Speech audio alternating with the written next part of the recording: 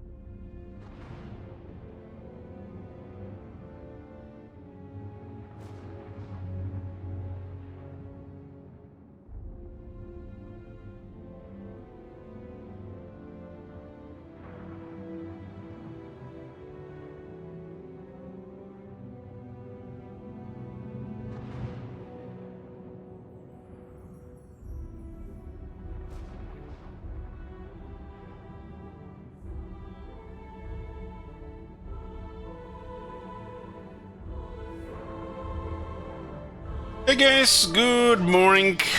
I woke up 5 hours ago, but feels like still morning. This is like usually my morning. Sheep Elich reporting in. We are here with a new campaign. Before getting that, I'm gonna say that new Total War video. They released some kind of gameplay for Warhammer 3. We'll check it out in like 3 hours, and we're gonna go through all of it and comment on it. But like I said, in about 3 hours. Let me just wake up a little bit more. You sound so happy.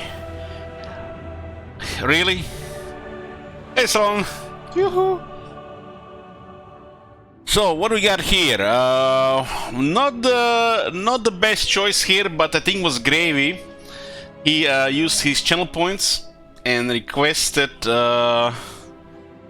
He requested the ME campaign. I think this is the second ME campaign that got requested. I don't remember what was the last one. Maybe somebody remembers. It says here 2 times been requested.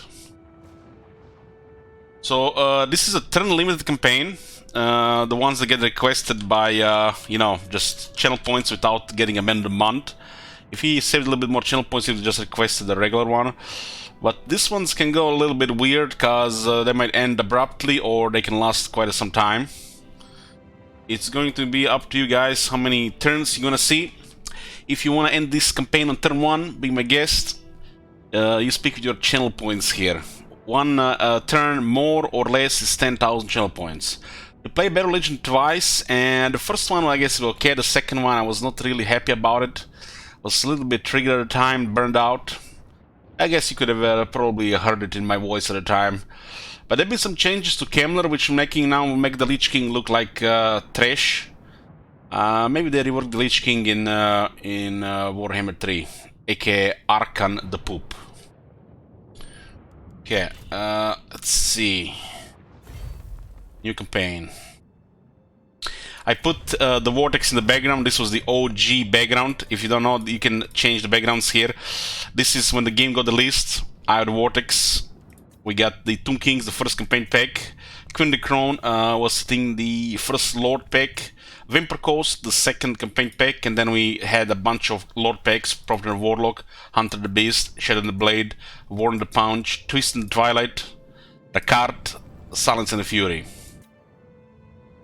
Since we are pretty much in the last month of Warhammer 2, might as well have the Vortex in the background, right? Did they keep to my diet? Yes, yes. I've been 12 days on keto diet right now, and I'm getting results. Results both physically and mentally. So discipline and patience will bring results. Nothing happens overnight.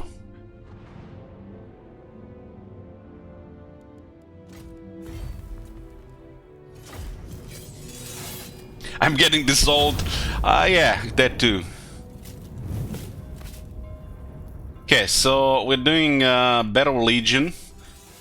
It's kind of like, what do you call it? A sub-faction of the Vampire Counts. The Vampire Counts have 3 factions, and you know, let's, before we get into this, I want to just say, how many factions do we have? 63 maybe? Let's see, 2. So, Volkmar, I was hoping by the end of the Warhammer 2 that all Legend Lords would run their faction. So, Volkmar did not get his faction. White Dwarf did not get his faction. There's 2 Legend Lords they're probably gonna be looking into. Gorse did not get his faction, that's 3. It's 69 Legend Lords, or how many factions is different. Vlad and Isabella, they should be in the same faction. They should both be Legend Lords. But if you start the campaign with Vlad, Isabella should be a legendary hero. And if you start campaign with Isabella, Vlad should be a legendary hero. That's, I hope, for it will work here in the future.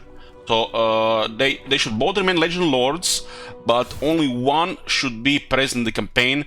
If Vlad is the faction leader of the campaign, which should be for the AI, but the player can pick Isabella to start with, and the Vlad then is a legendary hero. This is what I would like to see for this. So what do we else get? The Beeson got their rework. So basically Chaos, 3 lords in one faction. So it's Chaos, Voice of Chaos, Karzakarak, Reichland, Sylvania. Those factions need their own, sub-factions, right? Like, it's okay. It doesn't mean you have to be a massive faction. It's like these sub-factions should be a thing. Like, you have Reichland. They're, basically the core, the heart of the empire. And then you have Volkmar. He should have a sub-faction. Work together with Karl. This guy should be a sub-faction. They should not have the same mechanics as the Reichland. This is like a perfect example of sub-faction. This is dog shit. This is an amazing lord with a really dog shit lazy faction. So we don't want this. We want more of that, more of this. Okay, so today we're starting the Barrow Legion, a sub-faction of the Vampire Counts. Vampire Counts who I hoped would have been reworked by the end of Warhammer 2, but it never arrived. Never arrived. So, what's about this faction? It's led by the Heinrich Kammler, a pretty cool character. One of the most famous necromancers in the lore. Suitable climate, mountain, diplomatic relations plus study with chaos. I do wanna so hard hammer this and, just like hit it really hard until it bleeds, but we'll just move on. Upkeep minus 50% for the Necromancer heroes. So we'll climb in mountain because, he's been like wandering mountains and he end up in a mountain. And you have Northgren Mountains, Southgren Mountains, you have the Vault, so, so you don't have to, just go on the other side of the Empire. But, will the Empire allow you this? Depending how powerful the Empire is as the AI, which they are completely overtuned right now in the game. So, if you want to fight them later or early, up to you at what stage. So let's mention this upkeep minus 3% for Necromancer heroes. This is probably his best faction effect. This is his specialty. Cheaper Necromancer. What does this mean? What does this mean? There is a Lamian bloodline, and one of the gifts is to lower the upkeep reduction of heroes by 50%. These things add to each other, 10% up, 10% down, 50% up, 50% down, depending, what. But heroes on the campaign map are not military units. They're not units, they are agents. This is kind of like an unwritten rule that, was continued from, Pre-Star Wars. In Pre-Star Wars, the agents did, I'm pretty sure the agent in Rome 2 did not have upkeep, and in Attila, which is practically this system, except in Warhammer series, they're fighting. So basically, an agent, which means it's a campaign character that is not a lord, like, a hero, does not have the upkeep increases of, difficulty, like, the supply lines. So basically, Barrow Legion has minus 50% upkeep reduction for Necromancers, and you get another minus 50 from the Lamian gifts. What does this mean? Those Necromancers cost 0. They are free. And depending how much you push it, you could get up to 100 Necromancers. This faction has a much weaker economy than the other vampires, but it can build up some really nice income over time due to this strategy. Because, this is pretty much specialty. Necromancers for boost income. So this is how they get the economy. So, for example, if you get like Marienburg or Altdorf, these 2 provinces, and you somehow manage to keep building Necromancer's buildings like ahead of the curve, which is not easy, trust me. Those buildings are not worth building. Unless you are managing the funds like fucking amazing. You could steamroll and snowball much faster. Because those Necromancers will cost you no upkeep, and they will start generating quite a bit of money. And more you get, more you'll be able to build, and more you'll be able to recruit, and more money you'll be able to increase again. Just call it like a ghetto vampire economy. No entrepreneur or slave economy of the elves, dark elves, but it's a thing. It's like If you're wondering, one thing about special to this faction is the free necromancers and you know, stacking boost income, which is you know, some people, you know, think stacking heroes is some kind of cheese, but boost income is ability of the hero to increase the income in the province. This is basically what the hero is supposed to do. Are you going to be an idiot and you're going to put one hero per province? No, you're going to find the richest province and put them all there. So you think there is some kind of you know, variety in options, and this is supposed to have some kind of balanced use, but this does not exist in these games. In strategy there is no such a thing, unless they limit you one per province. Of course you're going to put everything in the richest province, because you're not going to put one in Baston and one in Aldorf, when in Aldorf this guy will make 3 times more money. So there is literally no option here. Richest province or none, it doesn't really do anything anymore. Even in a capacity of 10 necromancers, you will have 1 necromancer per army, and usually half your necromancers will be boosting income if you're past the you know, wound and still research part of the game. Necromancer that free in the army also, well, if they are free in the army, then it's a bug, because it's not supposed to work like that. Because the moment you put the necromancer in the army, it becomes a military unit and it increases the upkeep cost. Did you finish the Grom campaign? Yeah, we did. / previous. So, the next thing has an attribute Strider. Like, again, what the fuck is this? Why do you have to say this thing here? Redundant text that makes no sense. Like, you don't need to say these abilities here. Whoever is doing this is like, just like, stop it, stop it. You know, you don't have to write everything here. Just give important lord effects. Do not list abilities on lord effects. This makes no sense. So stop it. Whoever is doing that, just stop it.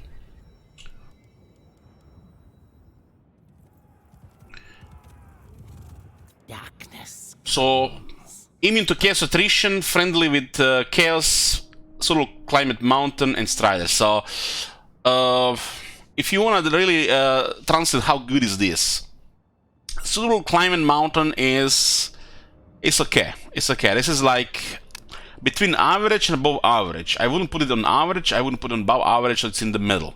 So the mountain's going to be a little bit cheaper, and pretty much that's it. An option to, you know, because it's pretty much a starting province, and that's it. Just, you know, cross this with an option to get more.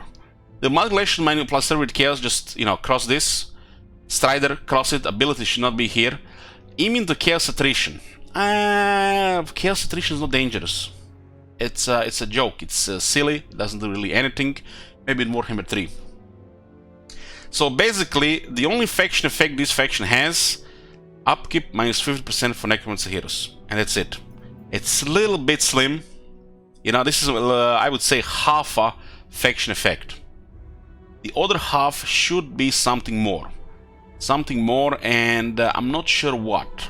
But, you know, it could be a bonus to specific type of units, faction-wide. Make it, you know, they're called the Barrow Legion. Make it something about that. Make this faction have something special benefits with a certain type of units, so it makes them different than the other vampires. But, you know, they missed that, they failed this, it's a free faction. So you just get cheaper Skiros, Necromancers, you don't get anything else. On the Lord effect, there is a lot more stuff now. I think the second effect of this faction should be something unit related. Let's say unbreakable skeletons with regeneration. Okay, that will be enough. So, Lord effects. All units in Heinrich Kemmler's army are immune to non-vampiric count territory attrition. So basically, you don't really get bothered by attrition, this guy. This is basically just a bunch of redundant text. It should just say immune to attrition. But, you know, immune to something in this game with these devs does not mean you're immune to it. You know, because immune does not mean what it means in the real world. These devs have created a new type of immune. Let's say immune type B.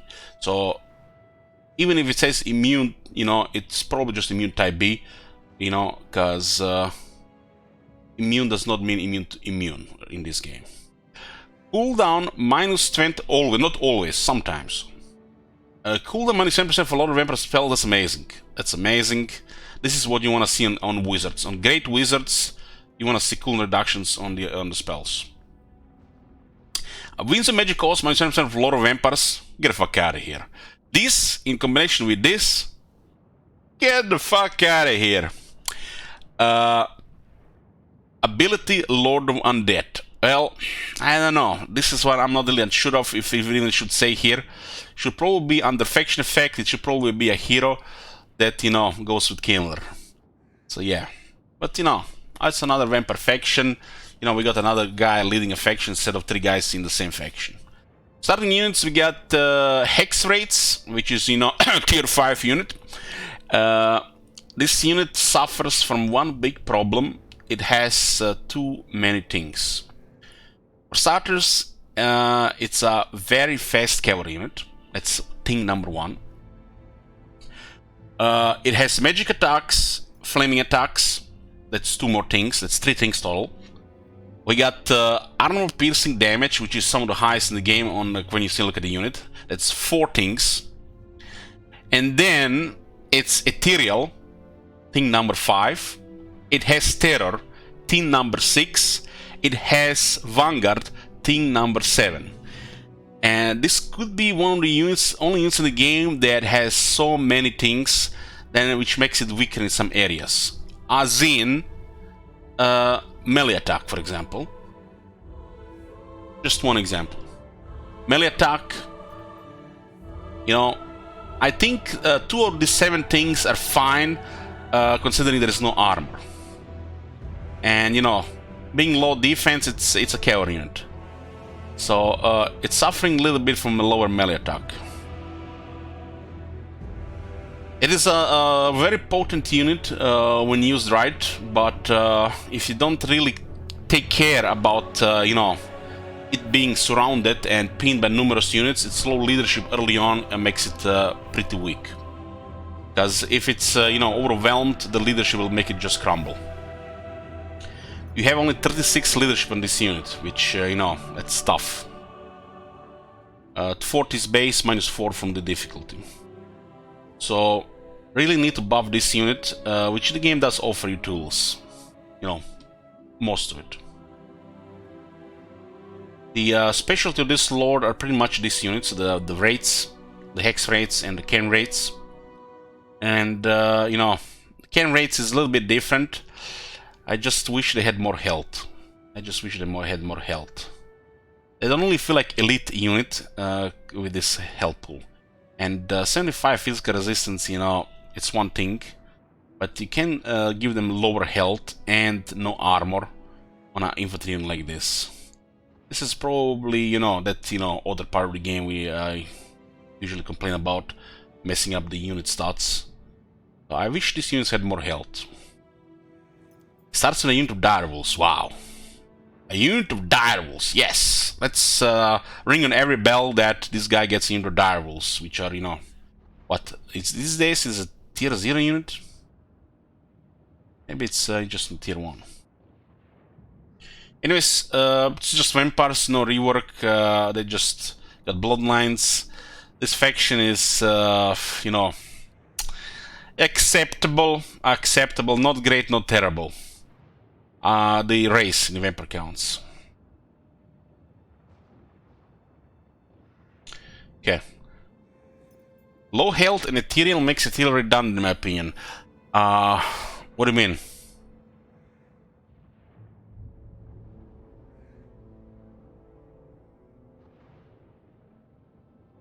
You mean it makes the ethereal weaker? Because that should make no sense.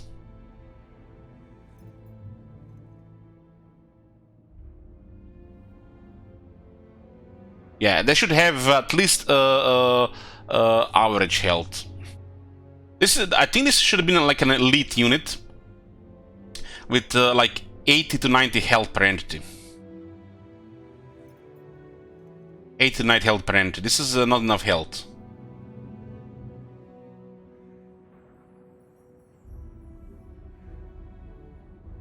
I guess, yeah, 80 to 90 health per entry.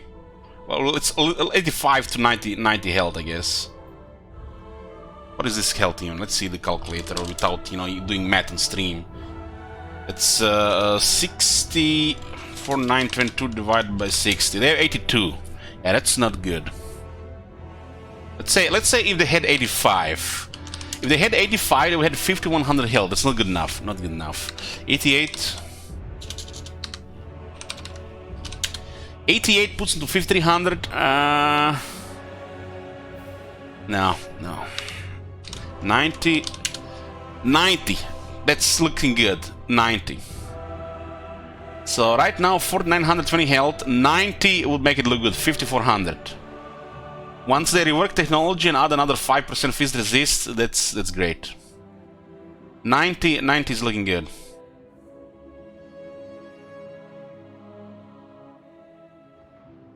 Their base is what's the weak part of them? Their base. You know, you can make it turn a very nice unit, but it takes a lot of work, and it does not feel like a tier 4 unit. That's what I'm saying.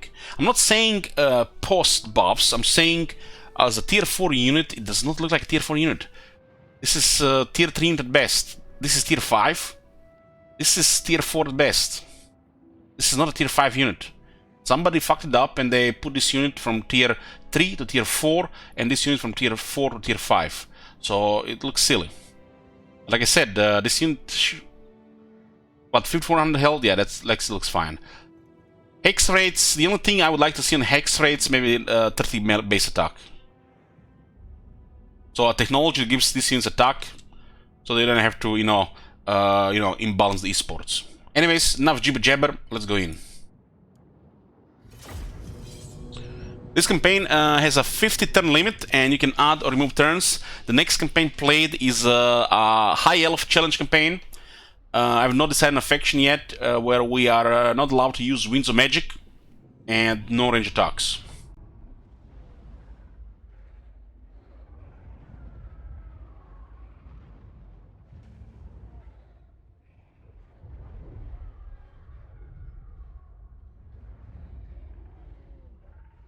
It's a lot of work, Hammersbolt. It's a lot of work there, you know, because how they made this system. If they dropped the mini campaigns, it would have been much better. But then it's the cost of a new game is not justified, and it would just be expansions, right? They would probably then be lazy with engine upgrades as well, graphical and mechanical.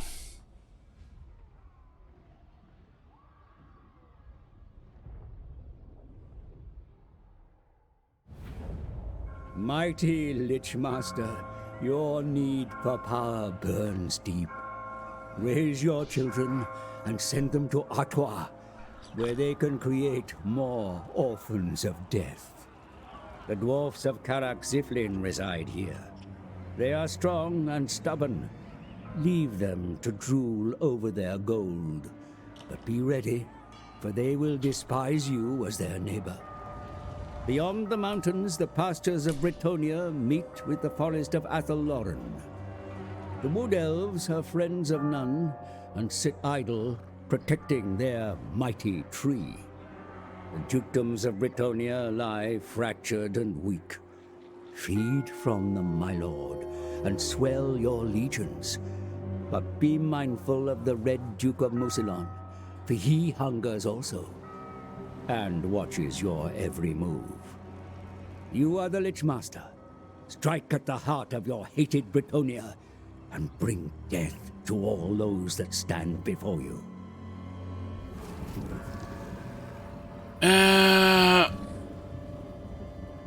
Godric says Strider is for all units. Well, this is another problem, you know. They can't just put, one word and thinking, we are, know what it means. So it's, I guess, missing text there. I remember now when you mentioned it. Find me grave-bound. But it says Strider here only, doesn't say for the whole army. The taint of undeath is spread by your conquest. So this is just... Your realm grows, and more distant lands now fall under your gaze. The Empire and other kingdoms of men lie to the north and west. There you may feast, for the living are plentiful. So yeah, this is the problem. Attribute Strider, it just says attribute Strider. But it should say just all units then, right? I guess this is the almost like a half of the other half of the faction effect. This Strider, you know, value is gonna be situational. It helps better with faster units. Literally, for the skeletons, don't do shit. You know, for an example. So we don't want to see text like this. This is like a bad way to use text. It should just say, you know, Strider for all units. You know, like faction-wide, all armies, all enemies. Just attribute Strider. This like, what the fuck am I gonna do with this? The way it says here, it basically then should mean Strider for all characters and units faction-wide. So everybody gets the Strider. It's a cool thing, but this is nothing special. Literally, I would rather accept plus 5% movement speed for the whole faction in Strider.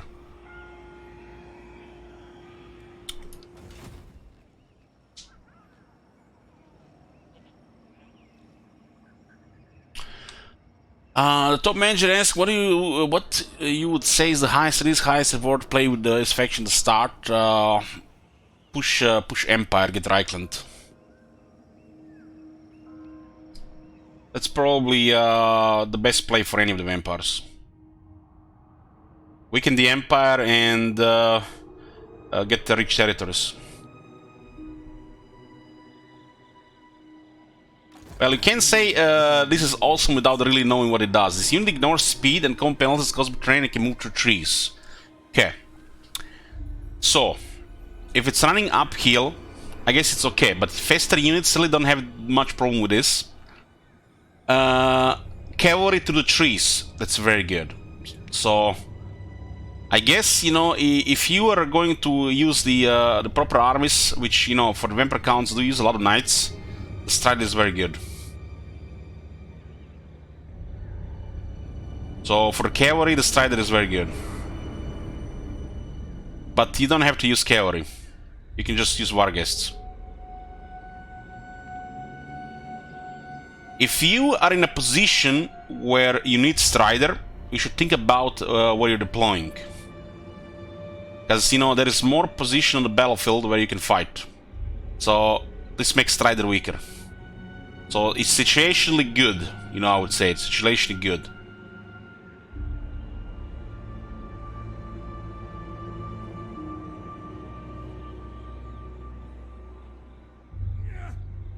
Don't have to use Vargas, you can just use skeletons, heroes, and lords. Look at this, Einstein over here. What else should we use with that? Which buttons should we click?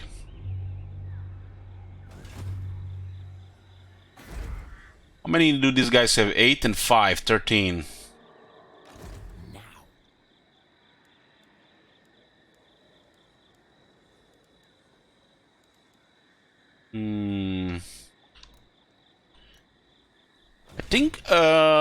I think most two campaigns we play with this faction, it's Artois at war, and I think we ignored Karak-Ziflin initially. I don't remember if we ever went after Karak-Ziflin initially, like the first or the second time.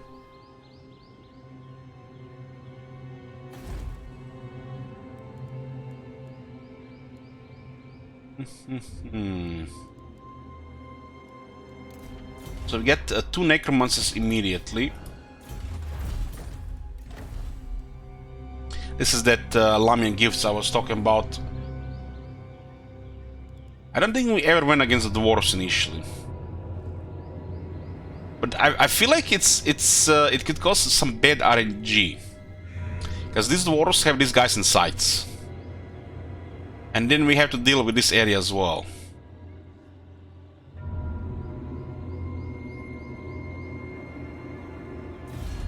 I feel like the Karak-Ziflin region is not important. I mean, you can go for it.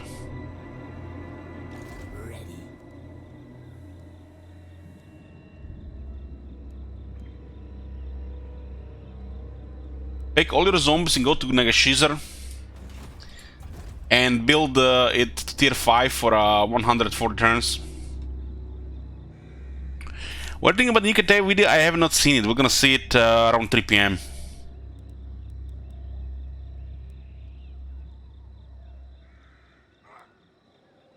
So, this is a turn limit campaign, so we are playing until turn 51 right now. But if we achieve short campaign victory, we remove 50 turns, and again, if we achieve a long campaign victory, we remove 100 turns. So it gives me, a reason to work towards these goals. Let's investigate this.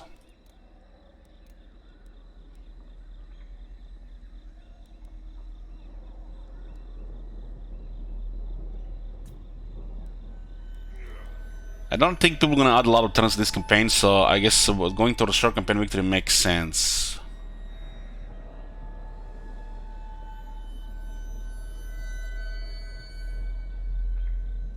It's a little bit of a weird objective for sure. Short campaign victory requires tier 5 buildings.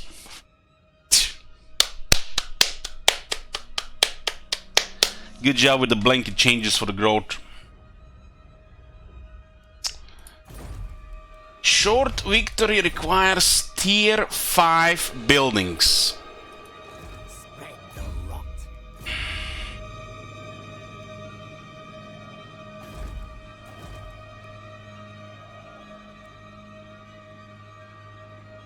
The short victory is on those extremes, right? You need to control 12 provinces, you need to destroy some Bretonians. 8 victory settlements for a short campaign victory. 8 victory settlements for this part of the map is actually no fucking joke. This is outdated and, ignored. 80 units for a short campaign victory, so at least 4 arms. 80 units for the undead is fine. But 3 tier 5 buildings. That's even worse than 8 victory settlements. Wow, this hits differently after the growth changes. And we need 2 special buildings. Oak of Ages pacified, von Karstein Court Hall, Aldorf College of Forbidden Magic, occupied Coron, Dark Castle, and Vault of Nagash. Vault of Nagash. I guess these 2 make a lot of sense, these 2. And look at this. They're requiring us to get 3 Necromancers towers, and then only 3 Necromancers.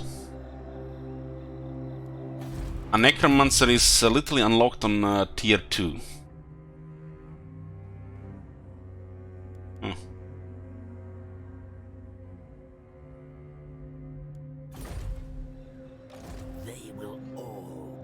Let's see some of these things here.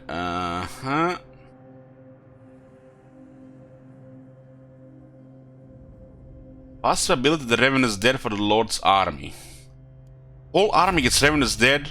Holy shit. Oh no, it only works for zombies. Damn. So, skills.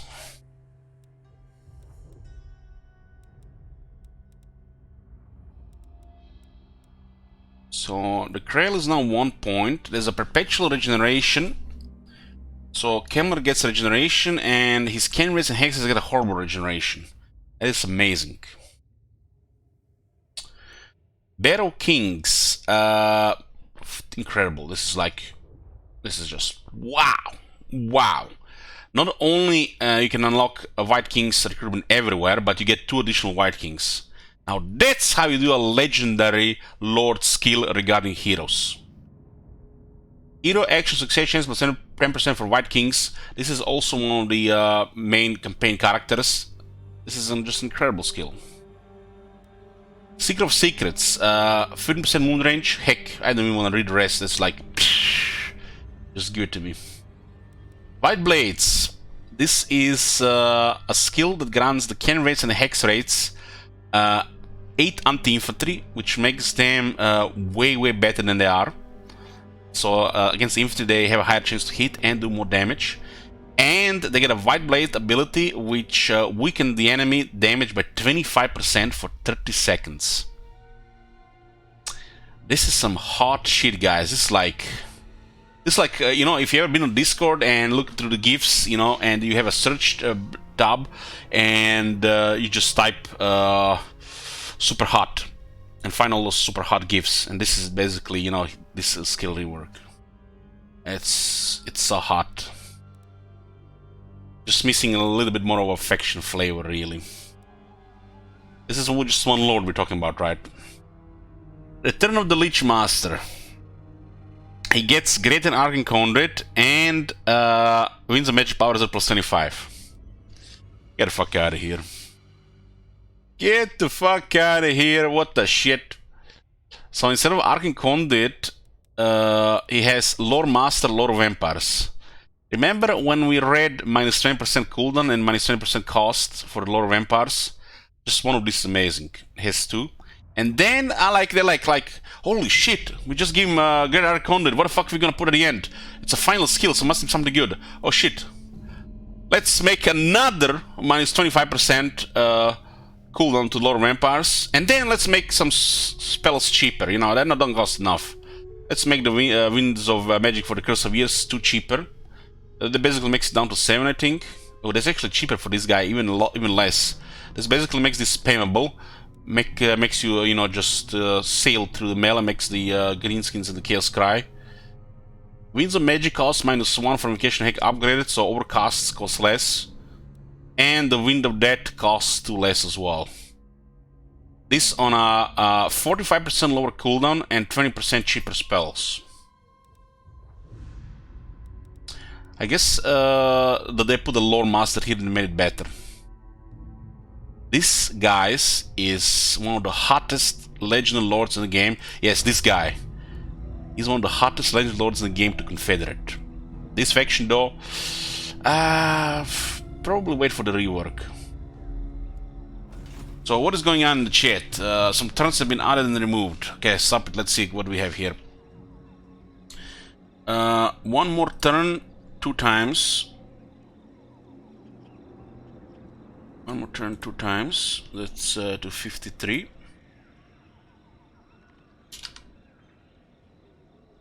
And 1 less turn. Holy shit! What do we have? What do we have here? 21, huh?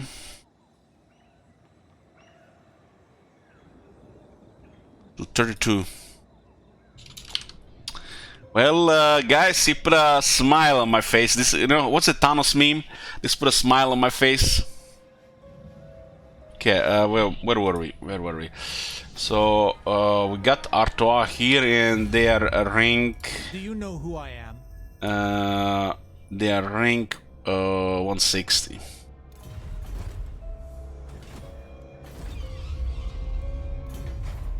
So what is even best thing to build here at the start? Economy-wise, we got 1434. This faction did hit lost a little bit of economy. The vampire buildings are way too expensive, so you gotta be careful with how much quality put in the armies.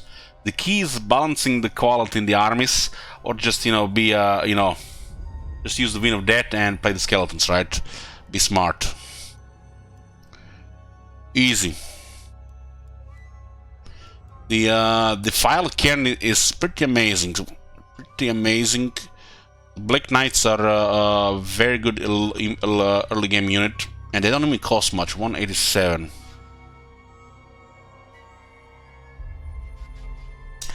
Evan's Bold asks, I don't remember you ever talking about it in one of the videos I watched. May I ask, what's the policy about mods? Have you ever tried something like Grimhammer or else?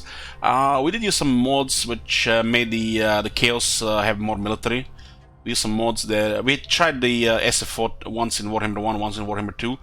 But my general policy with mods is, you know, I try to stick to the vanilla. And, you know, so people can, you know, compare, relate, we can discuss it more. You know, without, you know, adding too much curry and black pepper to the game. And also, I feel like if I would run heavily modded games, I would be a really bad example. And, you know, telling devs that, you know, that you need to work less on the games and let the community work more. So in my head, you know, I can't really support mods that much because of that. I think, you know, I have this, you know, fear and opinion that it will just make devs do less, work less, do less. Heck, even sometimes I feel like it's like those drones literally go into the workshop and look what they can rework and add to the game instead of, you know, doing things what you should be done in the first place.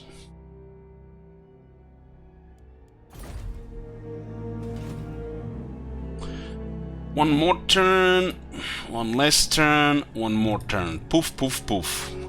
30,000 shekels just poofed, guys. That's 30,000 less in the pool towards, you know, Vortex Quest. Find me, Gravebound. So I guess we're gonna just attack Gisseru here. I've been thinking, I'm just getting a feeling like we should raise the dead in the Castle Baston before moving north. Get more skeletons, right? Zombies are good for the piles, right? But a pile has a criteria. I think it's 12 units on each side. Maybe we try to create a big pile early on, and then, you know, second lord with zombies, you know, it's the only reason why the zombies exist. Just get a massive pile. Zombies should not even really be a recruitable unit, at least not for the AI.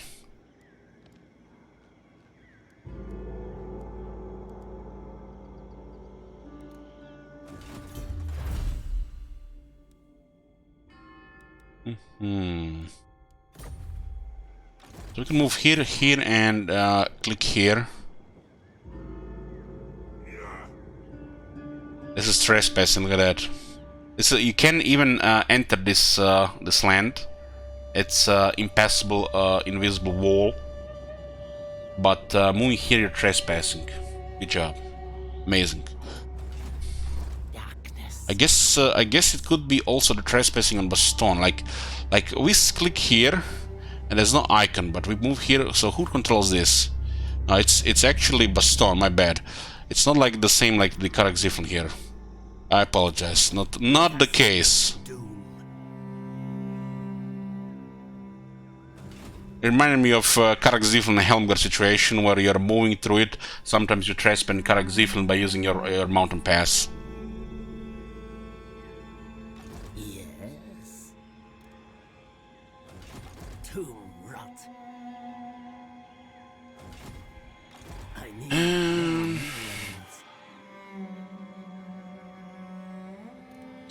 Let me decide what building first to get here.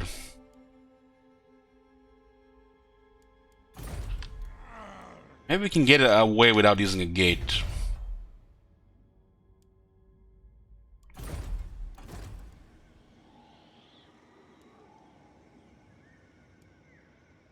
Some not very good choices here.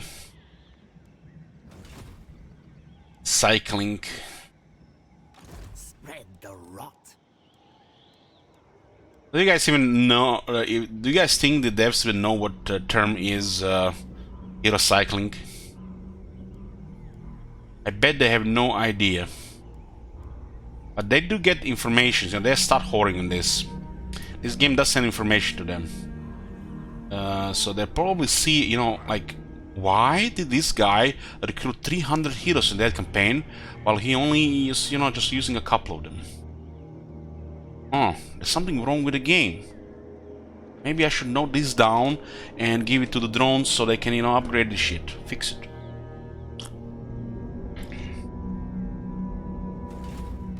They will all pay.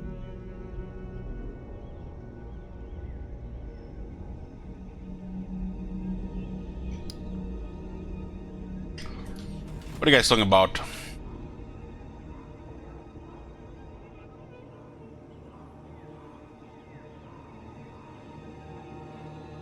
Yeah, the man and months are open to discussion.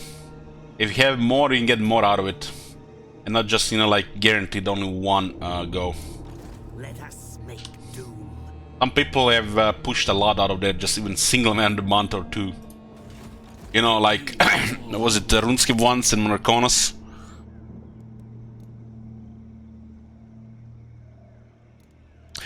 You know, is this the first time you play Kemmler since the public order changes?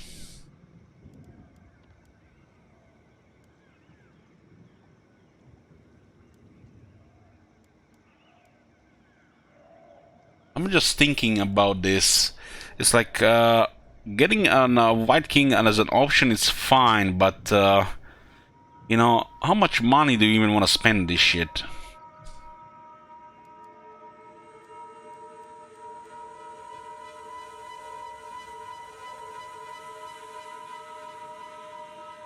This is item just as good. Is this legend? No, this is on easy and no chaos, because you know I don't want all my settlements get raised and you know ruin my campaign. Chaos Tombblade. Chaos Tombblade is excellent.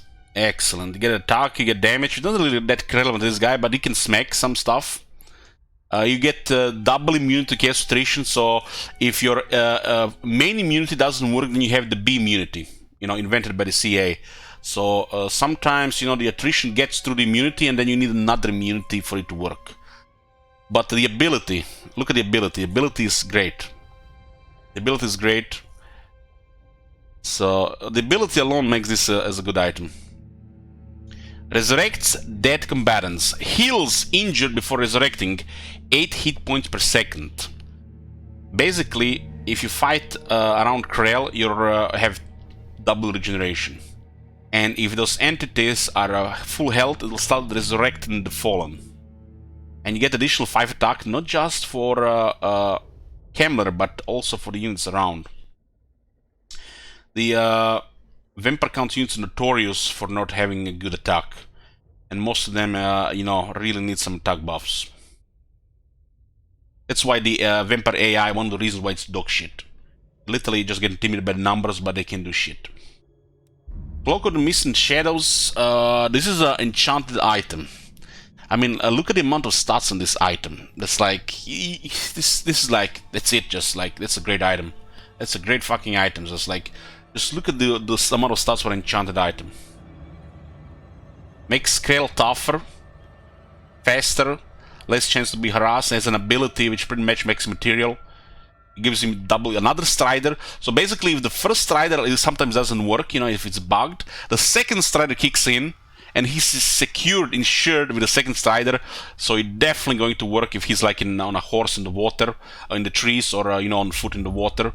So yeah, this you even get some extra insurance here.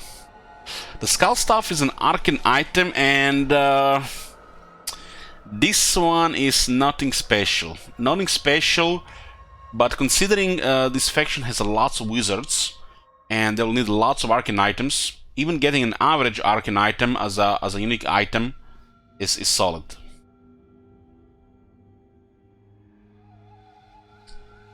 This guy has also cheaper, you know, I already see one from Dance Macabre and Curse of Years pretty much kept on cooldown on this guy. So you guys get attack and speed, and the enemy gets opposite, you know. These are the abilities that makes your army, you know, just perform. Without it, you know, it might seem like, you know, they're not really comparable to their counterparts in the other factions. So you use this, and you know, they'll get an edge. So I guess above average, above average.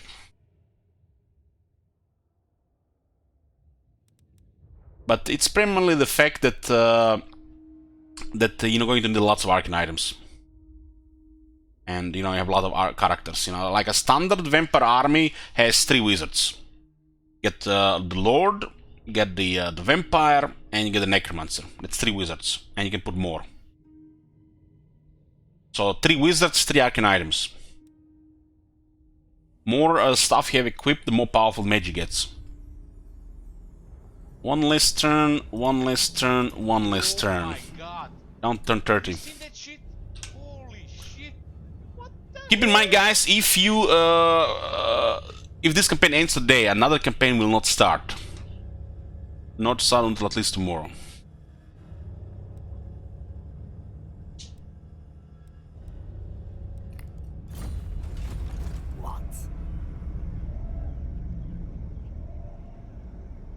This is 37 and then 37 back. Guys, think we have enough movement for this, or we can just sack this and occupy. This allows the recruitments of the skeleton spearmen and the fell bats. Fell bats are tier 1 unit. This is a tier 2 building. Every time I look at this building, guys, because I know what it used to be, it just hurts me. It hurts me inside. It causes me, you know, physical and emotional pain. Why? Why did they do it? Why did they never mention the patch notes? Fucking snowflakes complain about the vampires, you know, actually doing something. This guy used to mess up Bretonia, and not only they turned him into a vegetable, but they removed income from his building.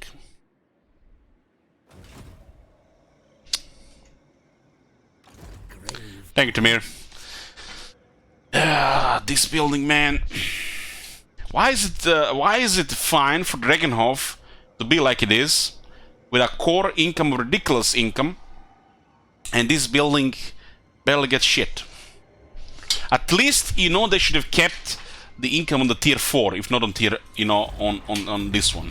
So this is just like a, I don't know what to even say, guys. These guys just suck at balancing. They really are dog shit at metagame, and they suck at balancing. They should at least kept the income on tier 4. Let us wander this way.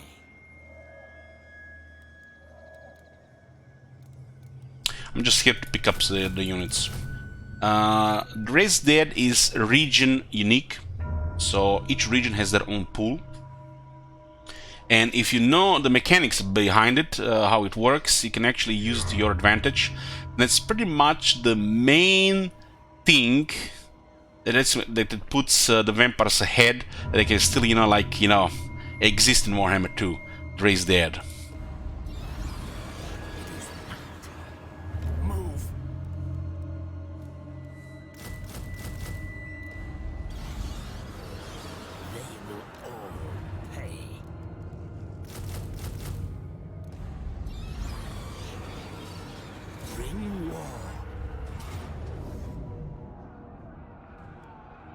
Medium casualties. Get the fuck out of here, fucking zombies, man. Really, I really fucking think that the AI should not be able to recruit zombies, because it cripples them. Zombies should be some kind of, you know, mechanic that gets upgraded by technology, that you just add more troops at the start of the battle. So let's say, okay, 1 minute mechanic. Let's say we're now in a battle. You have dark magic next to this trash Ronald shit gamble, and then you're like saying, 20 units, that's not enough. Click, click, click, click, click, click, click, use dark magic, and all of a sudden there are 10 extra zombies in a vanguard area ahead of your army. Do not put zombies in the fucking garrisons and as a recruitable unit or Raised Dead. Use it like this. So depending how much you have, just do it. That's it. Not like Skaven. You just add additional units during deployment phase at the cost of dark magic. Not summoned units. And that's how zombies should be. That's like one of the things. It's like you can do so much about it. Don't make it like a shitty unit. Don't make it like a shitty unit when you're just gonna, you know, use it when you don't have anything else, you're desperate. It fucks up balance of power, it fucks up auto-resolve, it fucks up the AI royally.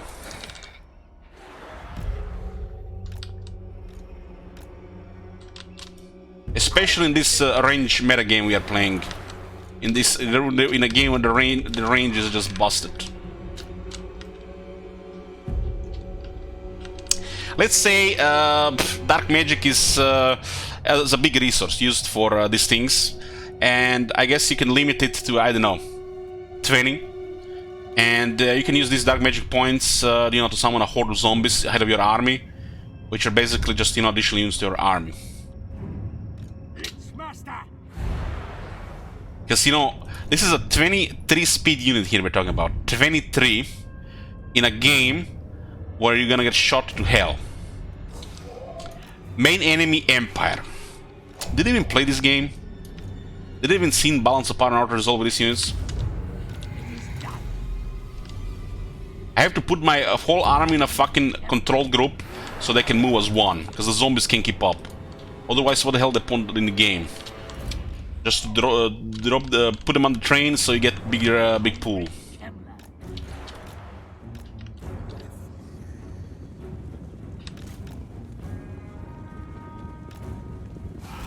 One day perfect vigor for the raids on technology. 2027, give or take.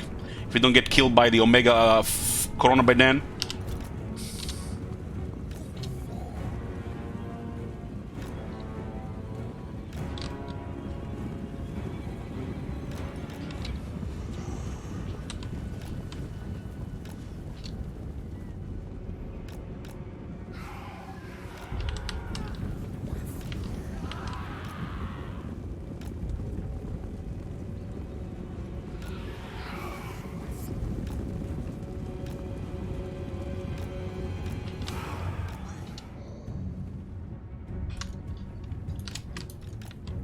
I'm just depleting their vigor a little bit. We could just go speed it up as well, but you know, I feel like chilling here.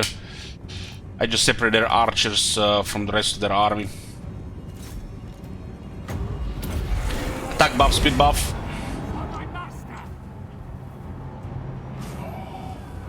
These units need a attack buff, otherwise they're not gonna deal much damage when they get other buffs. We can also drop a heal here. Keep them up.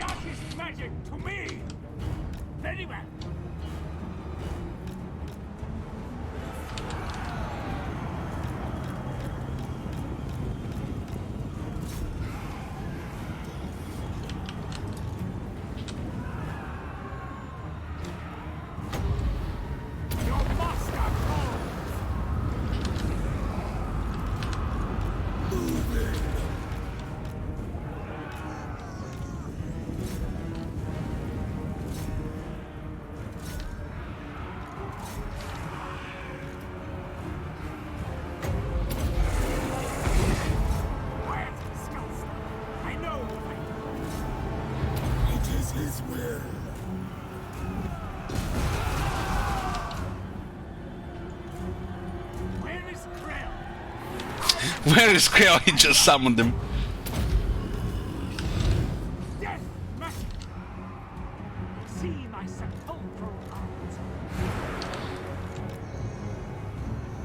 At this point, you don't want to pull them out.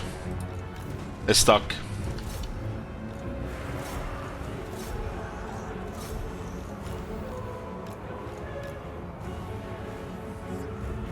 The only problem with this is when they're on low rank, the leadership.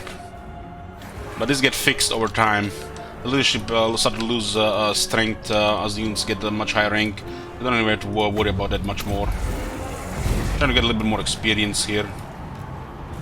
Dogs are too squishy, so we'll wait for a little bit more here.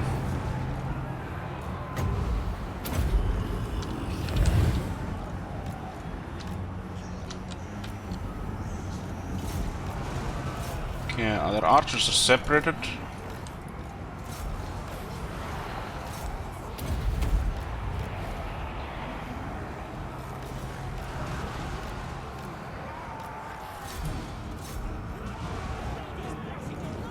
I can terrify them here very quickly. Just 1 second. I don't want them to fight back.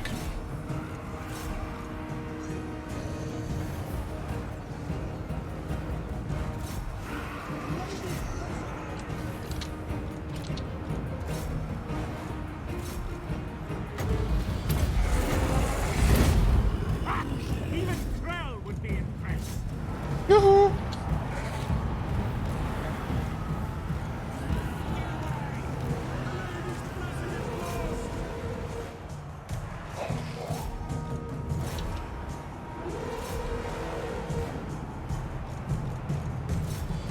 So this is a tier 1 unit, Dire Wolves, 84 kills. This arcane rates, 19 kills. Tier 4, by the way.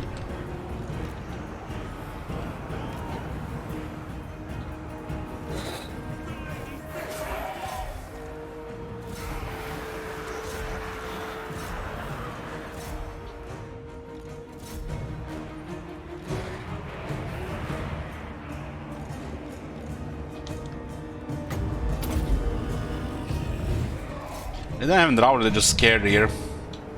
Not scared enough. These are foot squads, of course.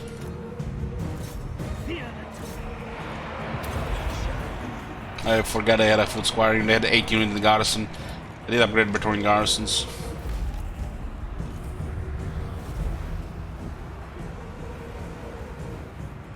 You can see hex rates have been overused here, and at the end of battle still no casualties.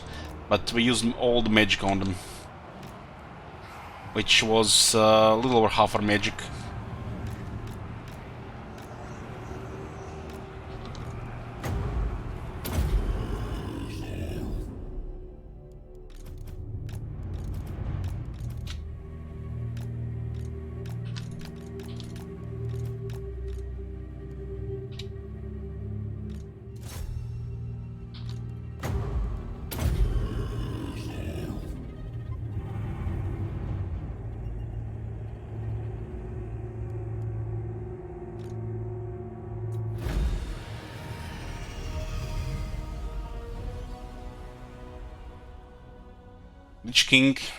Lich King, that's Ark in the Black.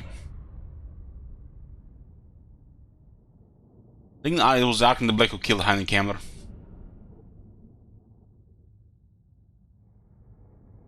The zombies are 160 as well, Disco.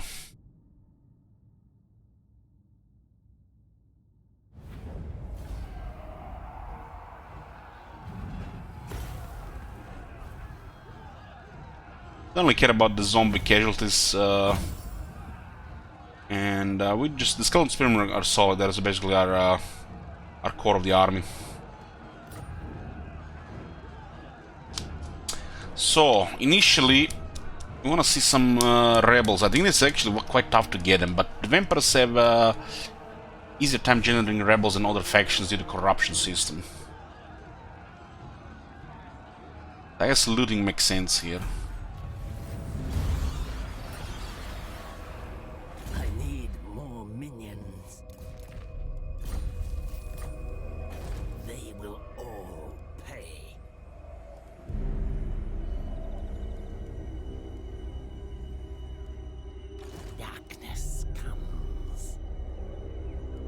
Rank 2.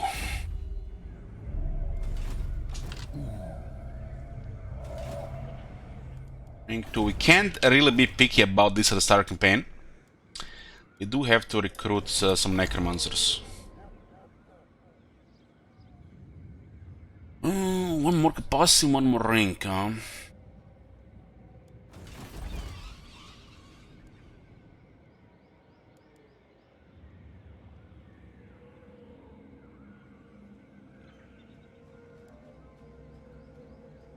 Perceptive. Your wish, master. Perceptive necromancer. Let's not put a skill for now. Turn this off. Turn this on. Yeah. Let's just sort this out.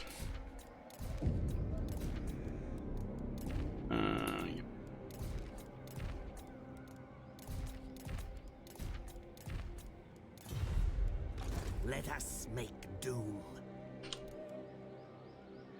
So he does have these skills here, which buff replenishment and the leadership for the army. With the nerf to the Dark Pact, this has become a decent skill. The problem is this is a legendary lord. I think if any character should have this 2 out of 2 or just 1 point is a legendary lord. I wish it was filled here. These are okay skills. These are okay skills. But there's unique skills, there's the magic skills, there are battle skills, there are campaign skills. Vampires, they really need them all, especially the battle skills. The last Vampire Counts campaign we played, we didn't use Wind of Death. So this campaign, I guess we can have some fun with Wind of Death. Wind of Death is here. Wind of Death is there. ready. Main thing to increase the survival of your army is to get the unliving host. Considering this is Scamler and a specialty at raids, Evil Soul is like no brain, right? They do get attack what they need. And considering these are fast units as well, don't really need anything else. Basically go raids and heroes and Morris Engine, maybe a Montero guest.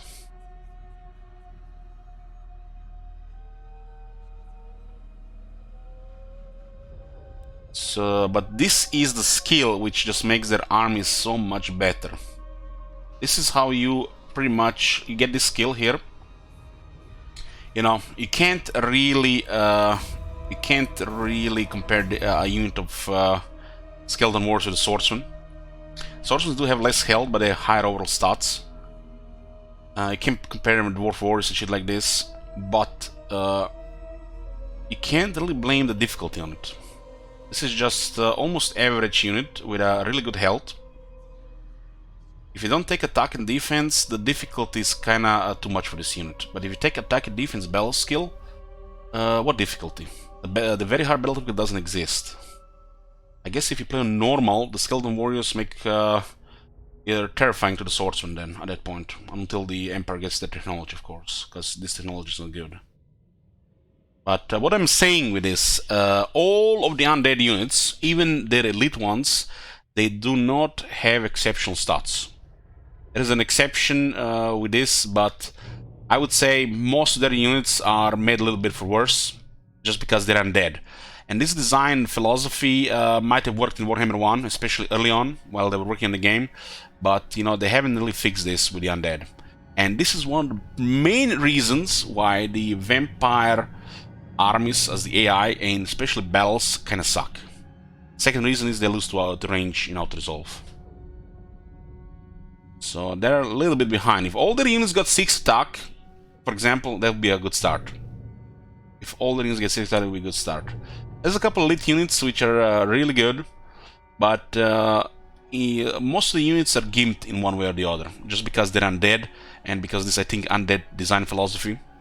And it definitely smells. Some of the units got adjusted, like the Vargas used to be too squishy with okay damage. They got turned into a fucking nuker. So you see this damage dealer here, just right with caps lock nuker. So some units did get a little bit improved, but most of these units are stuck in that old design philosophy. Like they improved the Black Knights, they improved the Vargas, they improved the great sword, the great weapons. But still, when you look at this unit, 26, and it's slow. And this is a great weapons unit, you know, like they're supposed to like, you know, great weapons, they're great, but then you see 12 charge. So most units, like I said, are gimped in one way. There's a couple of elite units, like primary example of elite unit of the vampires, the Blood Knights. Like Blood Knights are exceptional, and don't look at that melee attack 30 as like, yeah, like I said, every single unit missing attack. They're just vampire count stuff. They're supposed to, you know, rely on magic. They have massive charge and they have anti-large. But if they have one elite unit, like truly elite unit, that's the Blood Knights. Even Terror guys kind of looks like, is it really tier 5? Or is it, you know, a little distant cousin of the Giant? It flies, so can be bad. They will all pay. Yeah, Frenzy buff helped the oh boy, it helped the what I was talking about. Oh man, I lost my train of thought. Fucking Dark Pact nerf. It is night. Let's see if I have distance here. Apparently we have distance, but let's not mess up with the one skill point, right? These are rank 2 units, this is fine, get +2 leadership, +2 attack, +2 defense, more or less. So we're gonna get that. We'll keep the zombies here, we can switch to more skeleton warriors. But then, you know, it's kinda hard to lose zombies, especially if you apply the magic and the hex rates, right? Your wish, master.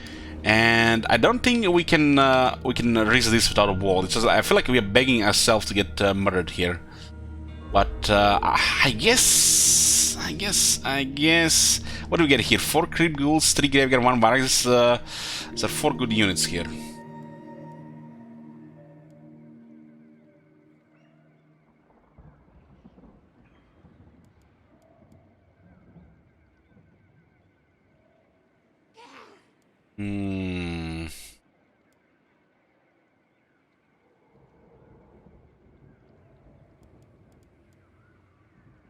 Okay, let's go with Giblet here. Nobody's gonna attack this place. I mean, I have 2 tier 4 units in the city, right? I mean, I have 2 zombies, so I guess this guys that matter. I mean, whatever, yeah. But this is the one thing that's also outdated: the garrisons of the vampires. The zombies, they gotta go. So we need the economy with this faction. It really has a dogshit economy, this faction. If you don't fix this, not only you won't be able to build, but you won't be able to increase your military. And there is really only one way to increase economy with this faction, and that's to make the skeleton warriors your core unit. Or literally, throughout all of the early game, your pretty much most important unit. 3. Book of Arkan gives units 5 leadership, which actually is quite a lot, considering the skeleton warriors have 30 leadership. And we're gonna need to get blood kisses. How many do we need for this? This is 3 for the first one. 25 research, 50% cheaper heroes. Yes. So Necromancer costs 150.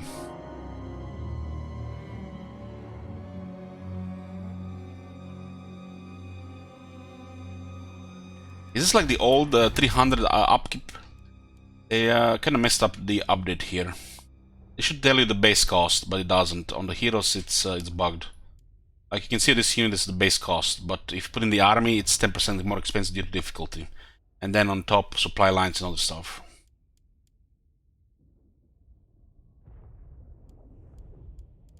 So Vampire is 250.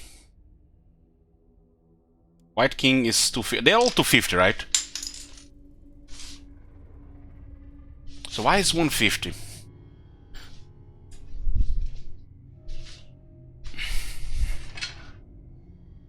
should be all 250, I think. You can see here, this is supposed to say 250, 250, but automatically calculates the 10%.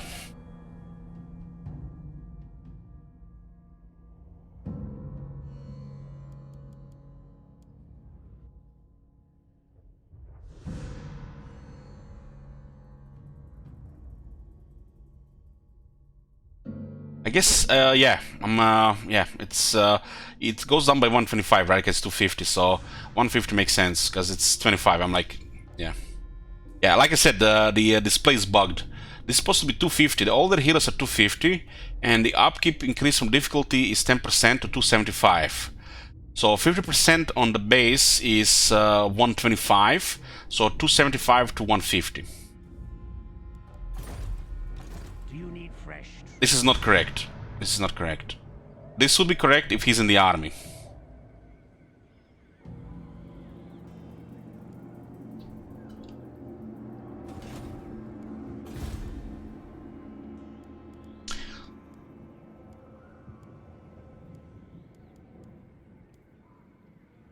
This is cheap, 100 per turn. We get. We're going to take Forest of Arden here. And we're gonna take an Iron 4 Breakers.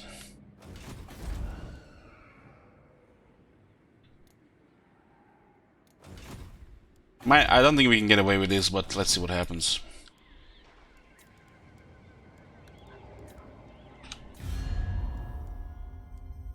We started campaign with non-aggression Muslim and Sylvania. You dare?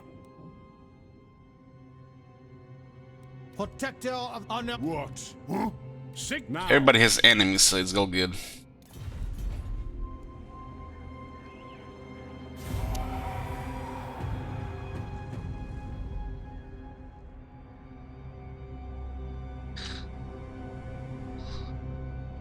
Was that the last time we figured out that the upkeep reduction applies again?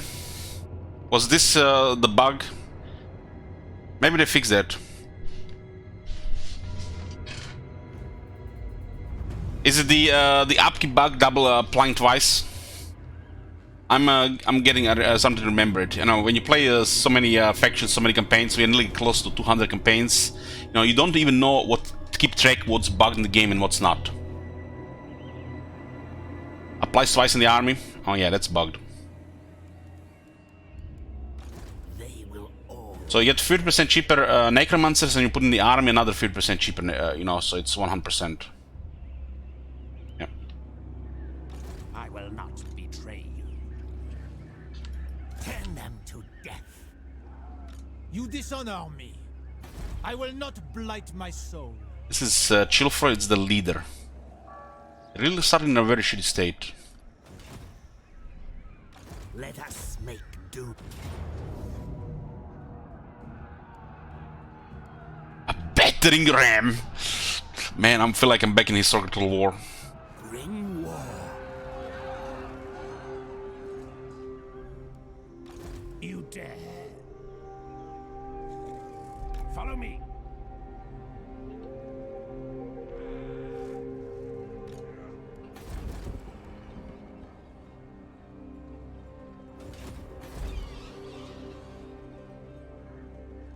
We'll do this one and then we get some rebels here.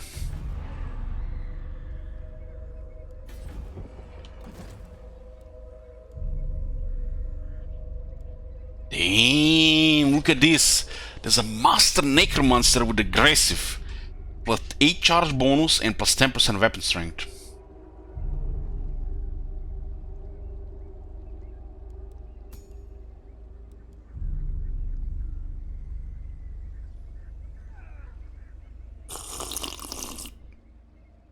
There's some good ginger and lemon tea.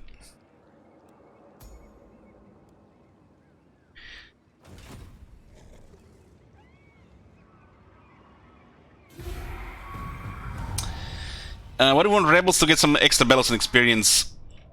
Otherwise we're gonna have to start more wars. The vampires, they have issues with initial public order.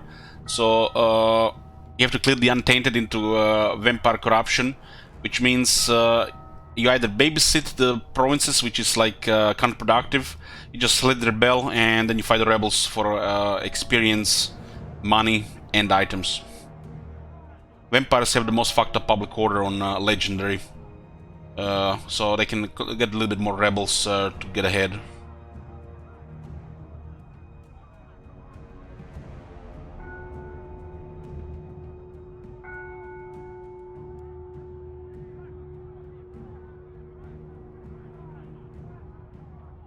They sell you out, which means we get 2 bells.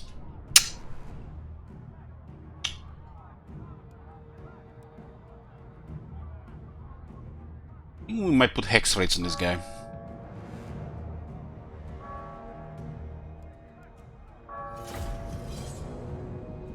One more turn, and one less turn.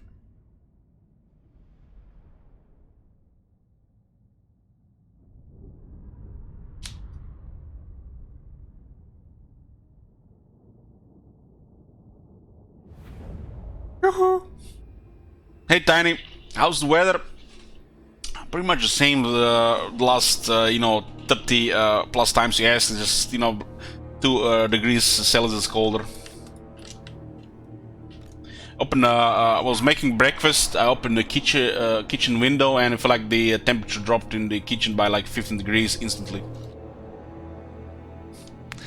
Legions to me.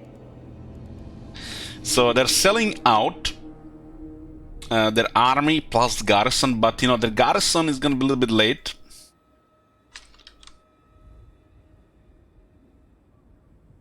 At least they're coming from the right direction.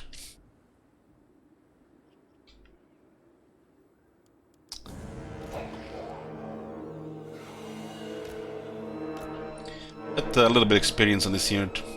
Yeah, their experience is critical to the vampire units, really.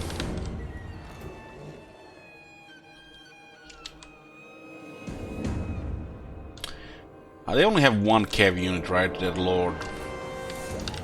After still got the information, and they have a little bit better infantry than us, but we outnumbered them. The zombies are at what, 35 leadership?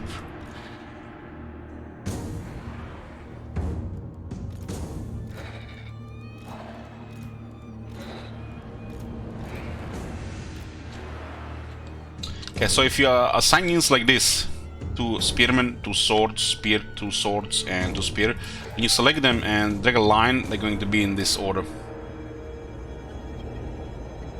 If you don't want to rearrange the unit cards, you can also do this with control.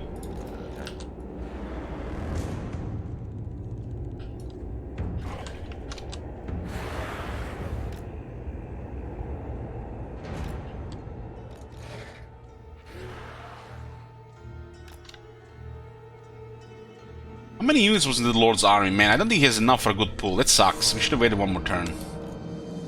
But, you know, it's kind of feels like, you know, it's precious turns for this guy. I'm not gonna get a pull here.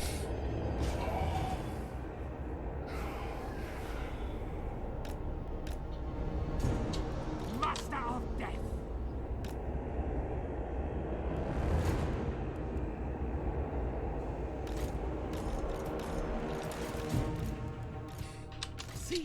If you lock the army in a formation, the formation will move at the speed of the slowest unit. In this case, zombies. Where is Krell? Strange fate. Yeah, not enough units for pull here. The garrison and this will not add up. Unless it bugs.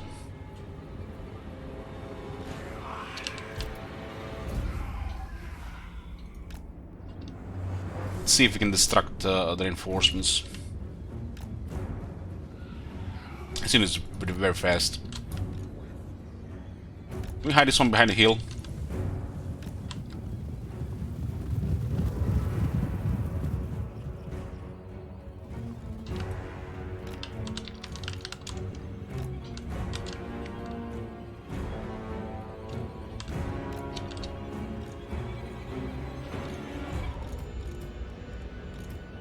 We could try to snake him with Krell, right?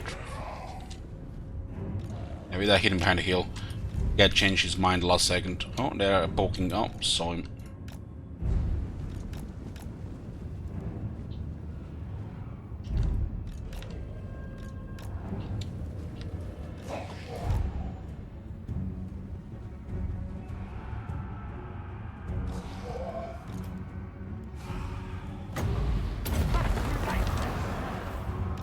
That wolves are chasing a unit. You can also like swarm and herd.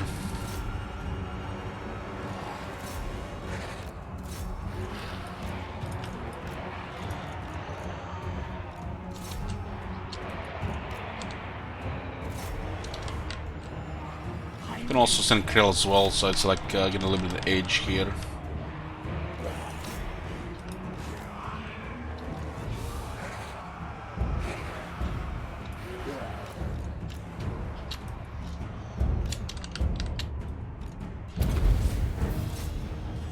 Kelmer should have an edge. Krell should have an edge because it is he's anti-large. I mean, not just anti-large, but also around Peterson.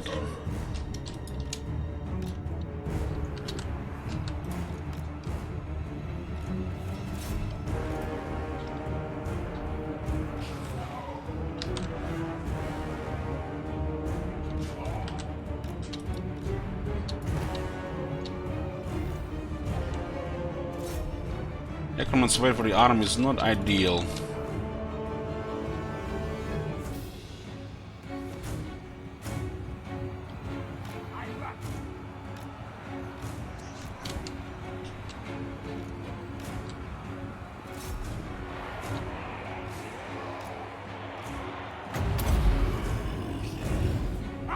Even Krell would be impressed.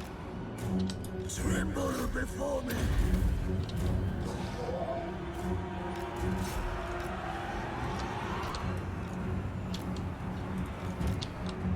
It's a shame, you know, this grinder does not really give us the pull.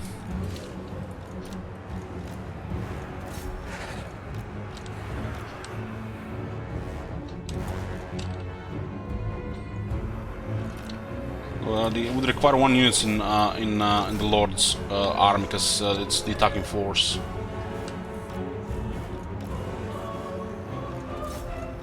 So it's kind of a waste to use all these zombies here. Okay, we just use the Scalers. I have Strider, so this water is good for us here. This is one example where Strider actually does something. They have penalty in the water, but we don't.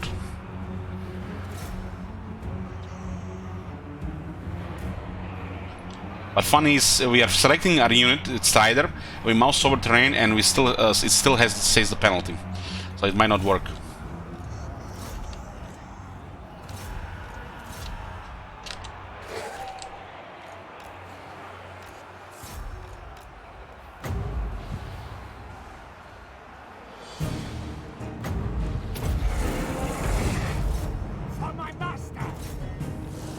X-rays don't have crazy chasing capabilities, so we just go after another unit. They're a little more fight directly.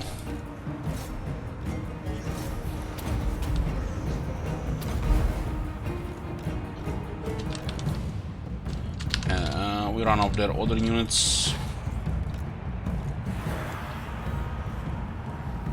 These units will have a difficult time here. Darkest magic to me!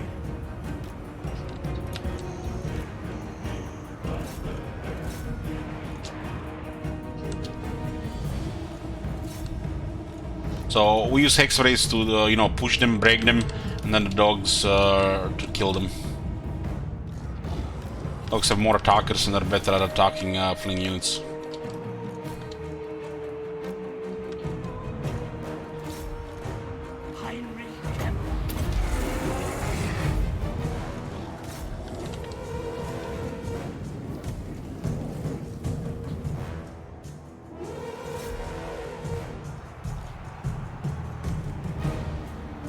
So they're about to get terrified here.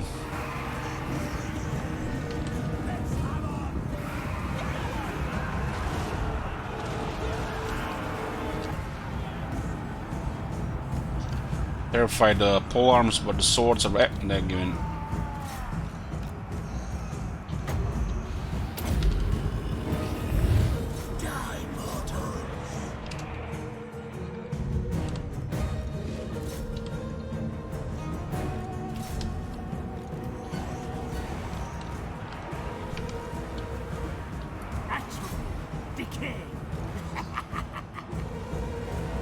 Rank 2 on the hex rates, building rank 3.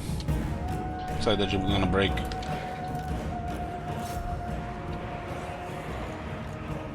Too much pressure on the rest of the army.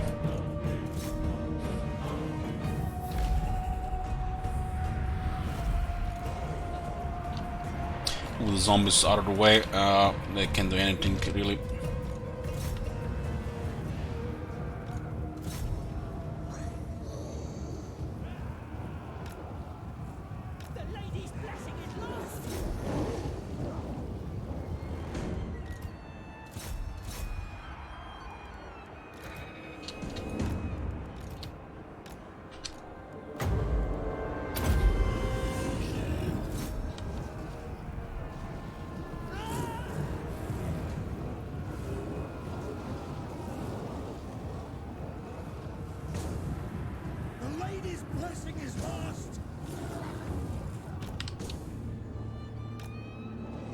Those are dire wolves.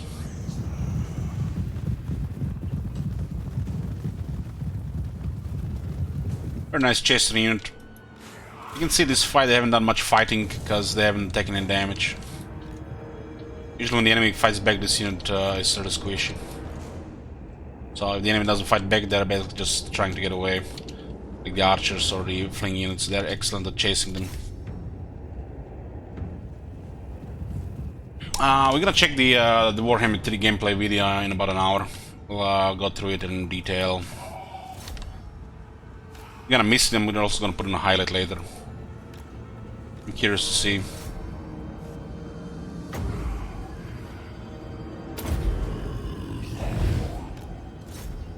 This is like the first gameplay video we get in the campaign, right?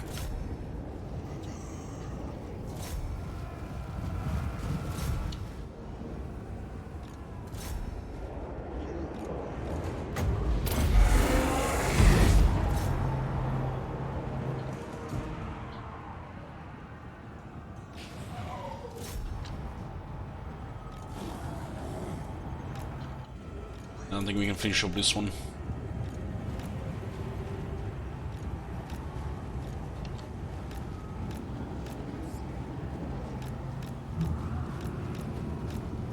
Just try to surround them first.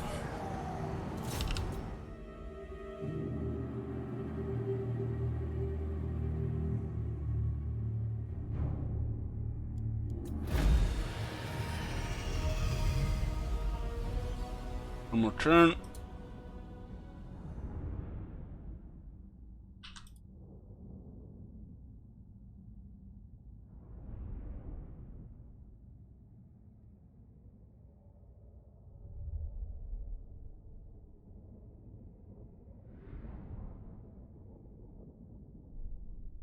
If we didn't have the Ravenous dead, we would have lost a couple of zombies here. If you're wondering how good that is early. You should not have any zombies in the army whatsoever. I guess it's fine to have two armies if you want to get a pile. Just cheap little zombies and the skeletons when you don't have economy. Still.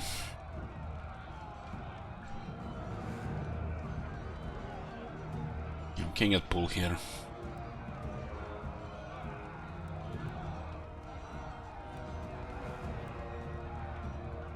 We really need money, so we'll return the captives. This is ransom. I'll lose a little bit of replenishment, we're in enemy territory. So we'll get... we don't really lose anything. Good thing we got a second battle here. More experience.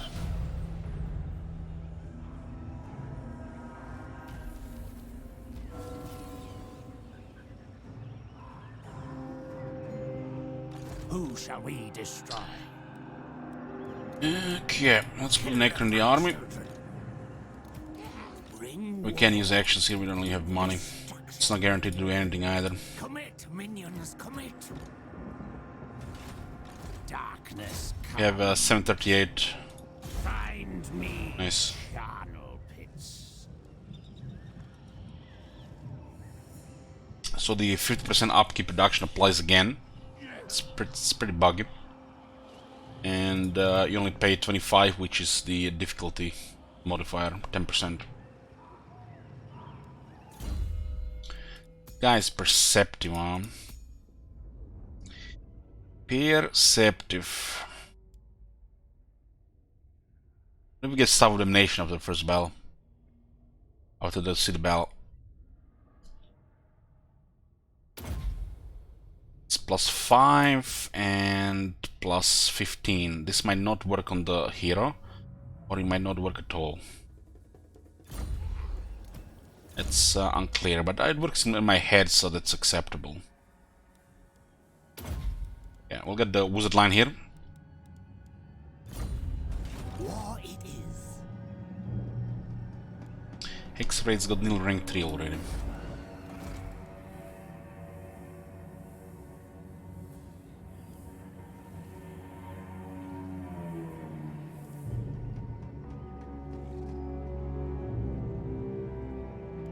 Can't really be picky about the traits.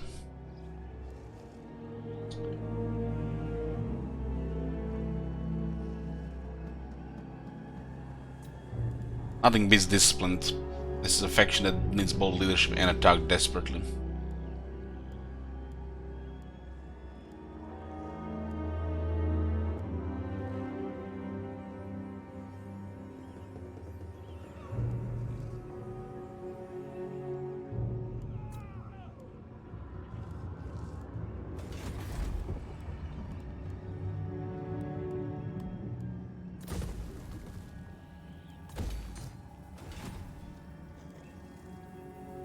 Yeah, this is a subfaction of the Vampire Counts, the Barrow Legion. Obliterate.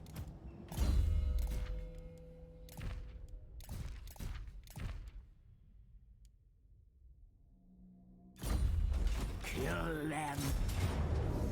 Loss victory, low casualties. Fuck me if I see over 200 dead here.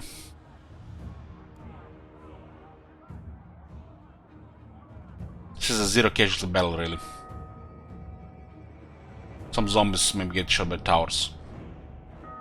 But we can raise everything, right? Oh my fucking god. Jesus Christ, what the fucking... What the shit? Low casualties, huh? 1/3 of the army, that's low casualties. This is what I'm talking about, fucking zombies and balance of power and out resolve. It's fucking stupid.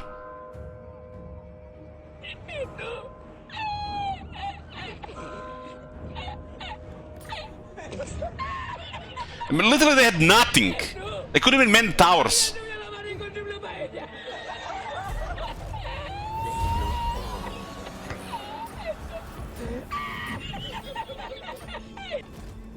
Okay, we put in a good rebellion state here. Get growth. Do we get growth?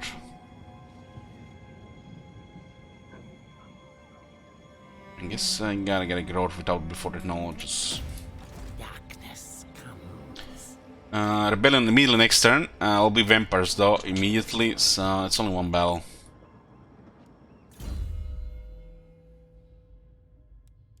And that was just some bullshit. That should have been under 200 casualties.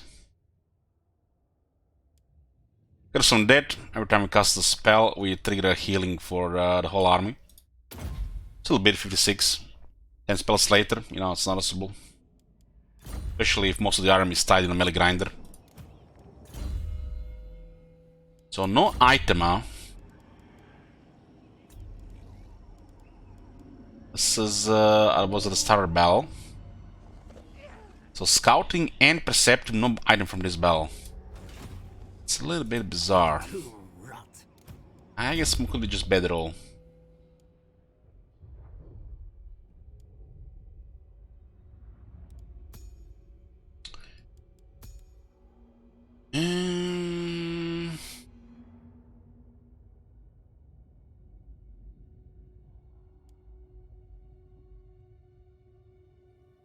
Maybe we see Hero's Hand of the wound does something. We have to consider it.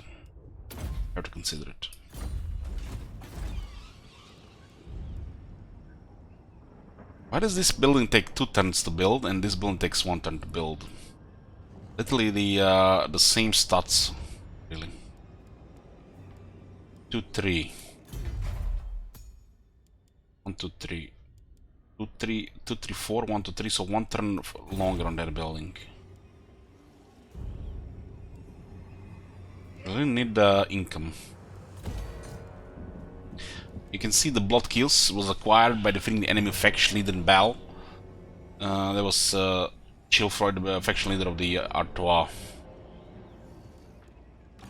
Now, having this province here, we are kind of surrounded by Bretonnians, and there's Maribor here as well. Maribor might be busy, since their card is around there. Yeah, it been a little bit spooky before. Skull Smasher got immediately wrecked here.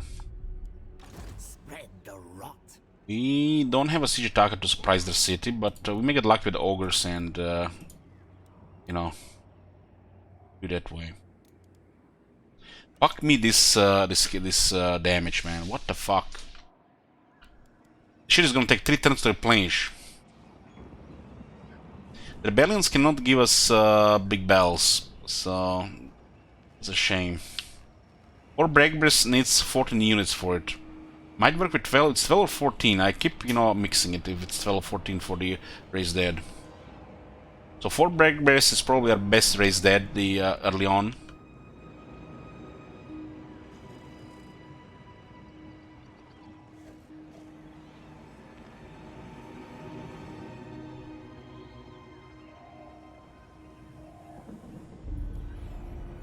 We can't really afford shit, so we need to unlock 3 units. That's the only way. So we got 5 leadership for the units, now it's 3 attack, 3 defense for these units.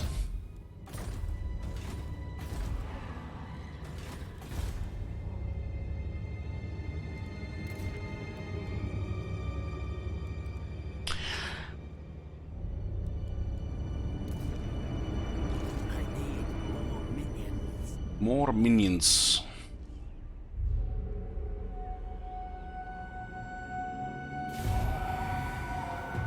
I better not be a Vampire Lord. What the fuck is this? Right in the class 1 Parvon? guess they were beelining for the mountain. Strange. Maybe because they're taking the settlement here. These guys have raised, these guys tanking in an adjacency. Alright, look at this, how this develops, this RNG.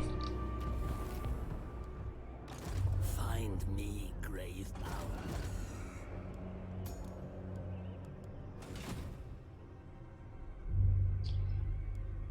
I'd wither first.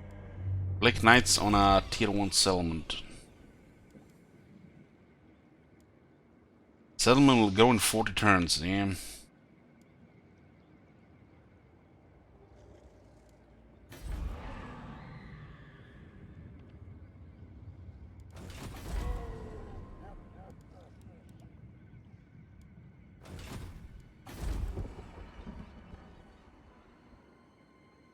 Let us make doom.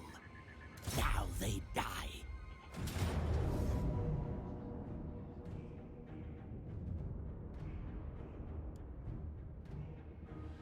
Maybe he's the Honey Camber and we are some random necromancer. 2 Black Knights and 3 dire wolves.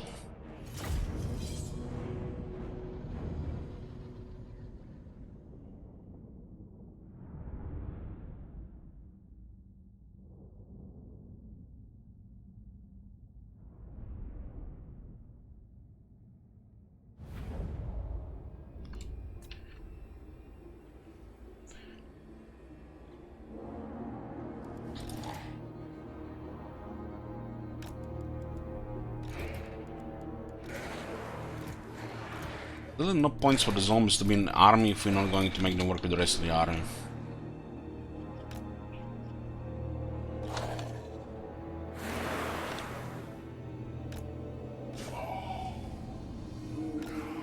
Heinrich Kemmler, see my sepulchral art.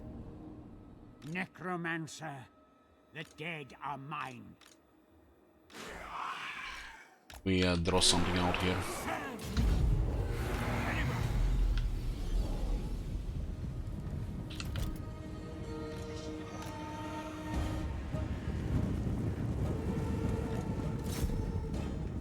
Cast the heal here. Now. Do it. Now.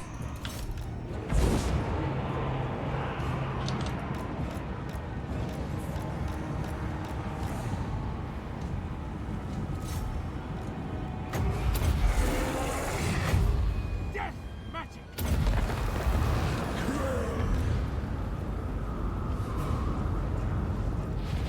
It shall be.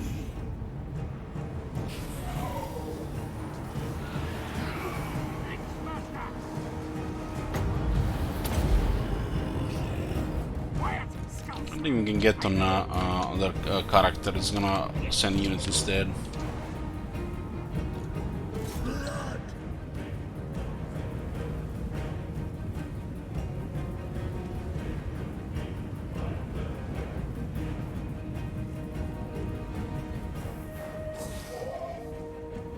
I am back.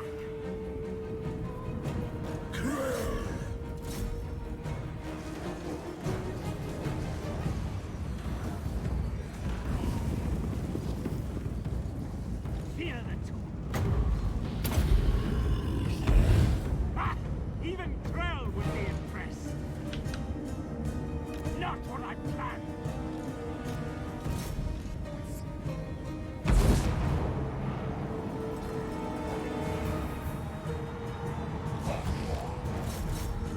To murder.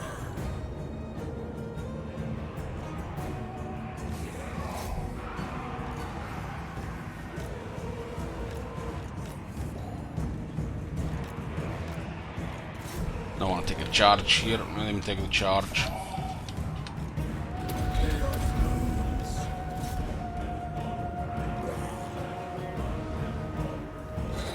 These dire wolves are just eating us zombies.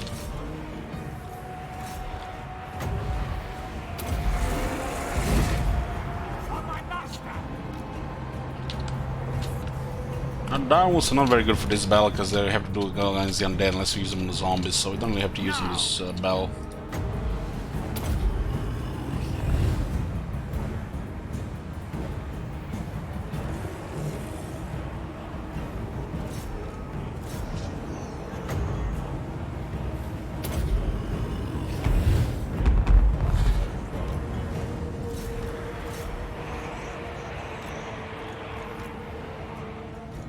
Okay, now that this guy doesn't have any friends anymore, we're gonna go after him.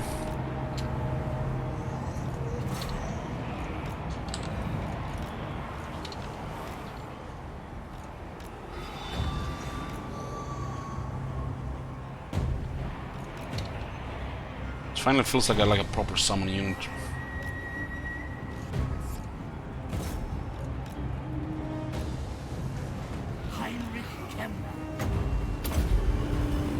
Champion of Corn.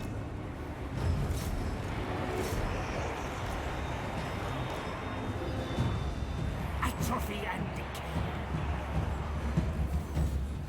Moving out. Very well.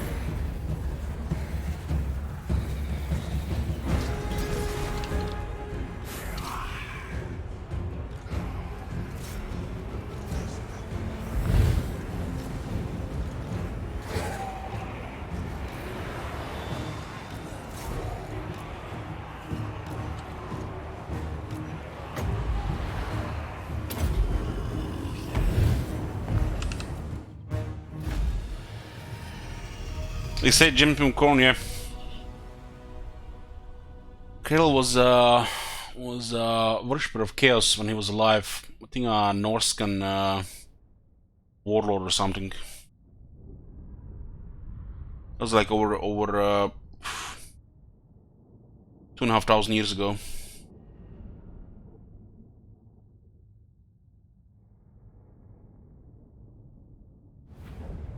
Killing enemy lords automatically sends units in disintegration? No. No.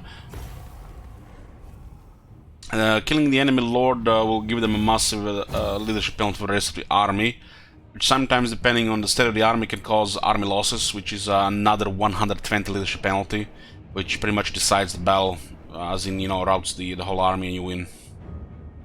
This is what you've seen was army losses, cause the army was all in a really bad shape. The necromancer just made it go a little bit faster when we killed him. Then go. Spread the rot.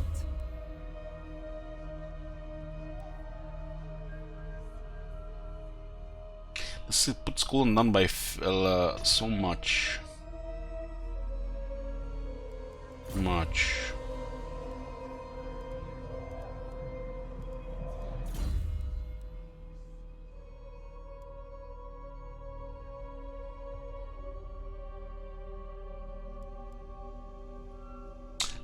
Upgrading the ones that does back up makes more sense because it goes together with this. I still wish the Raise Dead and Legion Lords was like only 1 point.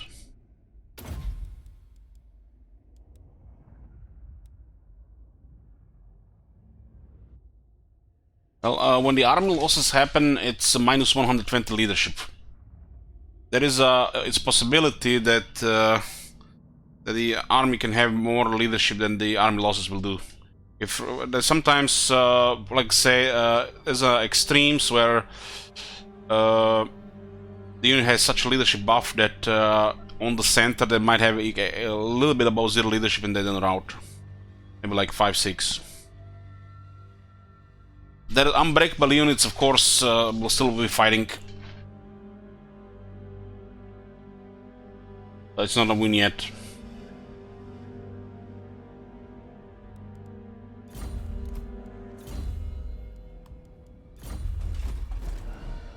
Fort Breakbase looks like a perfect place for a pile. How the fuck do we even afford a pile at this stage?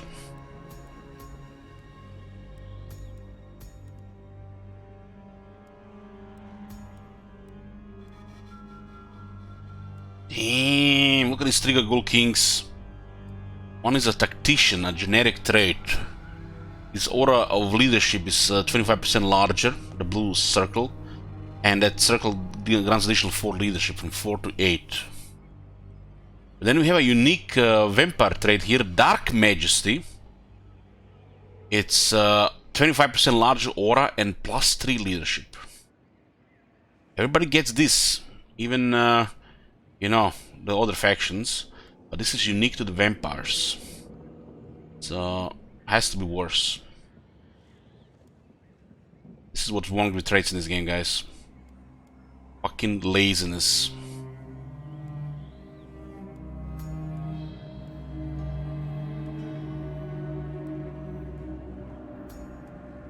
Another Kekuya.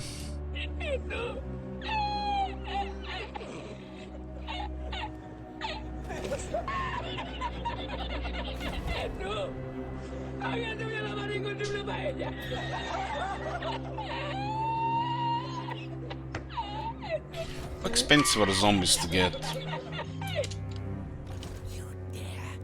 103. This is one of the rare opportunities where the zombies actually do something, because we have no money.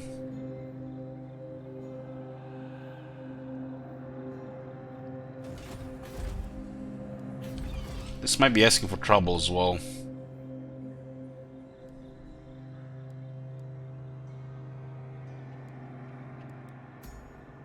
So we should consider getting a good lord.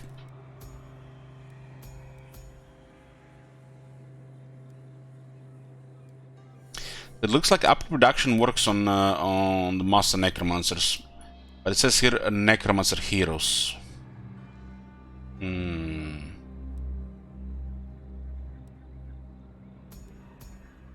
What's the best one? Disciplined, because they need leadership and attack. This one is the best.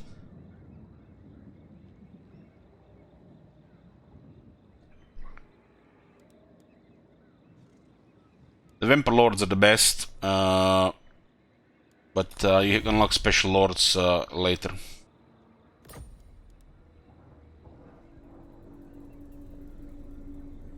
This shouldn't even really exist in the game. Should be all about this. A little mistake, of course.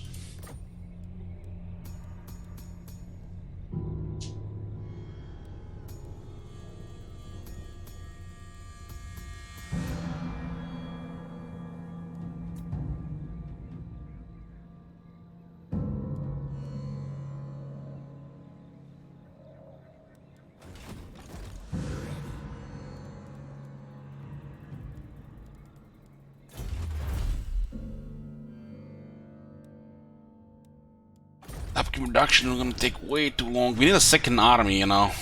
One army is like nothing.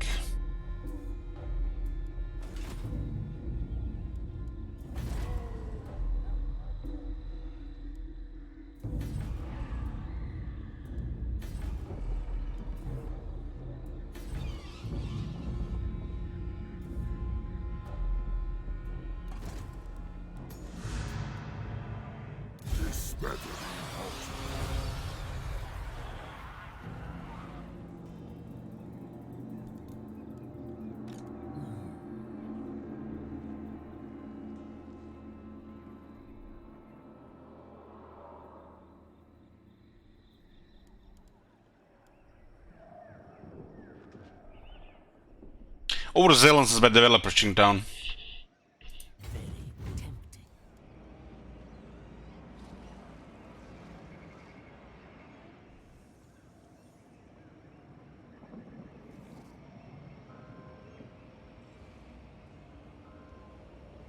You're considering attacking Fort Bagbreast, and we want a pile there. Raise that pile. Big battle site. And this is why we are getting another army. We definitely need more armies. Like, one army is nothing on low troops. And the only thing we can afford right now is zombies. One zombie equals one skeleton, but one skeleton in combat is stronger than one zombie. My blood now calls. This will probably rebel again in several turns. Don't just allow it when you start with a capital that has 240 income. You need to do good core building, but you can't even build an income building. And that's why that income makes so much sense to be on this building.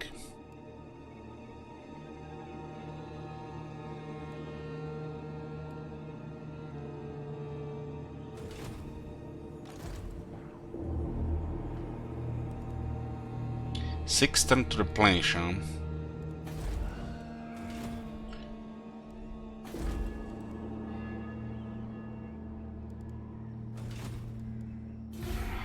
Is it 12 or 14 for the race dead? Sometimes it doesn't work.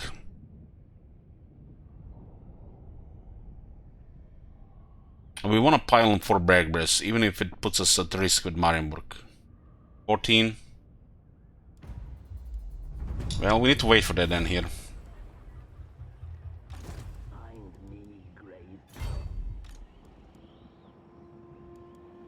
We are in agreement.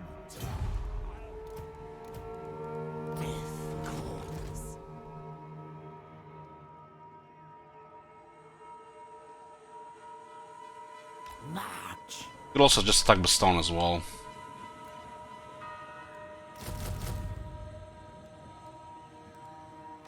Ready.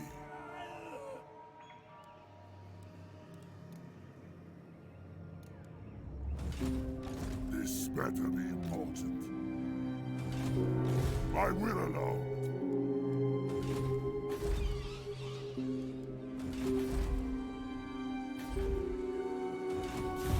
I'm not sure how many turns this takes.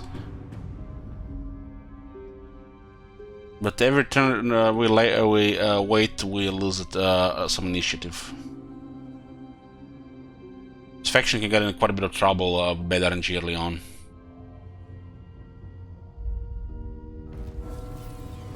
Okay, we got 3 attack, 3 defense for the zombies, skeletons. Okay, 14 now. Let us make doom. Move.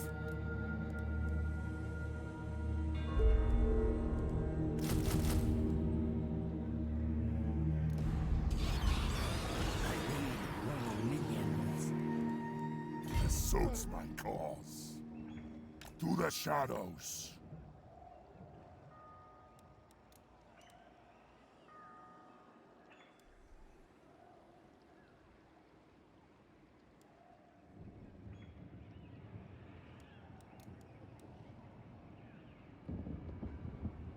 Move.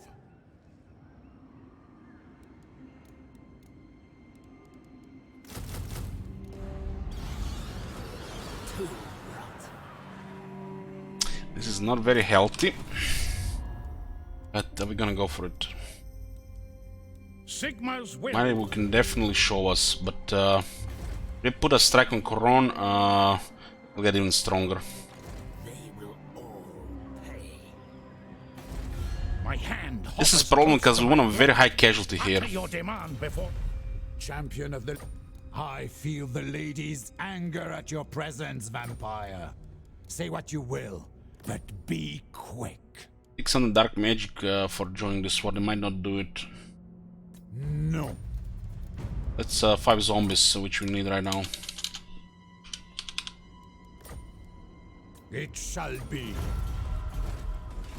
I have.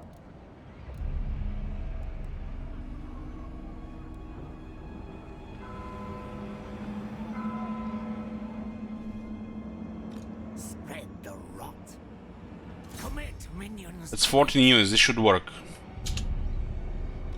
No. This guy is not in 4 Bragbres though, so this might make some difference, but it's the casualties will happen at the city.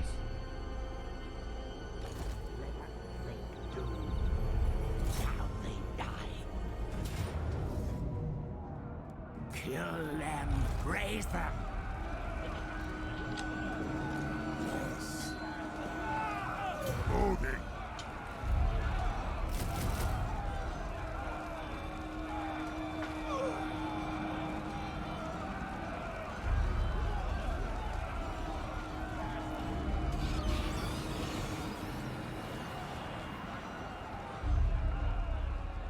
We have 6 and 15 or 20 zombies to throw into the pile.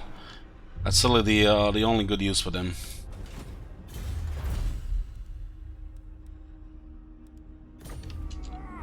Turn them to... They might have stuff close.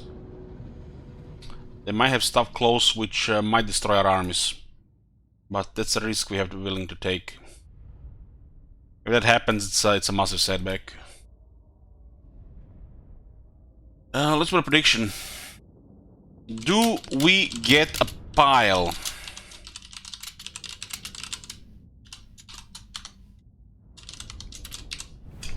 We have the criteria, boys, but will it bug or not? If it bugs, it's gonna be really bad, because we just put all our money into it.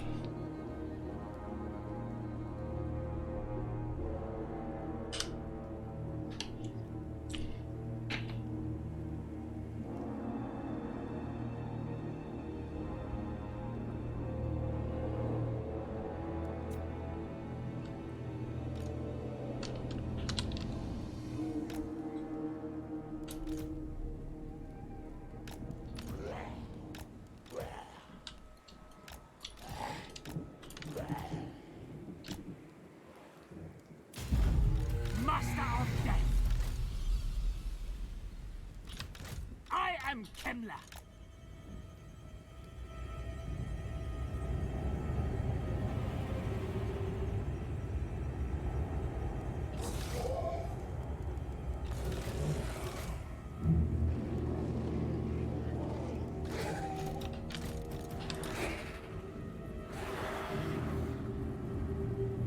See my sepulchral art. What are they shooting? Water pistols? What happened with the sounds, man? They got bugged.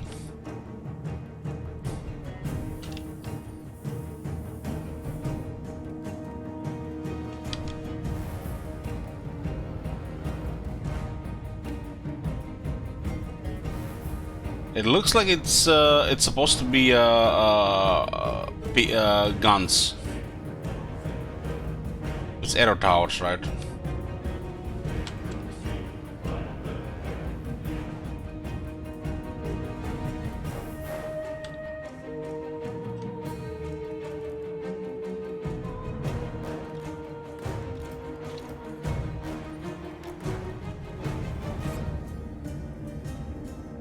Those are just arrow towers. The first two tiers should be arrow towers. You don't hear the sounds, but it should be... It's too slow for a bullet, so that's a arrow.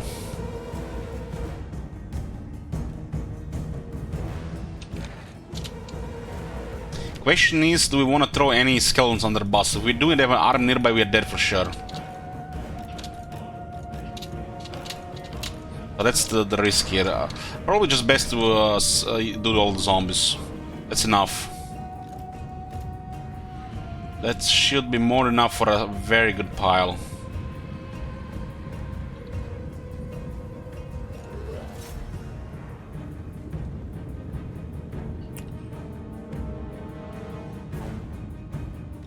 Where is Barrow?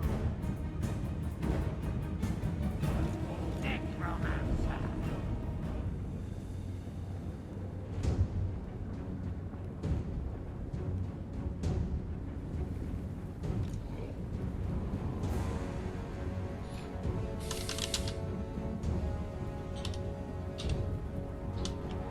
Each zombie has 63 health.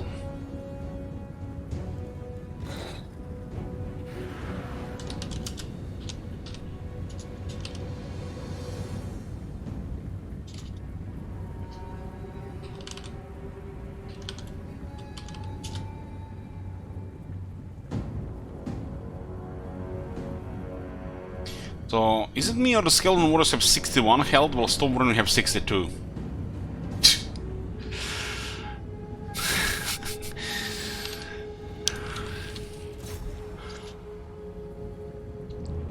The living will join us. Man, that's some good volley here.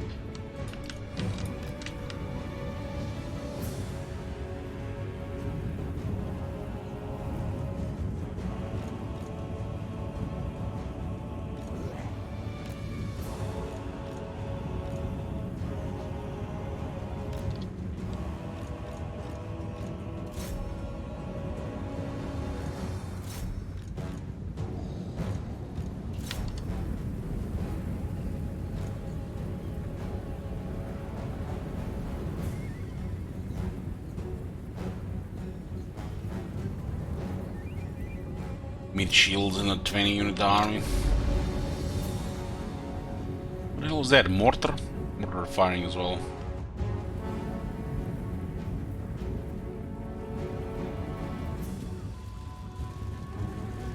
Well, the Crossers are gonna run out of armor. This unit has been using their armor quite effectively on this position.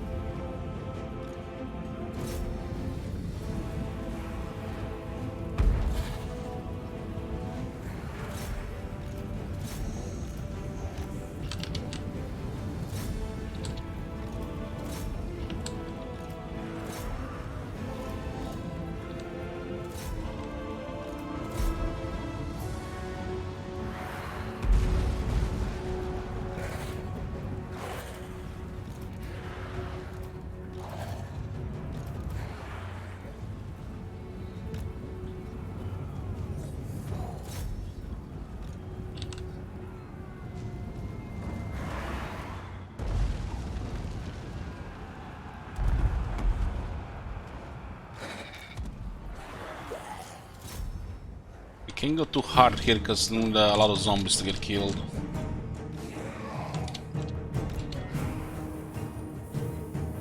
Hopefully it doesn't cause the army losses.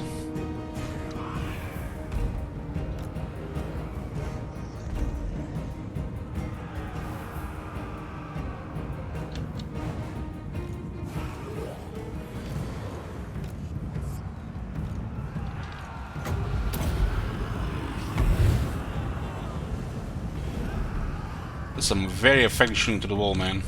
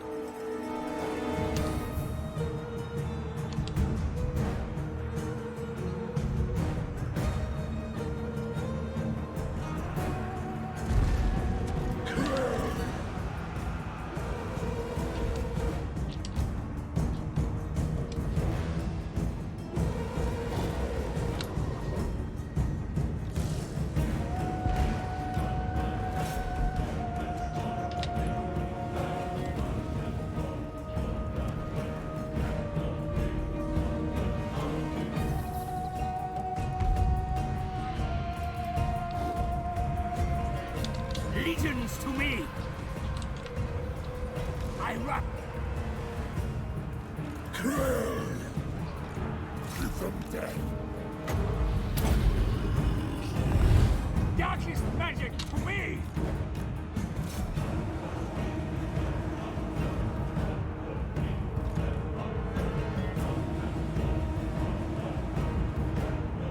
Attack in the rear, huh?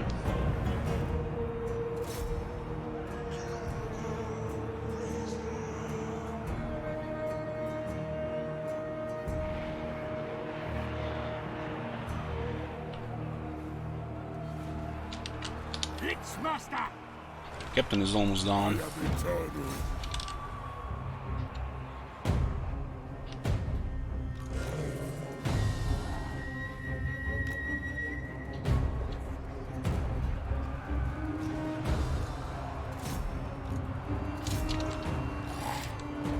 Need more zombies to die, otherwise it's not gonna be worth it what we recorded.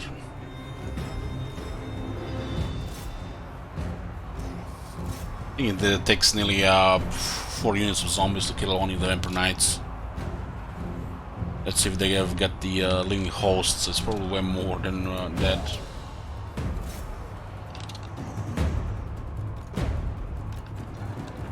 Fear the two.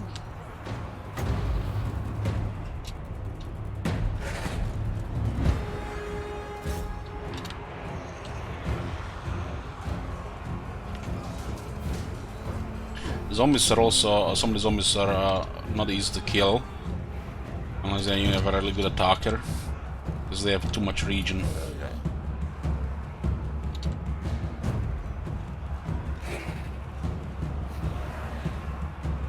The unit of Skeleton Warriors, rank 3 against the unit of Empire Swordsmen, and they have really no chance. They do nothing really. Now imagine what the zombie can do. The Skeleton Warrior is 2 times stronger than the zombie.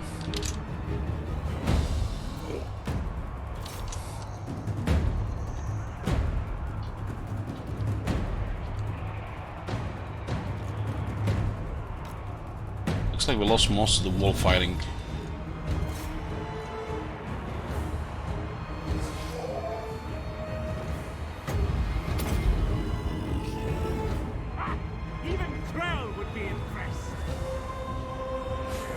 We have to win here, otherwise it might be too much damage for the leadership. Corn calls with haste.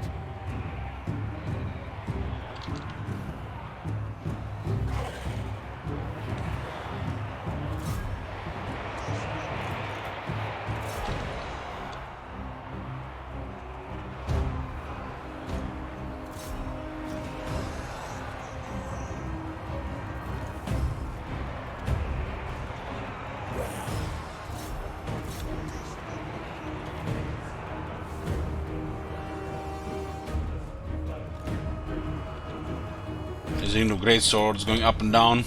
Looks like they're all in Warhammer 3.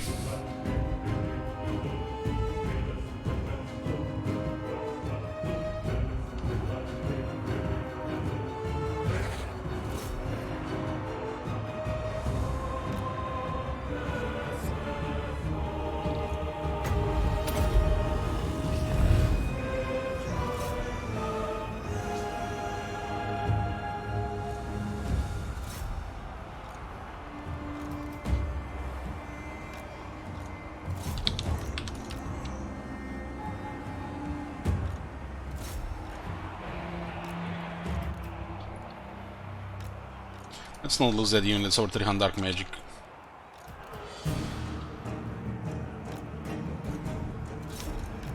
Oh, they're gonna disintegrate.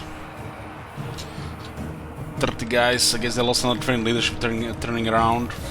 Apparently you're flanked and you're attacked from the rear and the side on the wall. The same as on the ground now. This unit is taking too much leadership damage. Can heal the units on the walls. It's not life magic.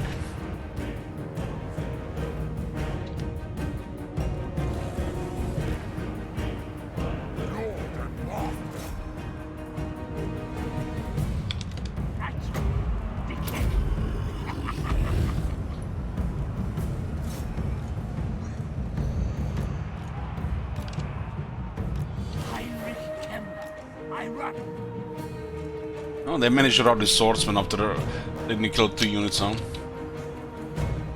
They get away these units from here, which is not good.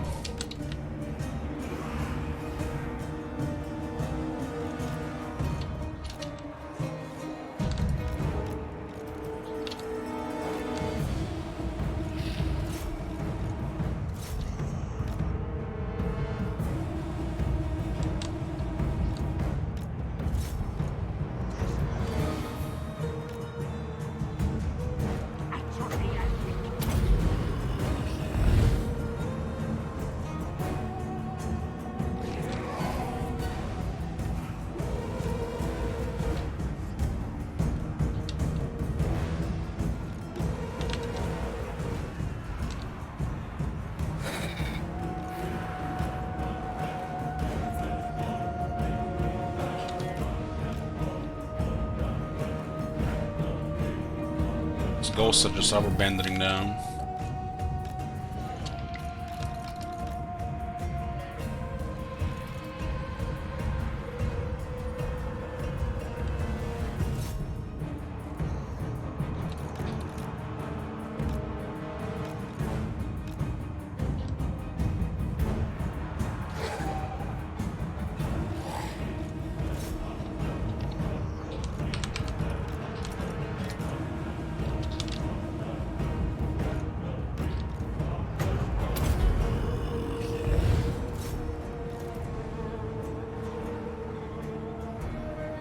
How many times did I have to tell this fucking unit to get out of here?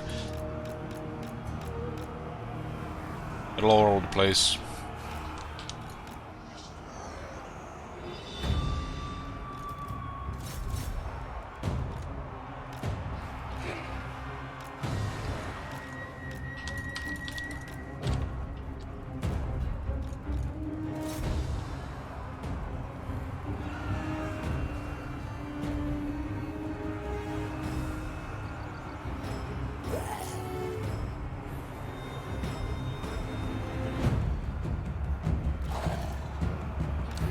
One guy gets stuck in this greatsword, and all of a sudden the whole unit is dying to it. We got army losses, that's a shame.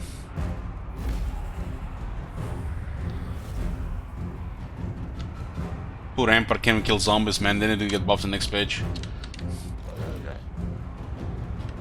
Why did this unit rout? They were about to kill like 700 guys.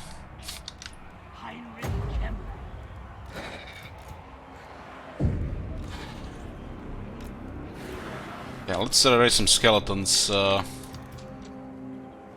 raise some skeletons.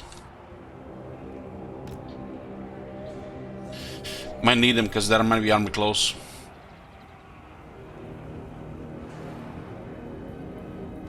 Swiftly. Very well. Quiet, Skullstaff. I know what I do.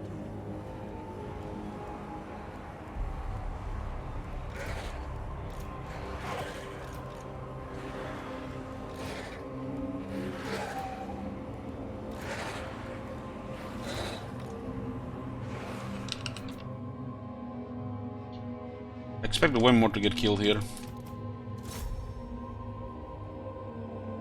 This is the terror unit, that the cannon raids that got stuck on the wall tied to many units.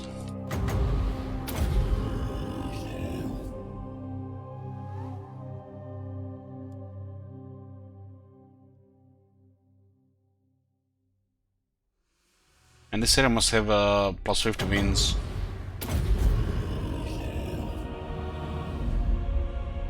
And it's still, what?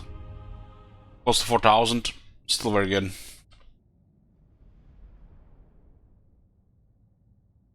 It's actually over 4,000.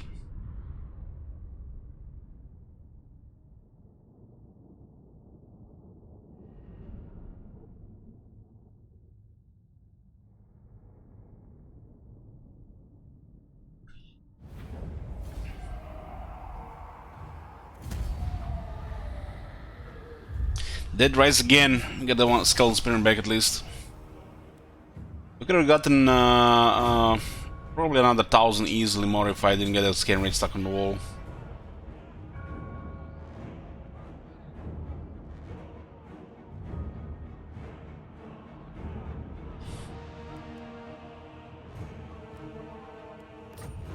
The pile is there, boys!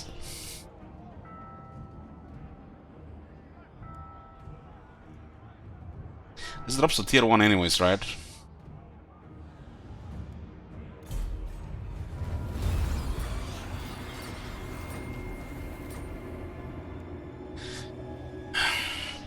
Victory over Marienburg.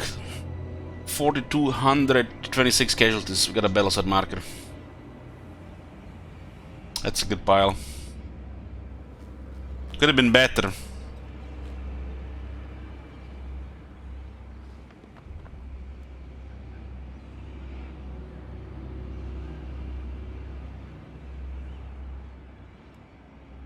They will all pay. Okay, you can always see extra units here, but it'll take over time. There'll be more units available here. My bloodline calls. Spread the rot. Let us make doom. It is night. What do you want? Now!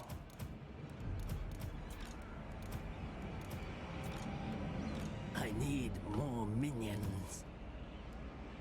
Find me Gravebound. What? My will alone.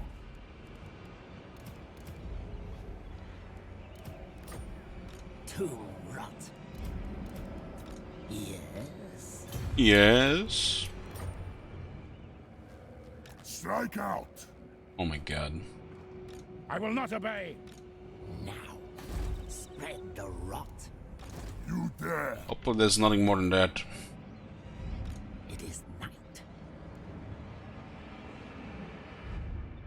I refuse. As the faction leader here.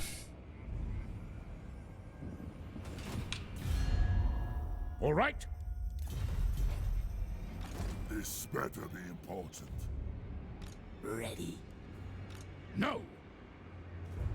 Let us make doom.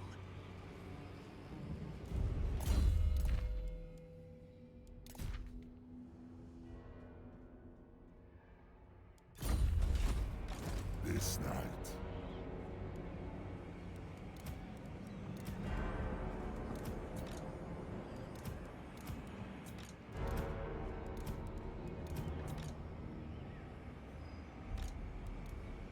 No battle skills, we can go 1-to-1 with the troops. More sleep shines.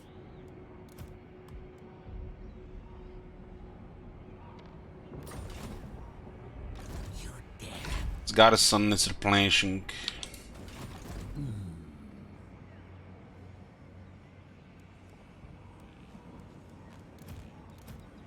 I need more minions. Grave time. They have a second army here, we are royally fucked.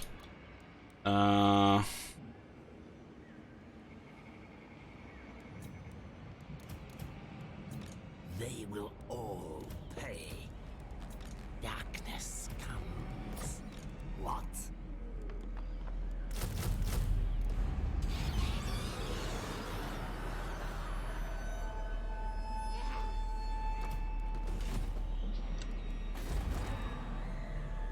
I'm not gonna turn here now.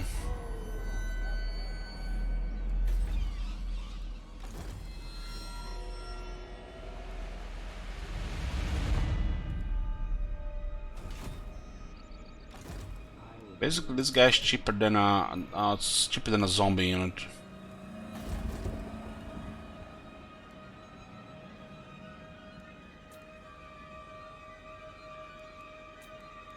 Your wish, master.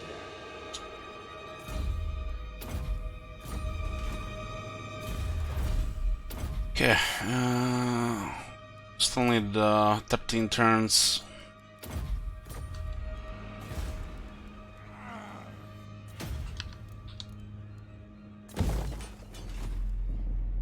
They're definitely going to attack this. There's like no way they're gonna ignore it.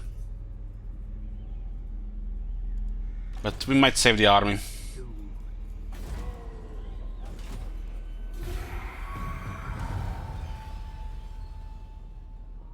Maybe they just attack with that one and they don't have enough. Wow. Okay. I'll take that. What the fuck can cause this? Bretonians being too close? Never punished.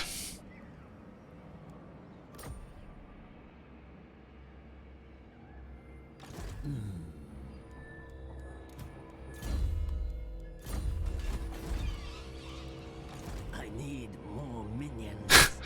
Lancers turn 7. Can't even recruit them.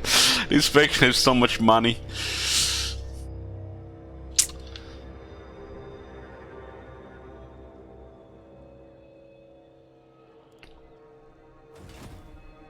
Your wish, master. Now. Marienburg is loaded right now. There must be a military nearby that they are not considering the target. It has to be something really weird. By the light of the lady.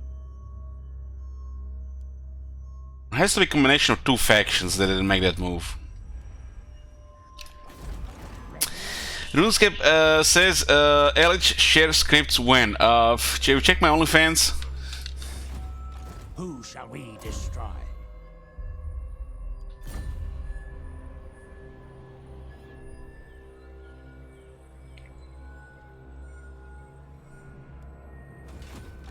Find me grave bound.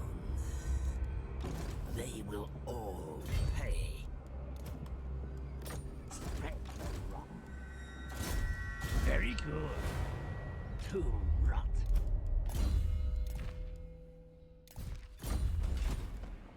We need to stay here at least another turn. Yeah. Yes. 137 now.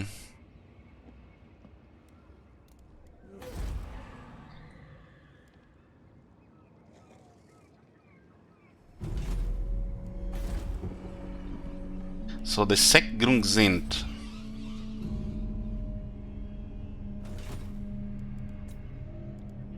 Let us make do. I actually don't want to fight here, so I'll just stay here. Strike out.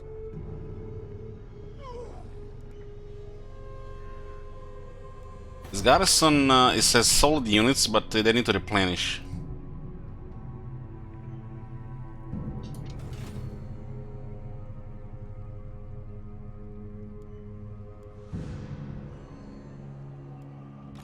Find me. NPC PC, command is new PC. Let me put in tile. Also, guys, took me long enough, like 4 years, but I updated the PC specs below the stream in a panel. No idea what supply I use right now, but I put my old ones. I still had the box. I think it's something similar to that.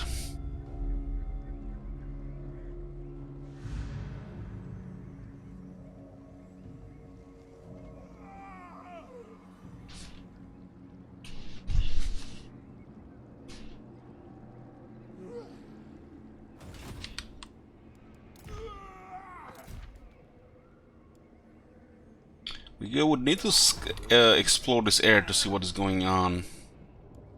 There's all the lancers on turn 7 here. Even if something good appears, we might not be able to get it. We need this so we can get a guaranteed second army. So just gotta be patient a bit. Even if we expand another province, there's like no money to build it.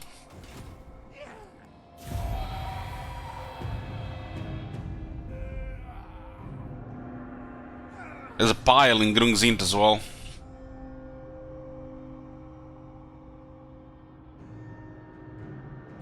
Marienburg must be really busy, they're not making a move.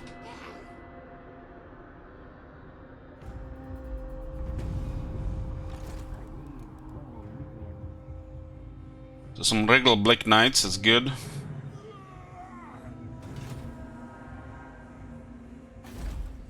So there are 2 armies in the wasteland.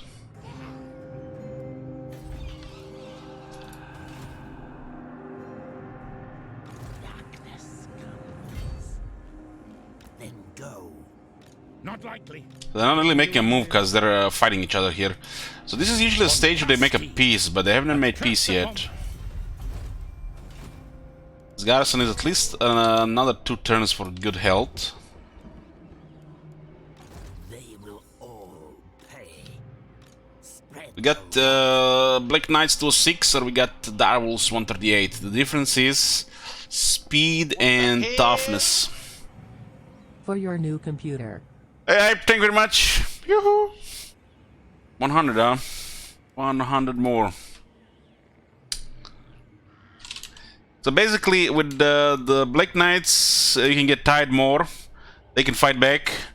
While the dogs, they usually just have to go after the vulnerable units and chase down the units. But, you know, 70 might matter, you know, when you don't have a second army, you have no money.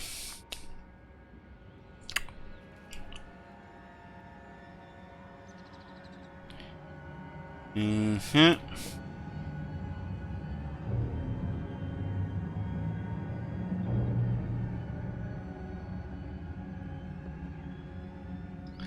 Currently, 3080 Ti costs $3,000 here. We'll see if things get better in May.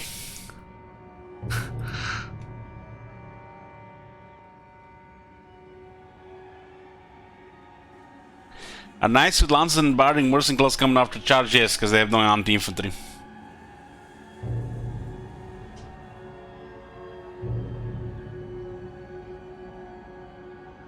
That's I pride, not L.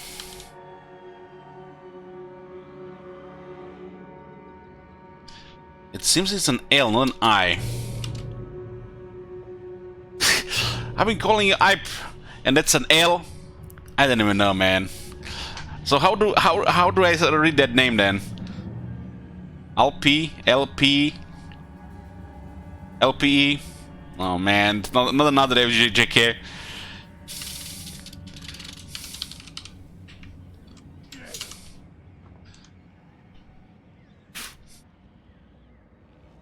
I'm just update this new PC.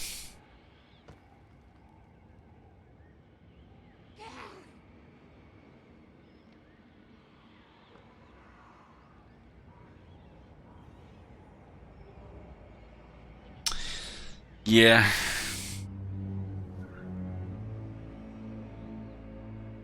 LPE.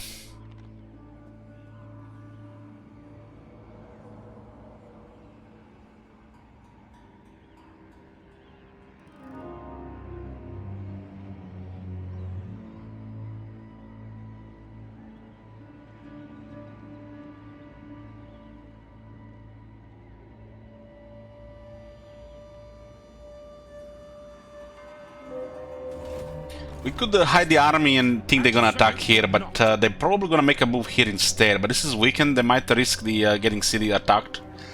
This is actually very interesting. There's a duel going on like this at this close distance. But unfortunately, no siege attacker here. They're still a bit low rank. I think it's worth hiding here. We get one into Black Knights. This is also going towards your new PC. Also, hear me, Scarecrow banners, gather and drop for Alec hands up. Thank you much, RuneScape. Scarecrow banners, fuck that shit. 57, 57.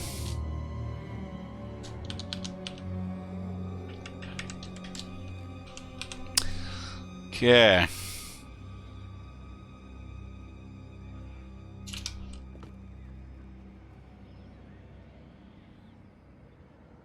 Scarecrow banner.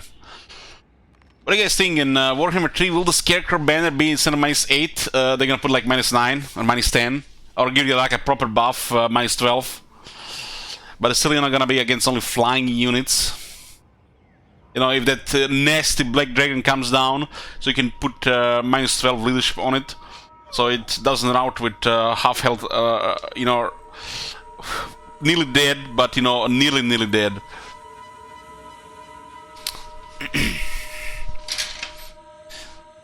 Because you need the Scarecrow banners for the Fell Bats, Harpies and shit like that.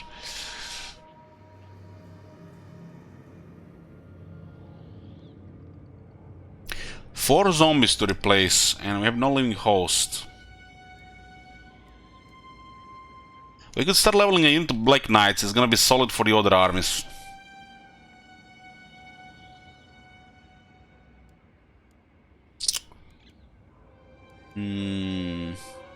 If you get free skeletons, you still need a couple of these faster, stronger units.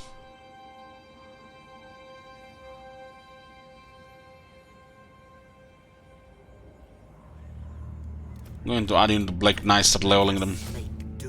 The regular are great because they want the infantry. And most of the early game is just infantry, we don't need lancers. Once the lancers, you know, all usually will become available, and you know, an upgrade over the Black Knights actually is not an elite, an upgrade. You can still use them to crush some units. And the reason why I don't get these guys, they're like, look at the upkeep difference, and it actually matters for the early vampires. Pay more and upkeep more. And for this stage of the game, they're not actually better. They're supposed to be tougher and hit harder, but these guys are all the tougher this stage of the game. And they have anti-infantry bonus, which makes them good even without battle skill. All these guys need battle skill more.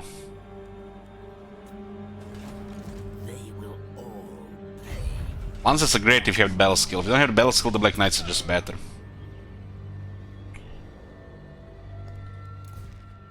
Let's hope some shit happens here and we have a siege attacker available next turn.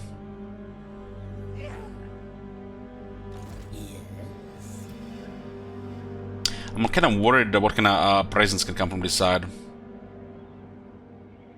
The shamblers move. Necropolis awaits. Nobody's coming, so they might be invaded from the other side, because it says military presence 11. We can see 16 units here and 3 settlements. Huh. It's like 30, what, 11? 33 to 35 units in garrison. We haven't even seen the gore, so maybe they're getting invaded here by the cart, maybe. Also, they're actually kind of bad shape since we are joined the war as well. No. Luin being here is gonna make them miserable, but he might also just get wrecked here, or they might make peace. He'll need money right now. I don't think Emil's gonna go for us, because the Luin is so close. Maybe they make peace and then attack us.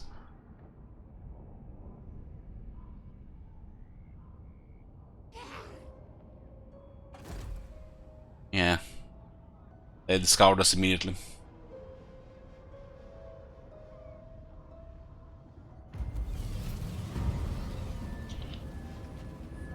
We are too low rank to be dealing with this much shit. Unworkable. Siege attacker, we might get lucky here. Certainly not. Come on, game, where the siege attacker wanna go for some shit? 3,700 casualties here, holy shit. Champion of the lady. I will not. I don't like the look of this. March. I don't like the look of that one bit. Spread the rot. How did the Lancer appear before the Creep Horrors? Yeah, that's a good question. We could have attacked the city this turn. Fuck. That's bad RNG here. Where is that streamer luck now, guys, huh? Nobody's shitting in the chat now. If I had a siege attacker here, it would have been ringing all bells here. Anyways, short break and then we're gonna go check the new Warhammer 3 video. Give me like 10 minutes.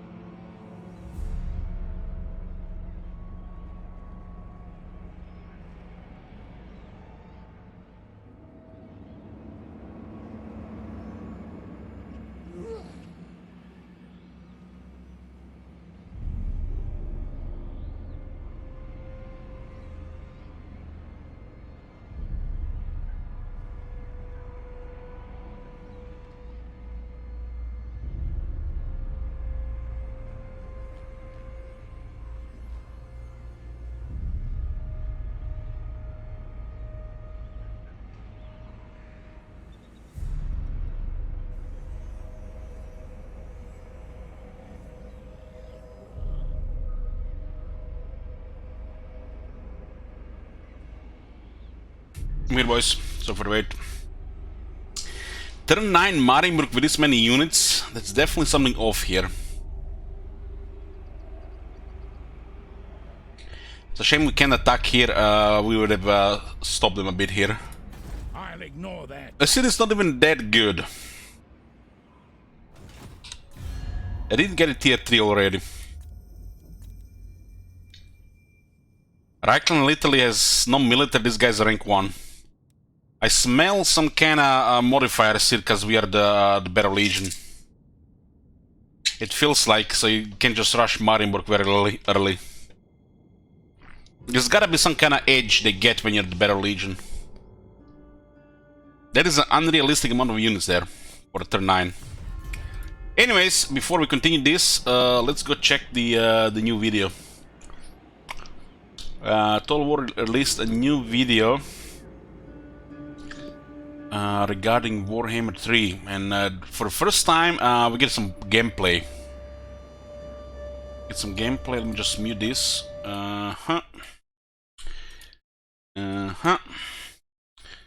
So okay, this is it. They're still featuring Troy, even nearly a month until Warhammer 3 release.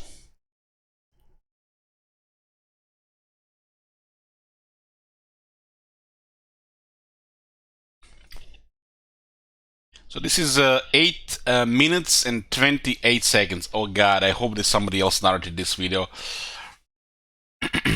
Let's see. Oh boy.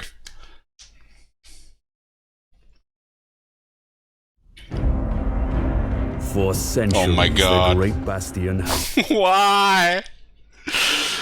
It's like, is this like a budget thing? They're cutting stood firm.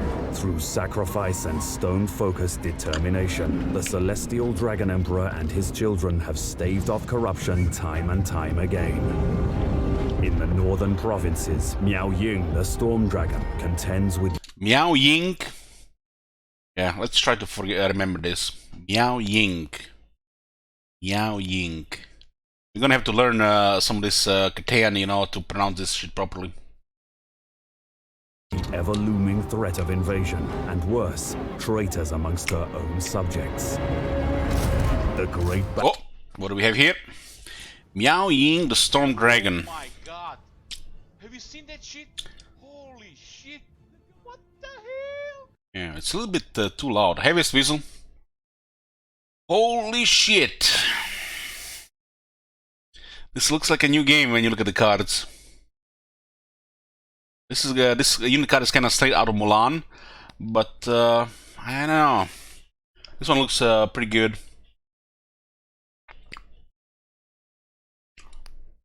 The lighting and the interface is quite changed. There's a lot of red. Yes, notice the first thing I notice is a lot of red. Maybe just the for Grand Cathay it's a thing.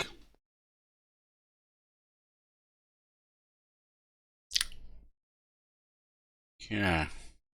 What? Turn 1, 4,200 income? Yeah, let's nerf Kemmler's starting building. Jesus. Bastion cannot abide a fractured defender, so I'll... Yeah. So this is your army. It looks like you have a couple of quality units, and this is your starting enemy. 2 Levy Militia and 1 Levy Archer. Huh. Nice that this bar, the vertical bar now says the number. It says the number now here. This is pretty much everything the same here. But what the fuck is this? Why they get what is this, 4, 7, 9 units, and this guy's... Could they then just added one more guy? This is almost like you know, for show. They better have like 6 units on Legend at least. The lighting and the colors, anyway, I guess it makes sense because it's Grand Cathay. They had to make it like more vibrant for a new faction if it fits. Our first task is to consolidate Gunpowder Road. Okay, Peasant Horseman. 5,500 health. Huh. 15 armor. and expendable.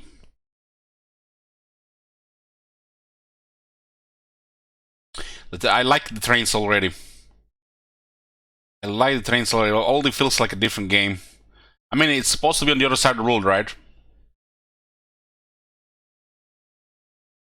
So these are peasant horsemen. They have some kind of unique ability here. Could be unique to this faction, and they all have vanguard. This is basically just a chaser unit, like you know, the dogs, except a little bit stronger. Some quick flanking puts us at an immediate advantage and sandwiches the rebels between our cavalry and the bulk of our forces. Thanks to our skyjunk and superior ranged capabilities, the rebels are easily dispatched. Hold on. What the hell was that? Look at the top, guys. Some quick flanking. So, it's 000. I do hope, man, we see the bar on Legendary. It's good for the Twitch, you know, for the stream, for people to watch, you know. I don't know why they hide the bar on Legendary. It makes no sense. So it's now it counts. Some quick flanking puts us counts at time. an immediate advantage. So it looks like it's there's a battle duration now. It's no longer expiring how much you set, but it's actually how long the battle has been on. And sandwiches the rebels between our cavalry and the bulk of our forces. Thanks to our skyjunk and superior ranged capabilities, the rebels are easily dispatched. Oh, look at this. The rewards thing has been added here.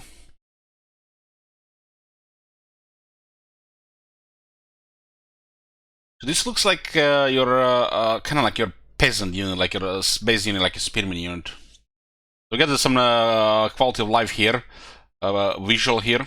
And subsequently execute captives plus 4 leadership for 5 turns. That's been in the game already. That's one of the decent options, especially early on if you have like a lower, weaker armies. Executed. We didn't see the other options though. These things here, what are these kind of objectives here? And that's just like much smaller here. What do you guys think this resolution is? Is it like 1080p?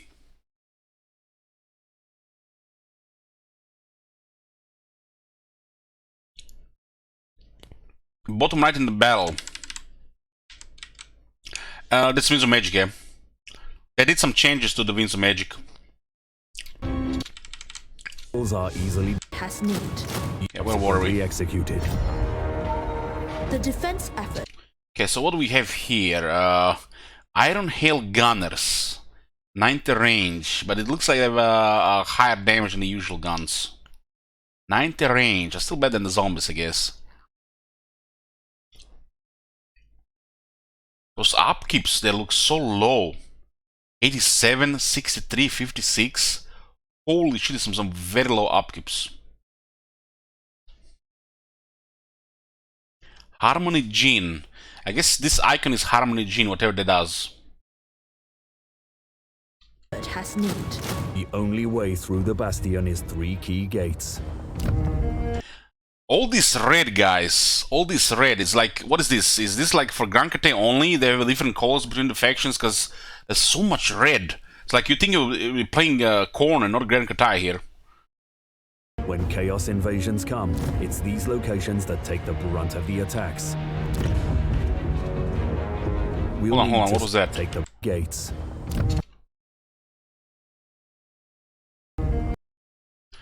There's 7 types of corruption. Vampiric corruption, Skaven corruption. There's 4 chaos here, and what hell is this one? Wheel. This is Corn. Salacious Inch, Nurgle. Is this the Nurgle one, or is this the Nurgle one?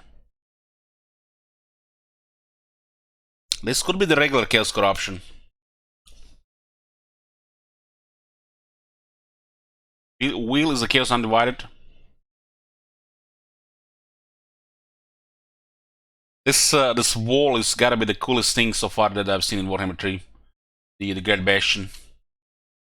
When Chaos invasions come, it's these It has 2 slots as well.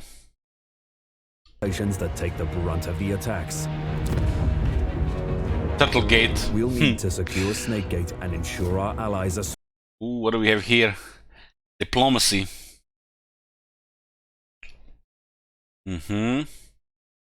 Bastion Guardian, Caravan Master. So this is very similar, but look at all this red. Holy shit.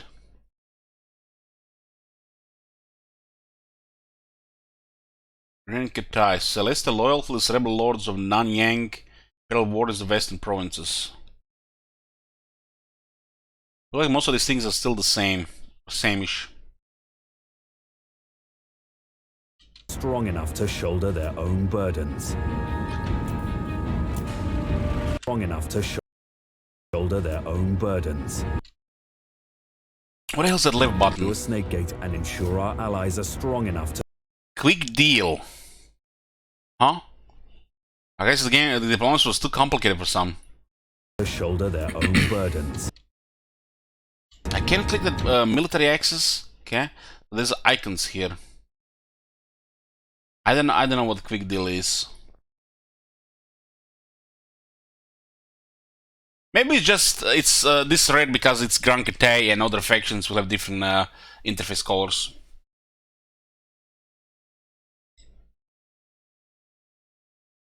They added the number in the trade values, the hidden numbers now are seen.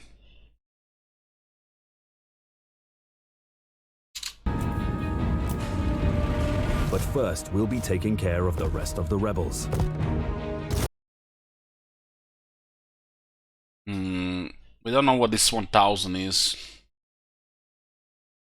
And these guys do have a little bit more stuff.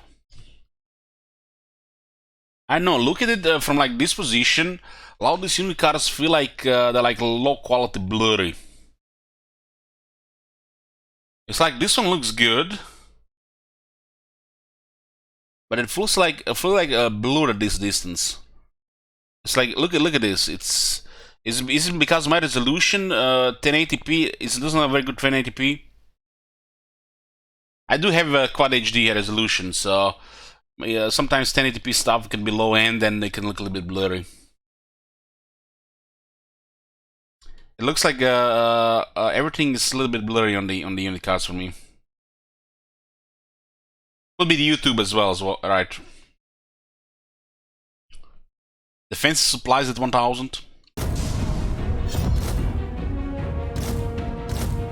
Check, what was that? But first, we'll be taking care of the rest of the rebels. So now there is actually a bigger battle. Instead of 4 units, and instead of fighting his outer zone, this one, not the previous one, huh? It's usually the standard CA gameplay.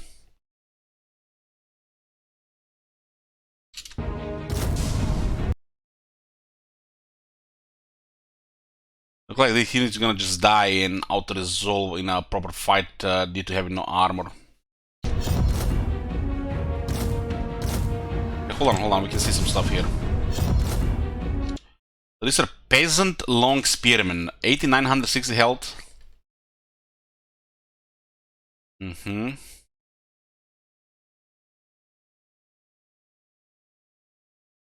They do have some anti-large. It's basically a number to whole side. Checking, man, I notice this faction has a ridiculous starting income. It looks like it's the new noob faction. It's like, what the fuck? Are they gonna just get attacked with 1,000,000 size or something? Maybe it's supposed to get a second army immediately. These guys are gonna get absolutely annihilated by the magic. 160 guys with 15 armor destroyed by magic.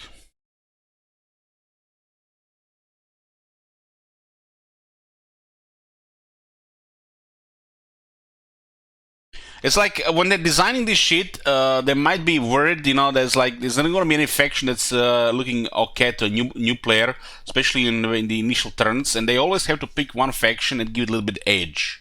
And sometimes they give it a little bit too much. Because, you know, them themselves, need it, but, you know, so they think everybody else needs it.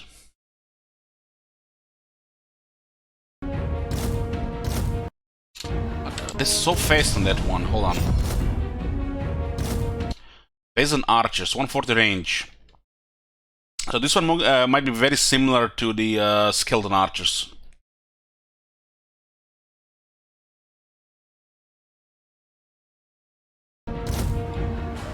The Emperor's chosen daughter. How Tao. I like the unit card for the Rebel Lord. What is this lord? This is gonna be like a lord for Grand Katai, the generic lord, the fighter.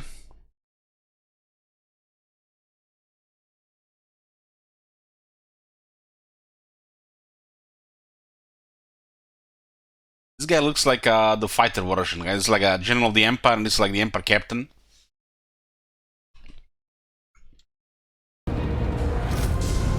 As we expand our settlements. What is this? What? Look at that treasury, man.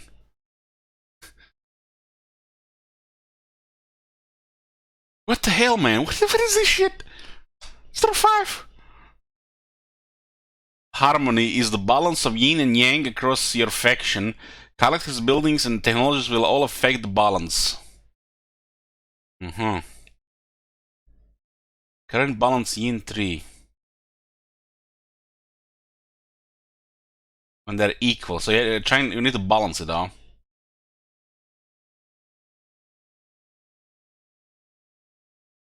Some impressive bonuses. This looks like the new go-to factions for new players. But you know, when you turn it on the legendary, it might be a different picture. We'll need to pay close attention to our harmony. We'll build a labor conscription bureau. Oh man, come on! 4 regions, small regions still. 4 slots, small regions. Oh man.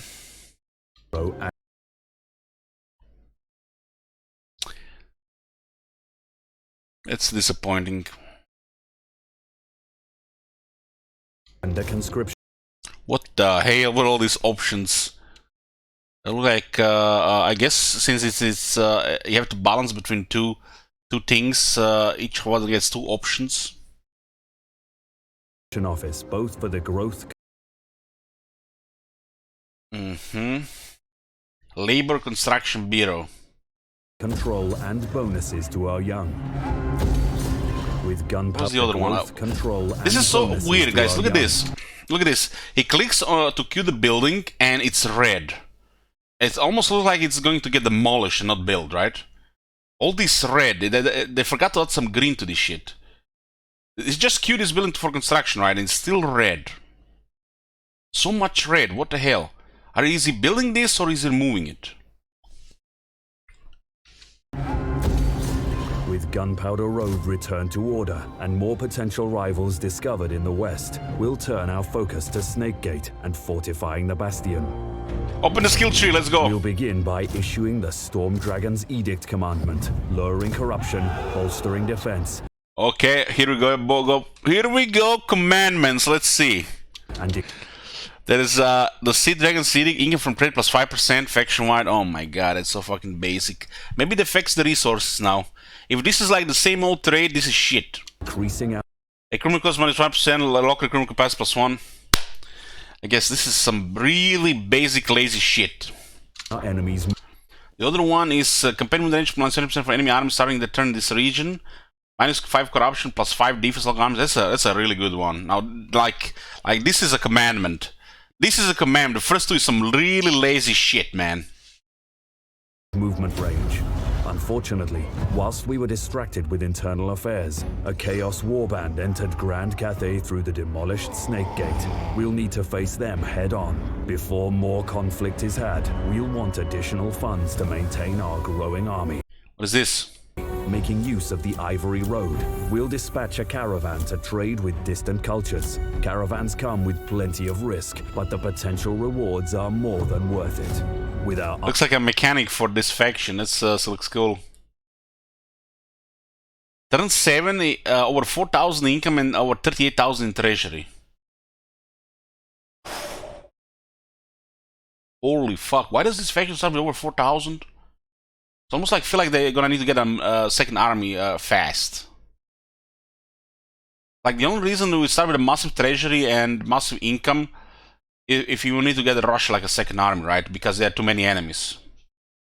Army bolstered and extra funds incoming. We'll assault the invaders. I haven't even clicked. He clicked this shit so Driving fast. them away. Army bolstered and extra funds incoming. We'll assault the. So the second option is Venerate, and it's replenishment. And it looks like it might not work on single entities. Same old in Warhammer 2. I don't see it highlighted on the single entities, so it's same as in Warhammer 2, so this had not been fixed.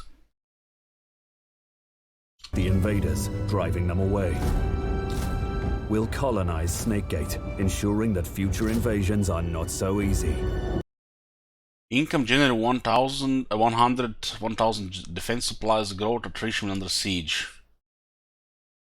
When you run out under siege, would be like would lose half immediately. 6, 8, 10, 13 units immediately. The scalability of the scheme and unders is plus 25. Hopefully they change the Doomsphere thing then. Because it feels like Doomsphere is now going to just have to use heroes to go through. Here we turn Miao Ying to her true purpose, the unyielding protection of Grand Cathay. To aid in our defense of the Bastion, we'll align the Wujing compass to match our current goals. Wujing compass. Each of the 4 directions. I'm not gonna go in detail with this. We're gonna see that when we play. But our army has suffered from recent conflicts. We'll turn the looks like another mechanic to hasten their recovery.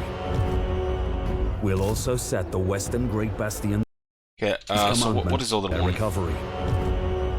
We'll also set the Western. So the Bastions looks like they have different commandments.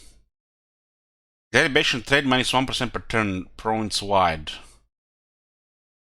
Threat for the Bastion, huh? Great Bastions. Unit experience gain per turn plus 200 local armies. But they changed this in Warhammer 2. It doesn't work on the garrisons. They made it again that it works on garrisons. Because the army being in the area getting 200 experience per turn is not much. Might be okay for the initial 2 ranks, but you have building with plus 2 ranks. Maybe they changed it that it works every turn again, and you can get the veteran garrisons.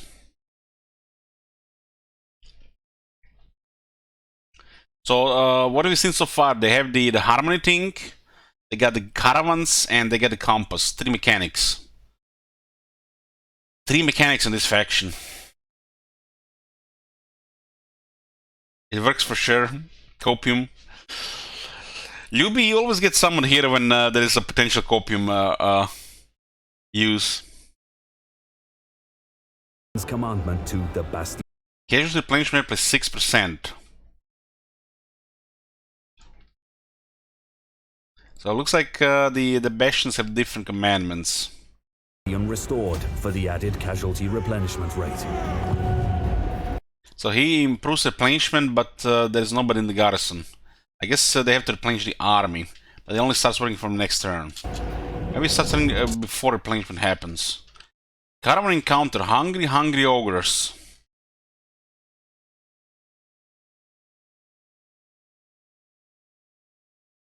So it's an event, and you can fight it, or you can have a second option. Damn, that's actually pretty cool.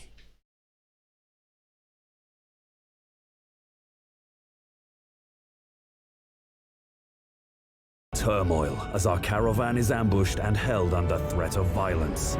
We'll refuse to negotiate with ogres and order the caravan to protect itself.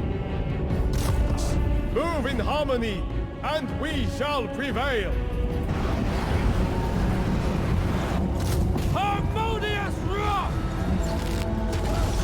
Minds as one! Ogres may be a hardy enemy, but we've managed to cut the assaulting lord off from the bulk of his forces. Some focused pressure, and we soon have the upper hand. What the hell this goblin-looking things? They don't look like regular goblins. There remains an insidious enemy within the bastion, one we weren't confident enough to confront Nobblers? until now. Are they like larger? The architect of fate holds the terracotta graveyard, and whilst this threat Mountain remains, the goblins? bastion is still weak. Look at the treasury, man. This guy is so good at the game. 65,000 turn 18. We'll entrust Snake Gate's defense to a reliable general and move south to exterminate the demon threat. It looks like a much larger army here. Master of Tempest.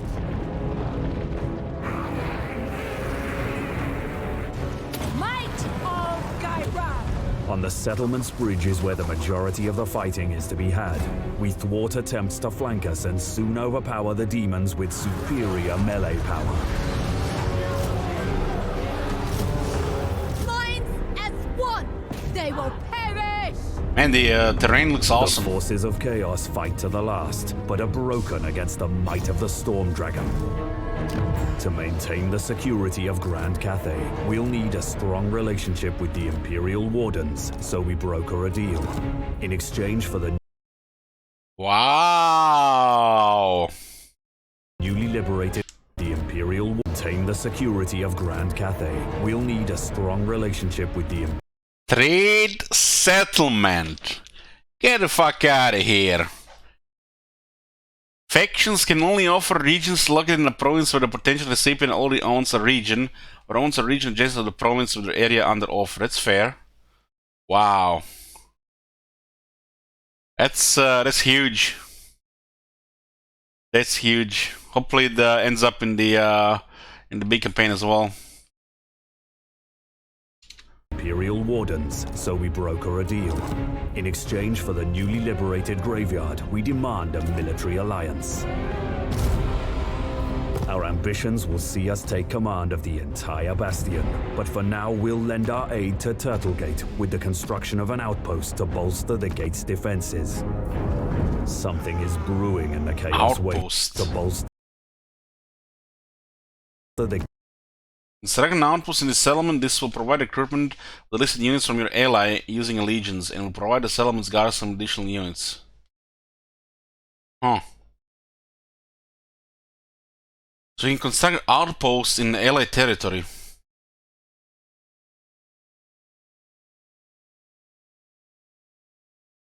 And you can get some of their units.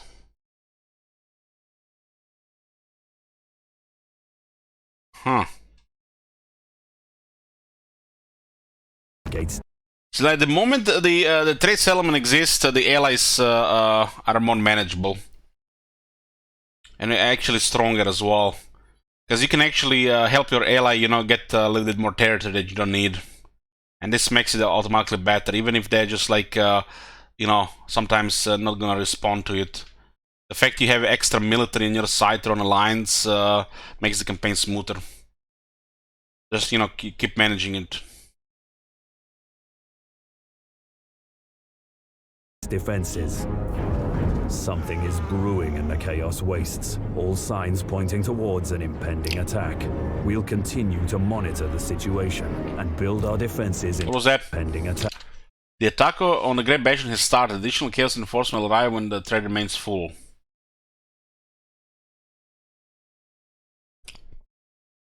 Looks like there's a bunch of lords on the other side. And they don't even have much units. I wonder what happens if you go to the other side to try to destroy them. Attack. We'll continue to monitor the situation and build our defenses in preparation. I I will not tolerate sloth. The Celestial Loyalists are under attack from within. An army of Slanesh's demons summoned by decadent cultists. Their settlement is besieged, so... What is his name? Touch Me, Hellforger? Oh man, this is the prime material for Twitch, guys. we commit ourselves to our allies' defense. I pressed 0. God damn. Continue to monument by decadent cultists. Their settlement is besieged, so we commit ourselves to our allies' defense. With poor ranged capabilities and no opportunity to flank, Slanesh's demons are forced to attempt a full frontal assault, to a disastrous outcome.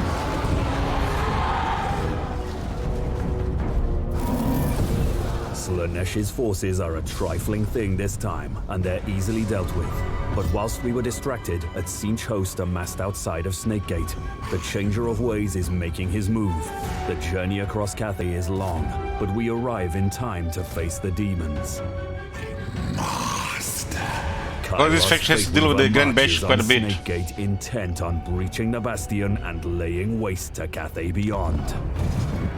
The ruinous powers knock upon our gates, but these guests are not welcome! Send them from our threshold with the steel in your hands and in your hearts.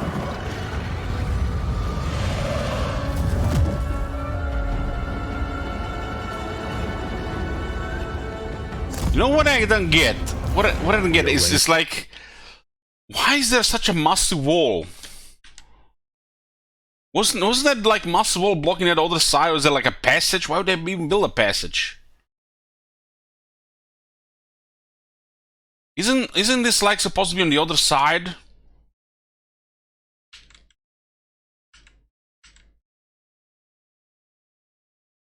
So this is like the entrance to the settlement, and this is like another wall under a massive wall. Hold on. What the hell is this? Where does the massive wall disappear? Is it inside the settlement? So the wall is gate and there is another settlement on the other side. That shit makes no sense.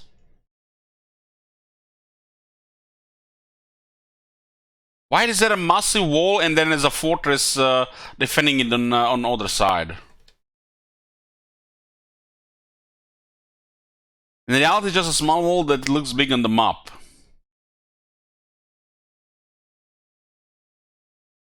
Now we're definitely gonna have to investigate this more when we play the game. Intent on breaching. Cause look at this. This is just a door here. There's nothing. There's nothing here. You see, just a door. So where does this settlement appear from? Isn't this supposed to be like a minor wall here with the fortress?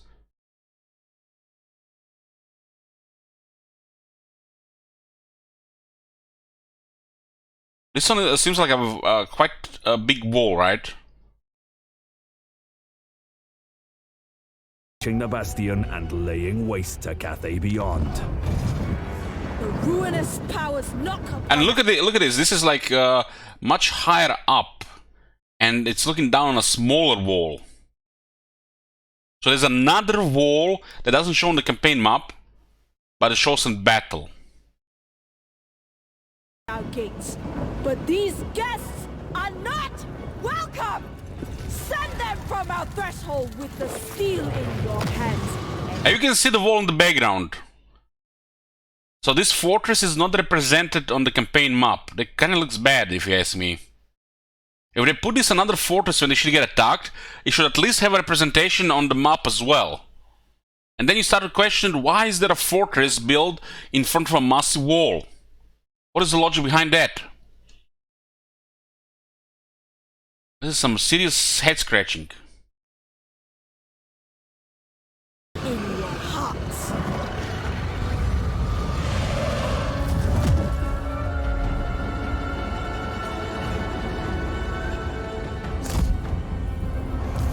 We rearrange our defenses, focusing our ranged units on the walls and preparing our fallback. You even have the camera looking from above to the ground to this lower wall.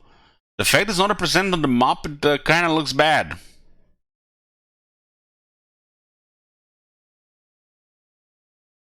They should at least make this part of the settlement shown on the other side. Because if it's just a big wall, it looks kind of bad. Points. They're usually very good with details like this, but this looks bad.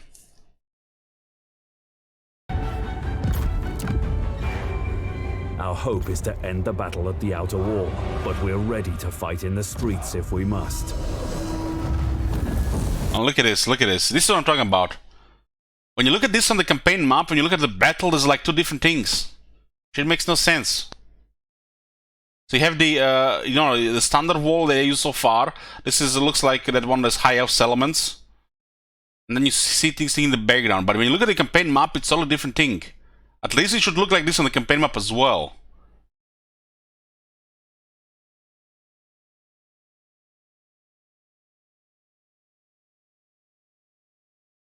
I mean, the wall is the gate, but they also have like an wall on this side. But then it makes no sense to build the settlements on the side of the Chaos Wastes. It makes no sense.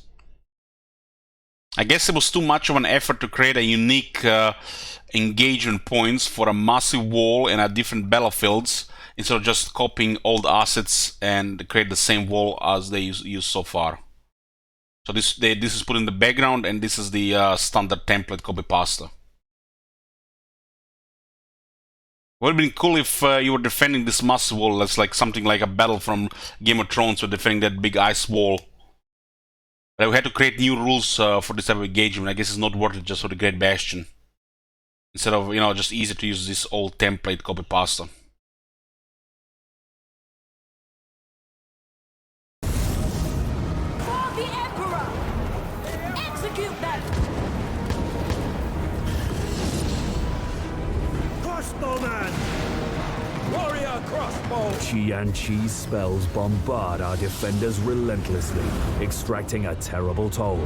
But despite Kairos Fateweaver's magical prowess, he cannot stand against the might of the Storm Dragon. I can already see more people complaining about this. Storm Dragon. Magical prowess. When I see all these bars, it's like look at what this look like now. All these bars. You can see this the lines on the bars. Like, fuck! I want to play Total of War. I don't want to play League of Legends. Like, what the fuck is this shit? This is you know, I guess you get some information visually, but I can only hear the people complaining about this shit. This is looking more gamey than ever before. More gamey than ever before. Ready for the to conquer the world of esports. He cannot stand against the might of the Storm Dragon. Oh, Cafe! Defenders of Cafe! The invasion is repelled. The Great Bastion still stands, and the northern province's continued survival is ensured. What the fuck is this? Bastion still stands. So what is this, 7300? Fucking, it's just like early game. Those construction costs weren't even that high. What is this second number? Look at the treasury. And the northern province's continued survival is ensured. For now. But where we set our eyes northward, we failed to monitor the situation to the west. Whilst our back was turned, invaders from the mountains of Morn... The Gangata environment looks quite nice. I expected, you know, totally different side of the world, with a different culture and atmosphere, either via the environment, the fighting styles, the architecture, or even the music. And it looks like they delivered on that front. Lords of Jin Shin.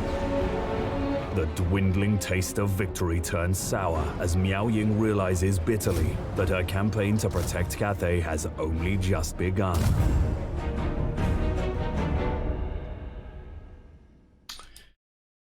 Oh yeah.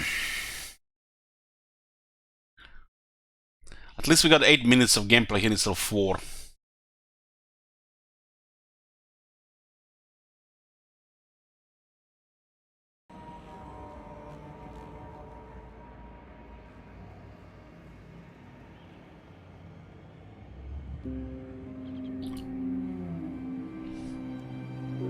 We are here with camera again. It is night. Never. That Gran Carte terrain looks like there's a lot of things going on.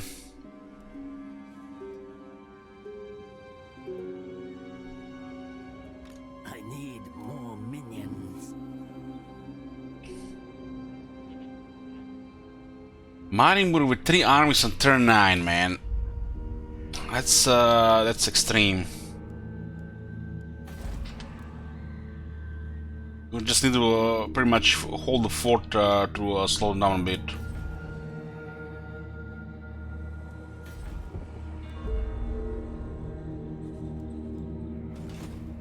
Tomb rot. Still 3 zombies left. We could have taken Marienburg this turn. Such a shame, man. Such a shame. This would have been too good, honestly. Now we might just actually be too much pressure here. Ready.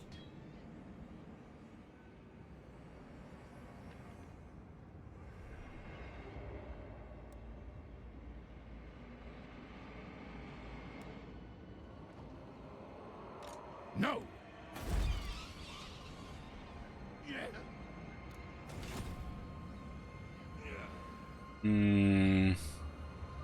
Let us make doom. Unachievable. Impossible. I don't want to trespass in Reichland, that's really bad.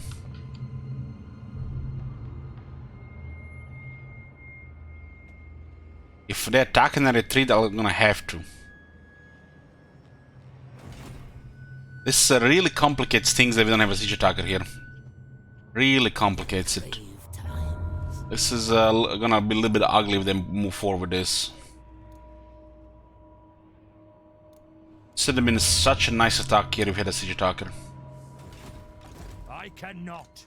They have right enough movement to reinforce this. Unworkable. Second Lord could have, you know, blocked them, right? Their march stance.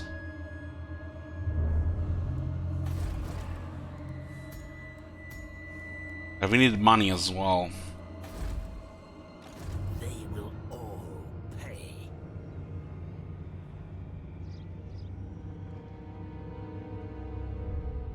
Maybe there's something here. Move. Nothing. There's something here, but yeah.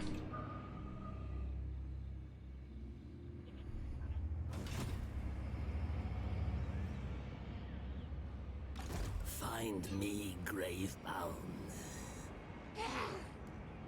How the hell they discovered me at that distance as well? It will be. We really need some experience. Until we upgrade the magic in this case, it's gonna be quite rough. Because Marienburg is clearly overtuned when you're playing Barrow Legion. 16, 15, 20 units, it's turn 9. That's insane. They're rank 1. Yes.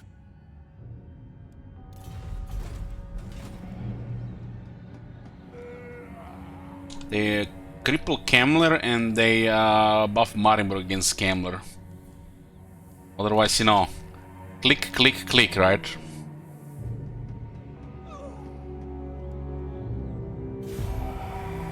We need to just wait for the free skeletons so we can get a second army. I hope the Marienburg doesn't kill us.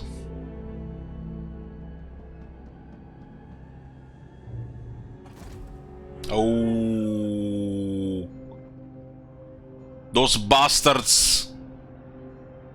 They didn't even fight it, just disengaged. Ambush foiled. Hex!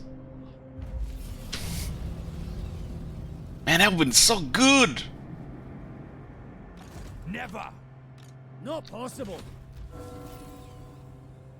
I'll ignore that.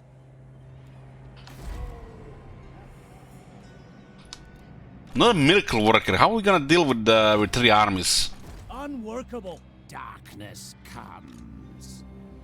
I cannot. 15, 35, I refuse. 51 units. This place cannot hold 51 units.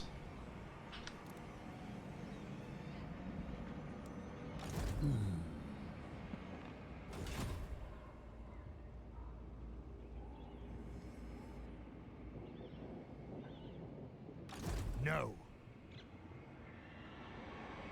Spread the rot. Unworkable. Now. It is night.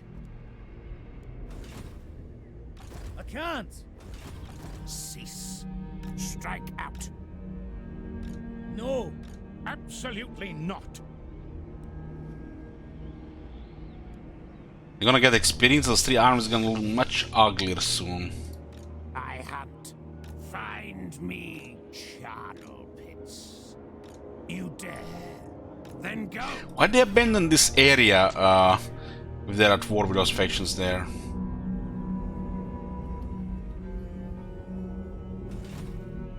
I can't. I don't think we can handle 36 units. Not possible. The rank 5 here. Minions.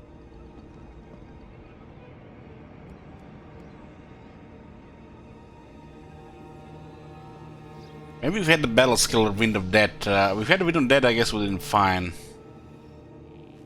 This area is tempestuous, plus 50. No. That is just way, way, way pushing it, man. Way pushing it.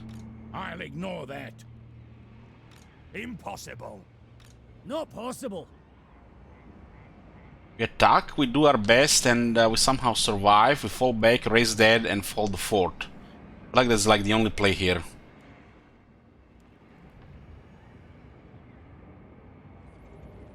Let us make doom. We attack this, we make it hurt. Hopefully cause enough damage, fall back to the fortress, raise dead, and hopefully have enough to finish them off.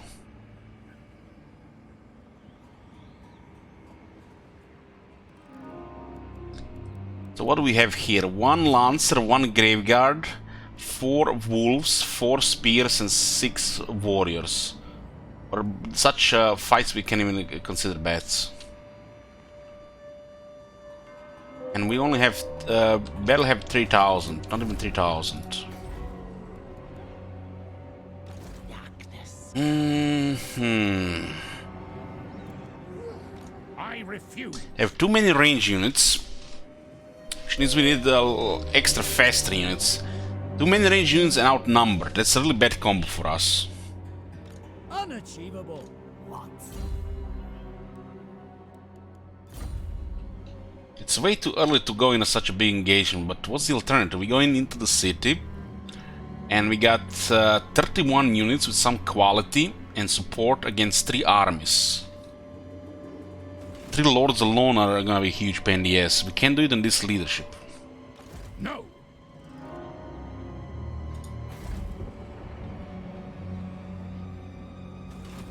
Unworkable. The forts shoot though, and they're gonna have to reinforce. At first it will be only 40 units against our 40 units. Fort makes more sense. They might not send everything due to Lewin here. They'll underestimate the balance of power here. If I add a few more zombies to the army, they might just stuck with 2 armies. But then if I risk it, then they attack with all 3, it makes it worse.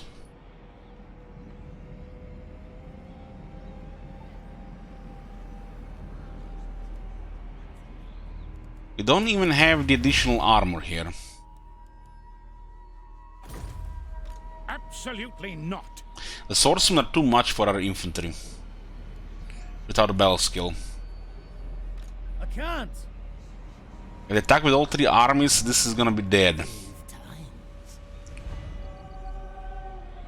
Massive, massive setback then. But Marienburg seems overtuned, so what else can you do? Not likely.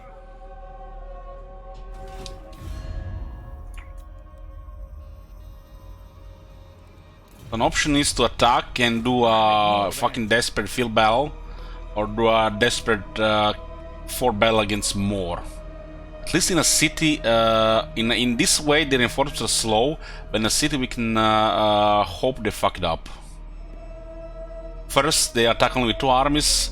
Second, you know, there's a reinforcement issue with battle AI.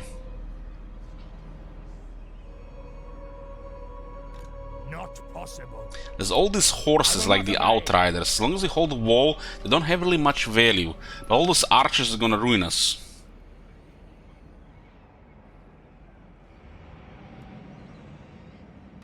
No. We can't heal our units on the wall, that's another issue. Ready. Let us wander this way. No. I can't. I'm gonna hold the fort. Hold the fort. Attacking this is a little bit too risky. We might not get the ideal reinforcement. Find me, grave-bound.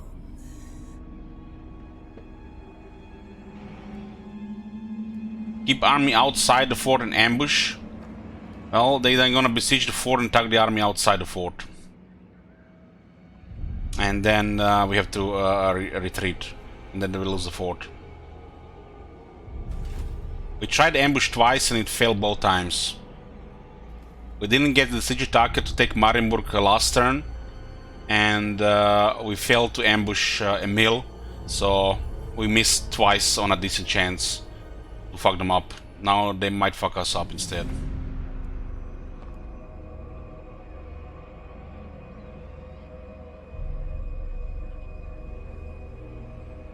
If they discover us, or they attack the fort, they'll just attack Kemmler. And if the city is under siege, they cannot reinforce Kemmler. They will all pay.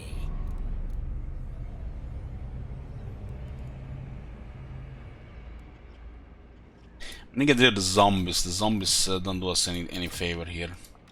Absolutely not. I need more minions.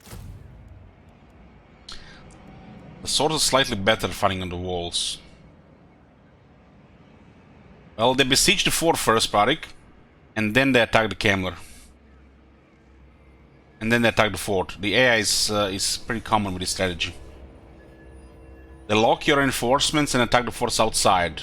You have to fight, you know, at a disadvantage or retreat. And then when you retreat, they attack the fort outnumbered.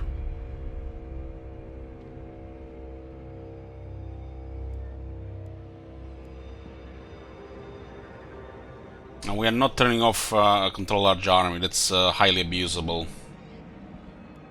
We have stopped doing that for years now, Salakil. When the last time we seen we did it? I was way too in the player's favor. It eliminates threats of numbers, you know. And that's really cheesy.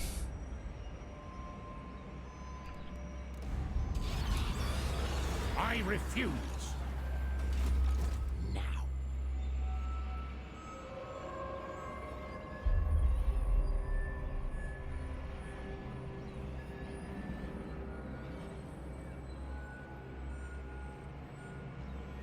Well, FGK, you seen them besieging even a smaller settlement without attacking the same turn. Blocking reinforcement, the AI is coded to do that.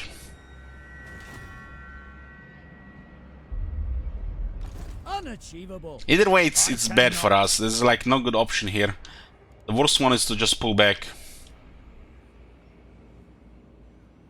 I guess they can still make peace here.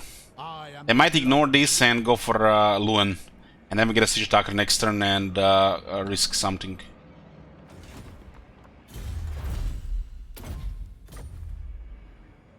Yeah. We can't match the military until we get this. But like I said, Marienburg looks overtuned for some reason, and this is in a scenario. Deliver your missive and then get from my presence. They're running out of money, so at least one good thing. But it's not going to matter for us, cause the fight will come. Let us make doom. It's gonna be a pretty bad setback if we lose this.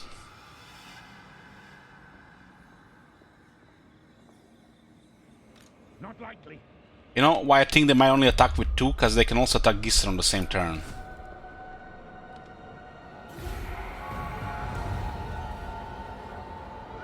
They have other enemies, so there's a hope with that as well. Oh my god. That's some dog shit RNG, man. They made peace with the Corona and attacked with all 3 armies. That sucks.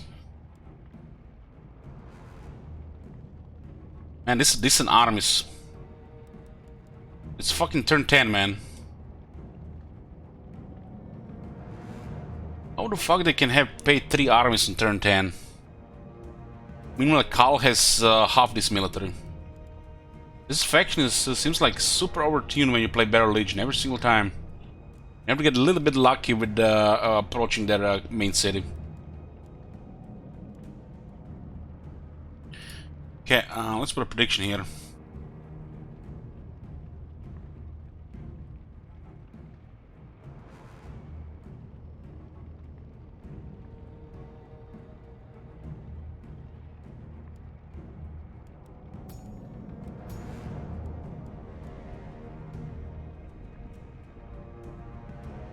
This army even has crossbows and shields. It's not just regular trash troops, this is actually a proper army for turn 10.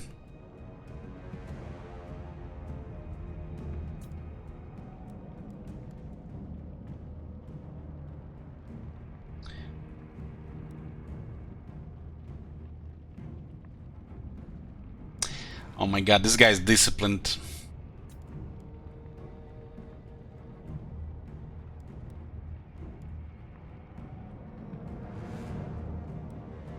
They even have one guy disciplined against the vampires.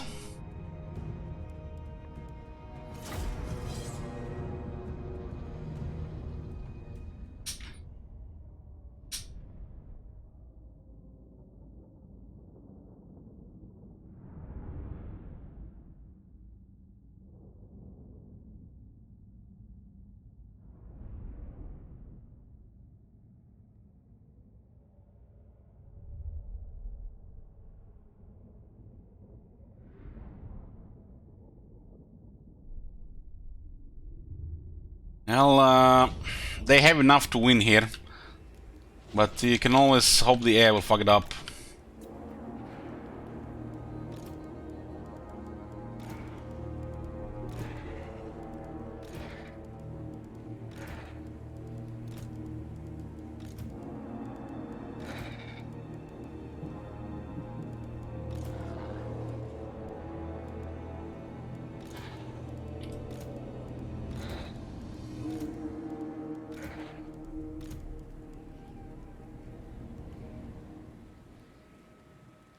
If they get in, it's gonna be some serious shoot fest.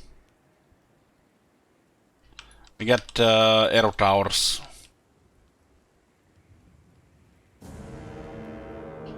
I have to use towers on all their unshielded units.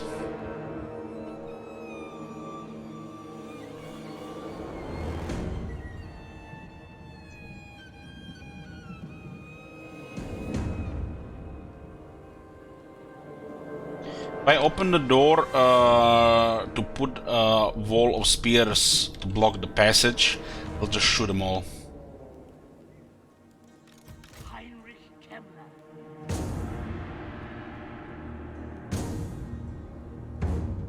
Main engagement is like always like here, and the graveyard is the only thing that can stand these units.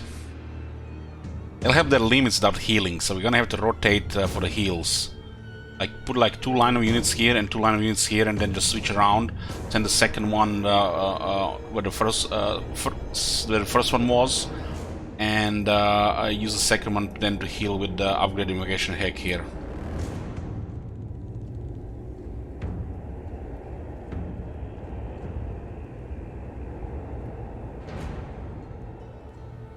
This is a fort settlement, you can't build siege equipment.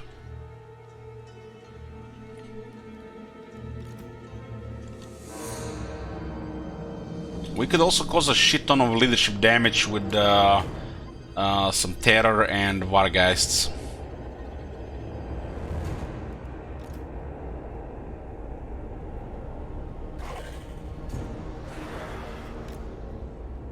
There are also 3 generals. One is kinda sucking this battle, but they might not even send them.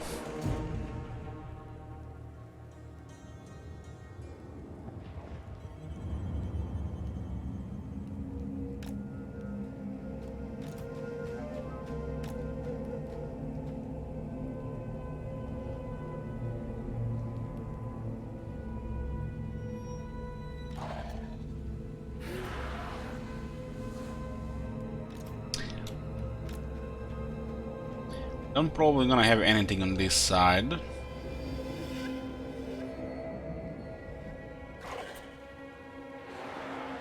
And one in courage here.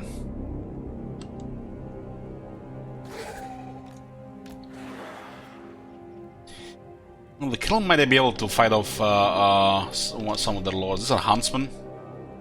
Huntsman general. Necromancer. We really need to get good use of healing here. Life is a phase.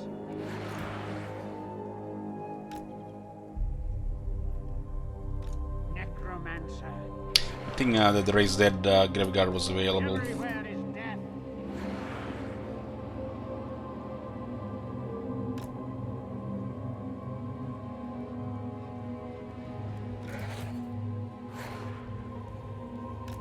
Have a lot of shooters, but if they shoot shields, they'll do some damage.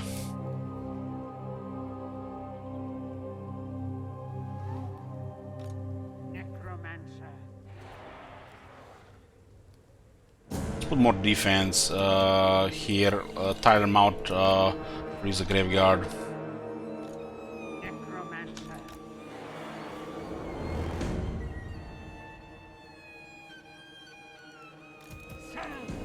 The Lancers are really good once the enemy gets in. They can actually do charging here.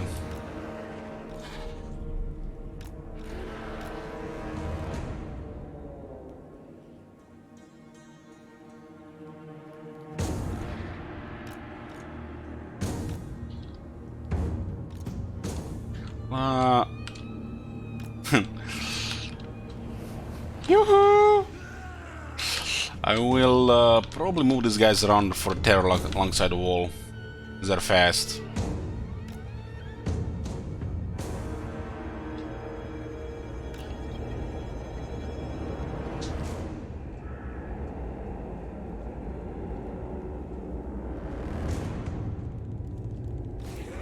I'm gonna have to invest can rate somewhere. Let's see first. The terror and Vargas can actually do something.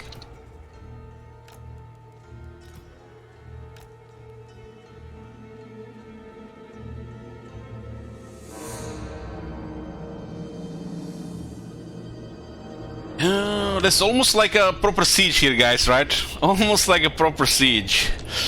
Looking at the predictions, there's over 1 million shekels in play, guys. Come on, place your shekels. Beat that 1.6 million record of the Knights of Kaladar battle.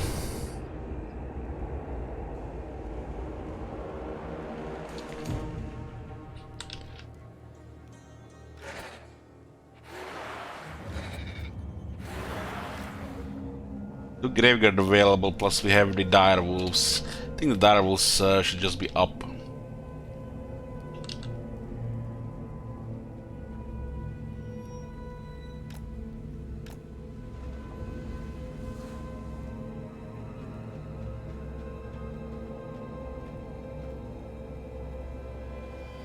What was the battle outcome? You missed that battle?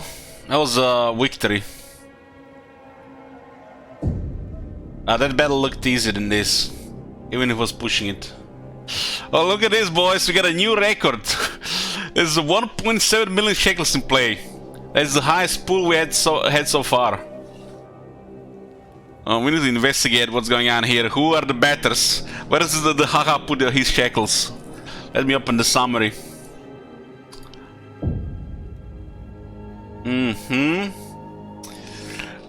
Ha is not here.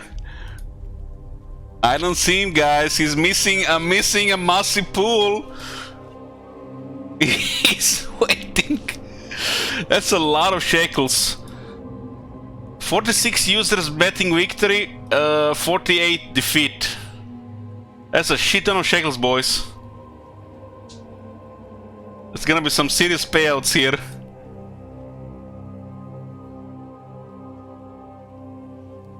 That's definitely the biggest pool. Timer is running out. Aha has put 200,000 victory, boys. That should give you a sign. Oh, immediately following haha, bigger bet here. Haha rarely loses big bets. That should tell you something, guys. Holy shit! There's over 3 million shekels in the pool.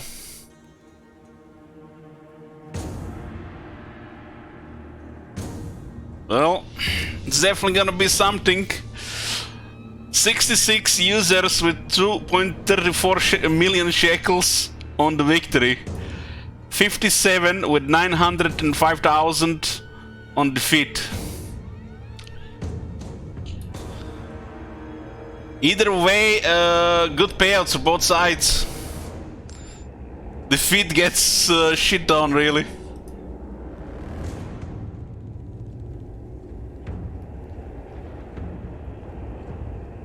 Well, I have a feeling that a bunch of turns is gonna be added once this battle is over.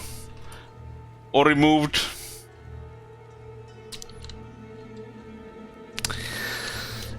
Ethan Dye says, we counting you, Ellich, don't fuck this up. No pressure, huh?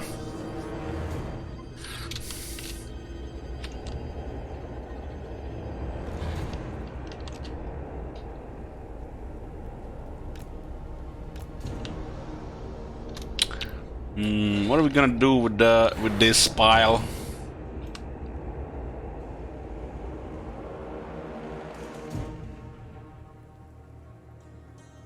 I mean, this amount of units is actually good to use the other levels of the city, but the enemy has too much range. We can't tank that much range. Maybe we had two proper wizards we could.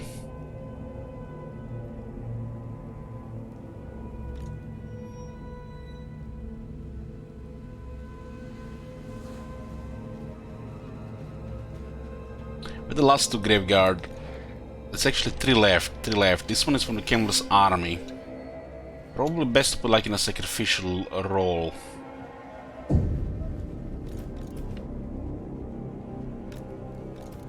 Because I don't think I'm gonna want to manage that one later.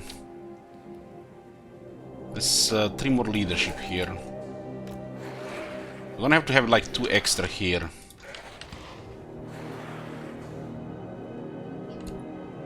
Because we're gonna try to heal and rotate. And we'll see if we're gonna apply the try to go for a terror.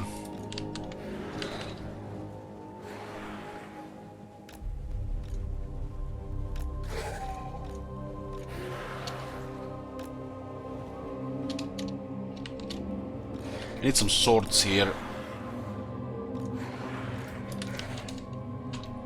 Slightly better attack and damage, but the enemy still baits them. But if we put numbers on the tired enemy, it could mean something.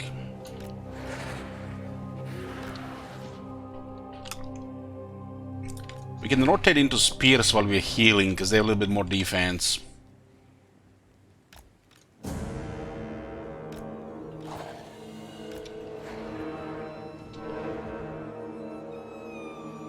And one graveyard has to be like on this side here to help with clearing the wall, otherwise the wall's gonna get overrun.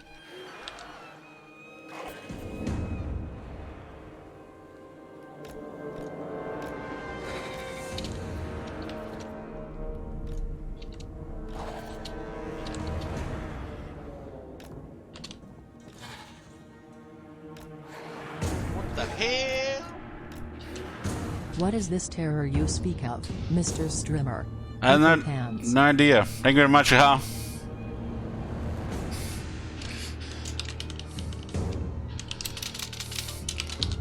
The PC is now at 757.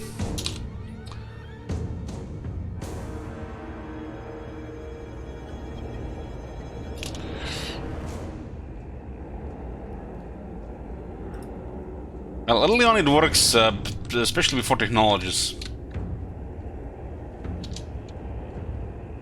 But you know, the early terror units are not common. Hey Amir, welcome back. You just missed the biggest betting pool yet so far, Amir. There is 3.2 million shekels in the pool. They doubled the amount from the last record.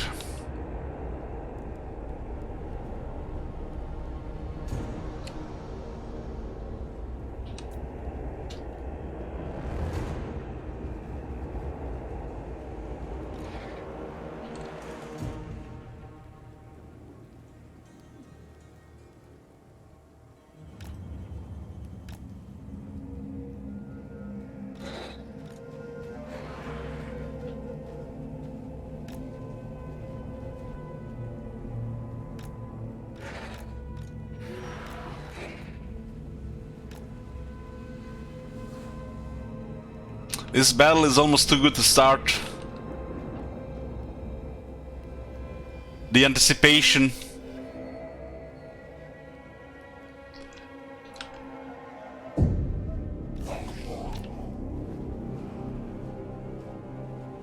I am the Lich Master.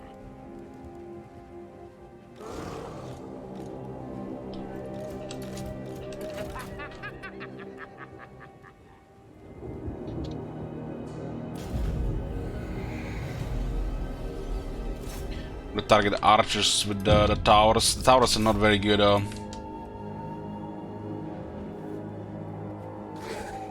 3 Graveguard got killed by an arrow. From that angle. Fucking hell, not a good sign. What the hell? You who let's hit that PC goal feels good, man. Thank you very much, bro. Yoo-hoo.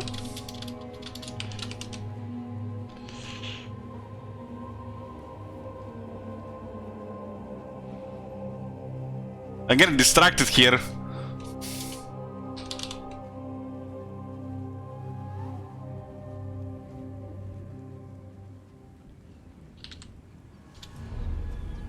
Too much range here.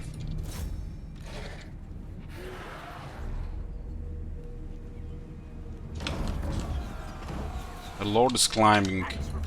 Decay.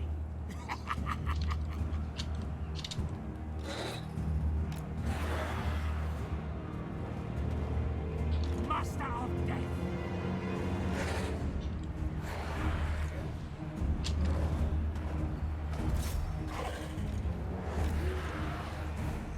How the what?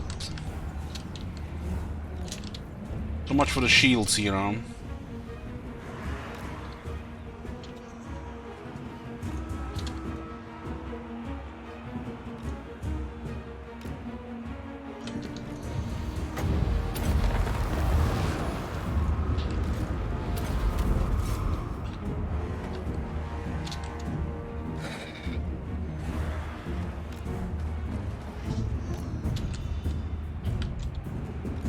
This tower is really shit.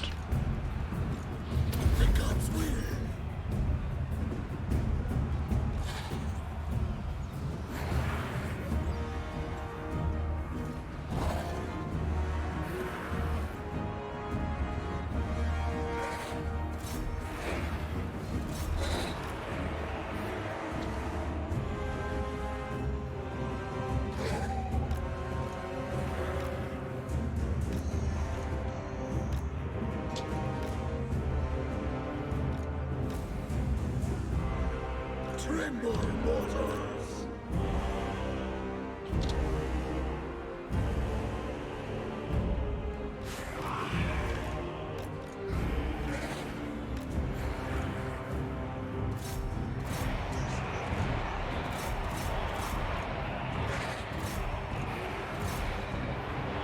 to heal these two.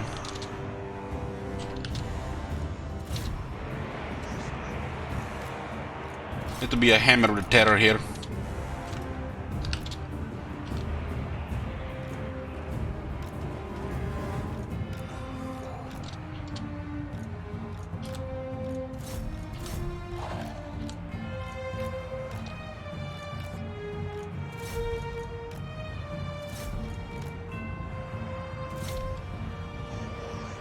There should be a terror instant. Get the fuck out of here. Get the fuck out of here!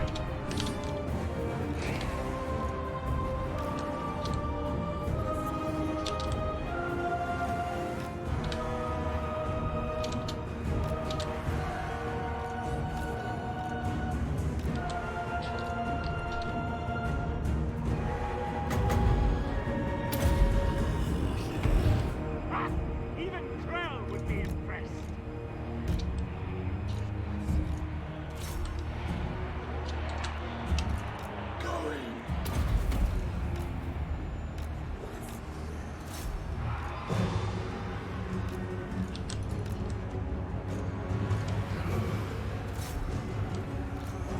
You have to clear the wall here with fear.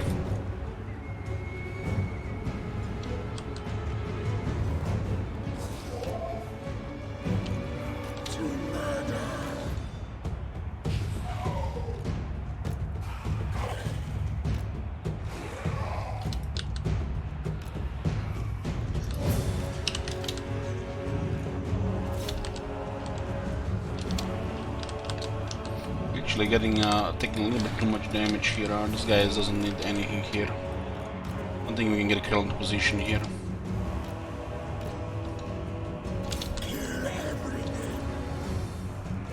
I guess I've done a good job. The guy's still fleeing. Give me some terror here.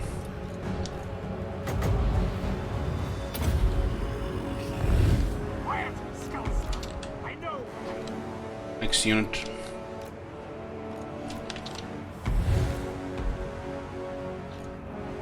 This area is kind of getting overrun here.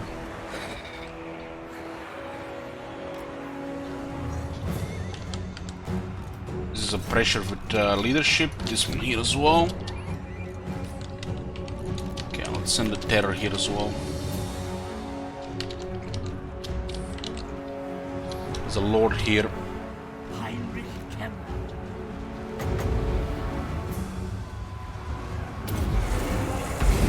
Attack buff. Applying Vargas to crush the wall. No unit here, but nobody is really available. We'll drop one more heal here and then send somebody.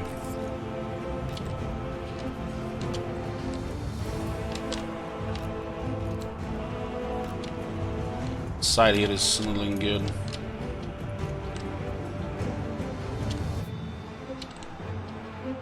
Yes, there are troops coming here. There's another Vargas available. Could hit maybe here on both sides.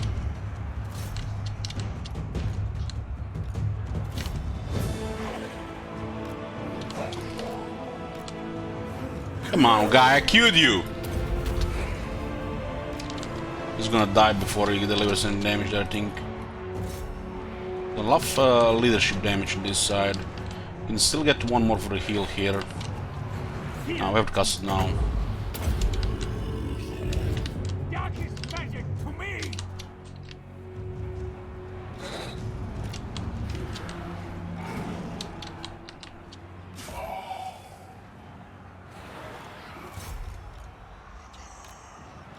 This unit is taking too much leadership damage on the right side. Where's the Necromancer? We don't want to fight like this. We want to use a charge.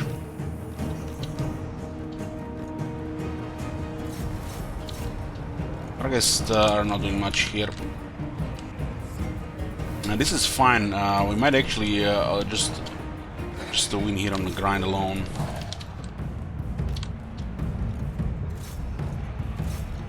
Another charge. We have a really big charge with these units.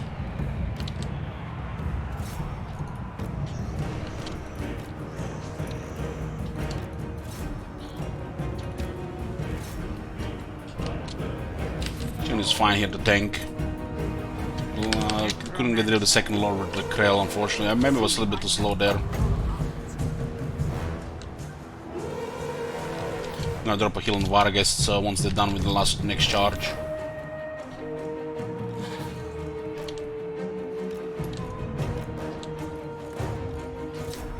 Yeah, some courage on the other side.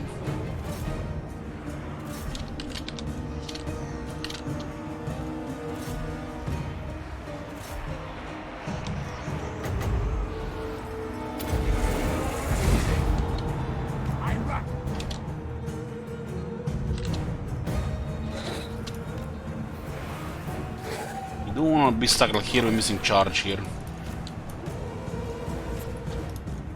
X-rays are just taking some damage here from the range, that's fine. Okay, this wall should be terrified.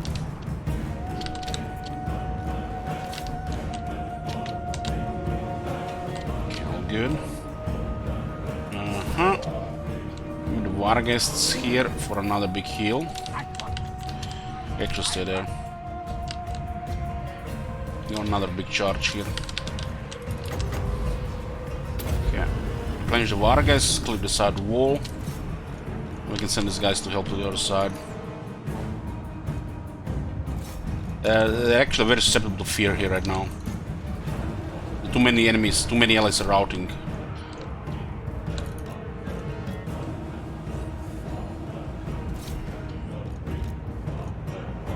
I want to open charges here again.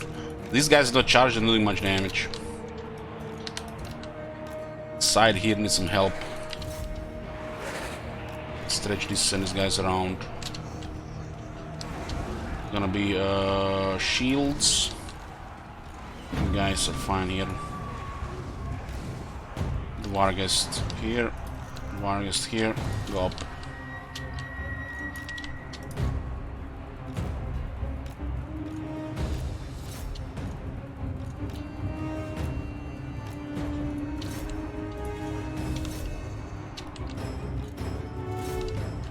Yeah, this is holding. I'm just tanking here. I'm not care about this damage here. I'm just tanking here. Using that big damage reduction, just tank.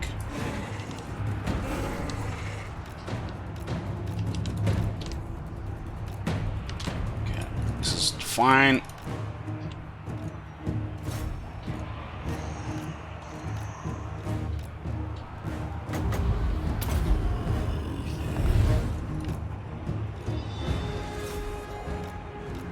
Who's even available to go fight here? What is this? Graveguard against a couple of archers. The Terror, they're very close to Terror. Very close to Terror there. Send both Vargas there. This is gonna be a must route when we hit that area, I think.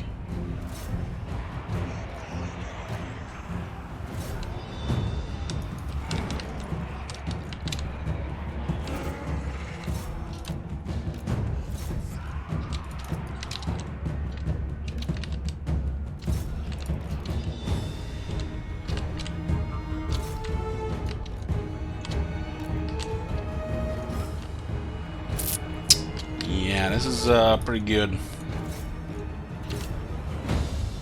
Still dry call to get the fort early.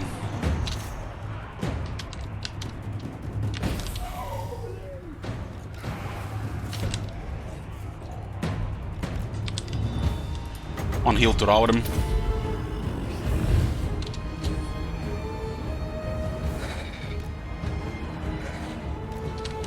What the hell? People actually thought you could lose this. Thank you, Magica.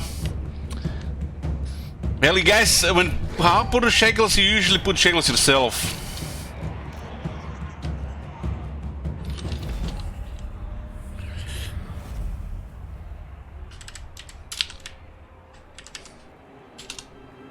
Okay, that was a proper siege, guys, right? Planned and relevant to the campaign.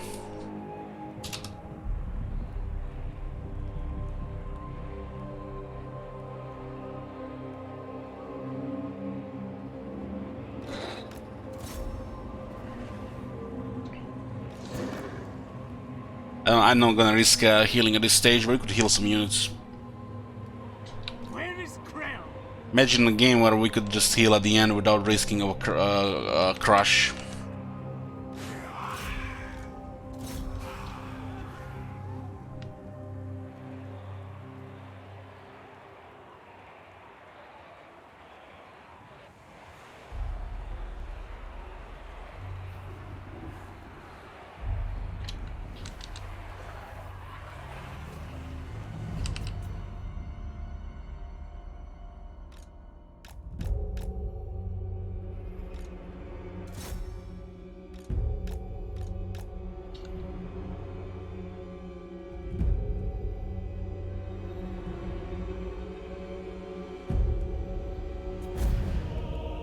Very victory, going for bloody. That's a lot of casualties here. Might even get another pile. 38. This is actually a bigger one. This is a much bigger one here.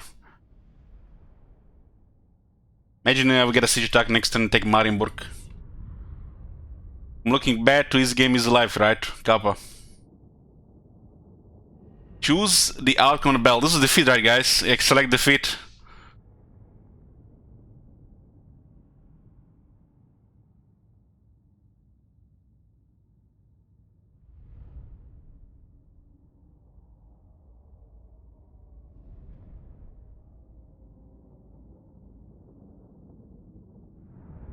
Game, stop worrying me. Over 5,000 casualties. 2,300 battle loot. Not more Warhammer yet. Not Katai.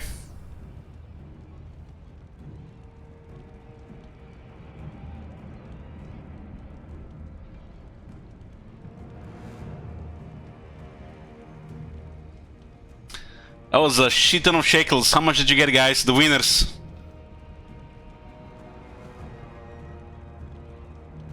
One more turn, one less turn. Another one less turn.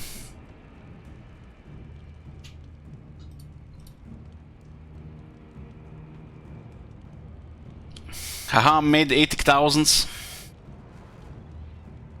Nice. Later is putting all the 1 shekels into gates like this campaign. I see.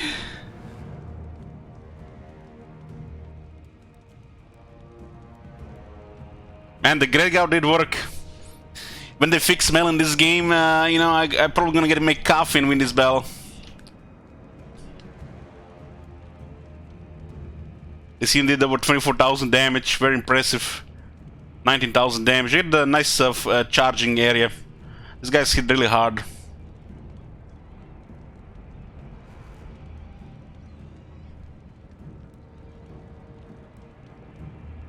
So we lost 3 units of skeleton warriors. Oh man, almost lost the campaign.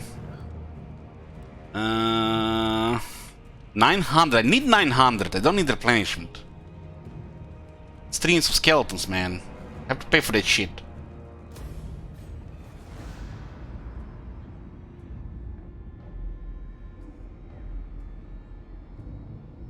Vargas damage? Wasn't. It's probably over 20k on boat. Over 20k on boat.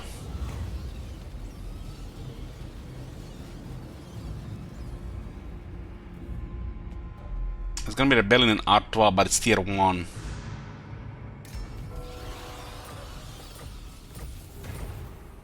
I need more minions. This didn't update to the bigger pool, because there's already a big pool here. Find me grave-bound. No siege attackers yet, man. What the hell? But we fucked them up good here. That was a battle. If only every battle was like this, man. This game would be so intense. So what do we got here? 6 turns removed, 2 turns added. So we lose 4 turns.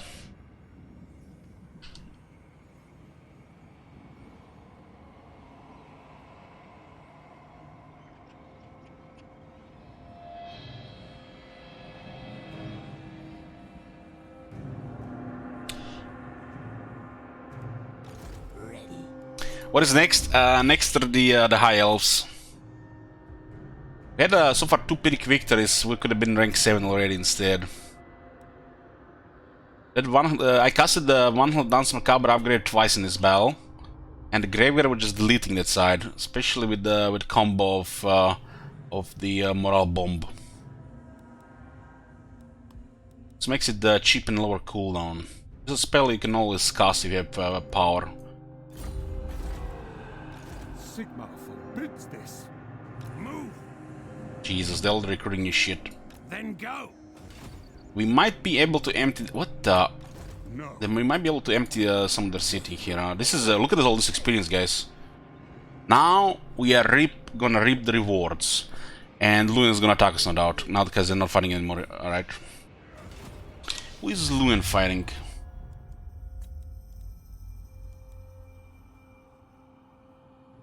Luen. Champion of the lady.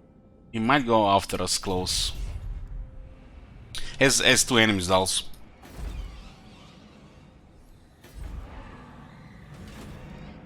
Spread the rot. Let us make doom. Never. Unachievable. I think I want to have a little bit more faster units here. We can also switch these units to another army.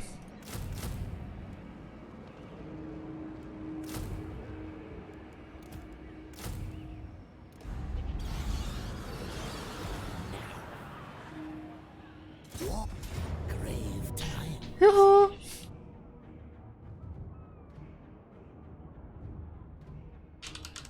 Strong has 5 men a month. Damn. You got the 2 last month.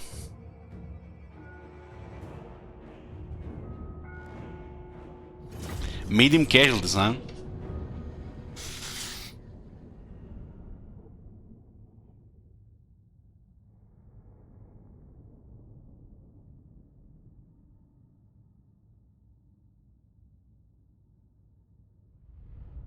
Honestly, guys, I'm looking forward to the high Elves, because we're gonna have to make a decision. Have a cool campaign with much higher difficulty, or just pick an easy one and, you know, pretend we need magic in range. And hopefully bad RNG doesn't go our way. I'm gonna have to decide who to play. Imrik.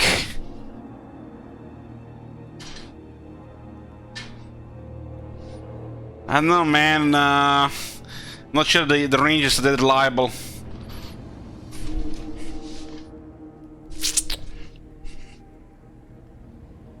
Goddamn chair. Takeless, no magic. Huh.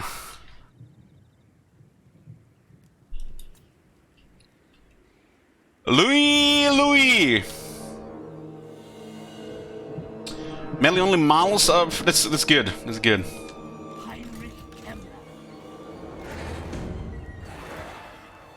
If I would get it would be melee, no magic. I would, from the Dark Elves, I'd probably play mouse.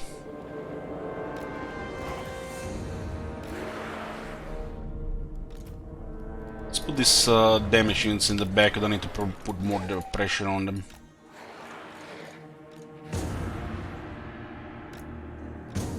So what is the Horde? This is quite intimidating to range units.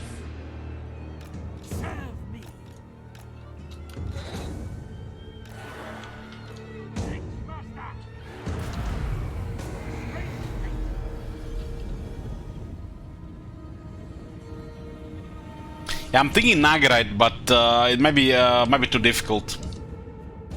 I do have a really hard early game in this setup. I don't know, it might go our way.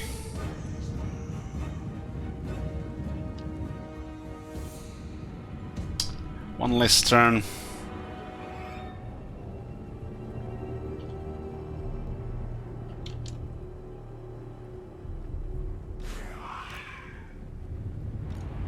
Let's go top the hill.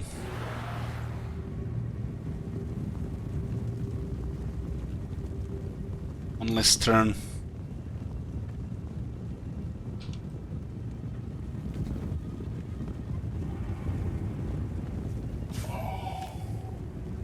Some Outriders, but Outriders can't skirmish. Especially if they're being chased by a fast unit.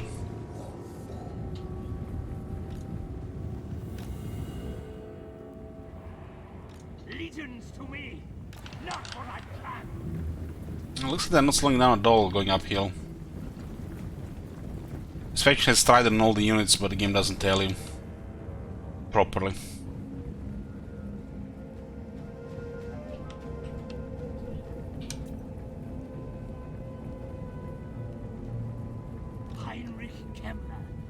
Whose orders?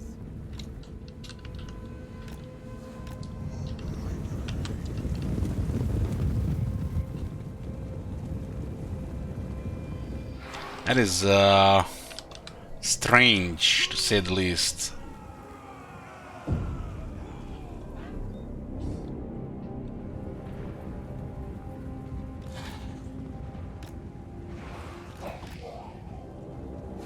These units have really high damage reduction per health, so they're easier to heal than the Black Knights, for example.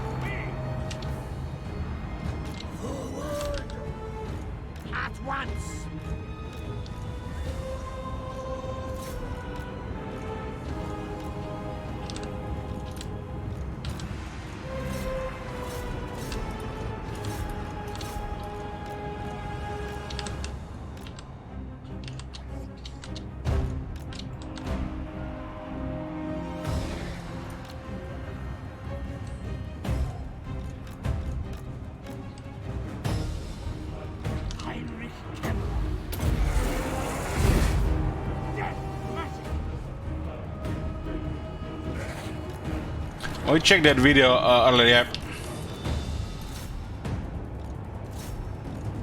I'll make it a highlight so if anybody has missed it.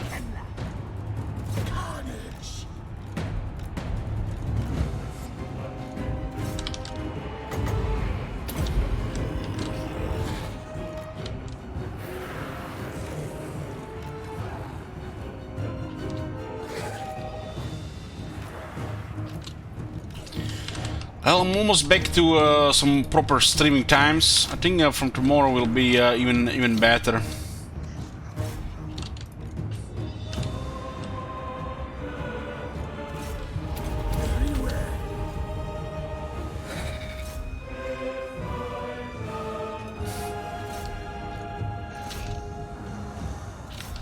Call an ambulance, but not for me. Call an ambulance in America. Poor guy. Gonna be in debt for life.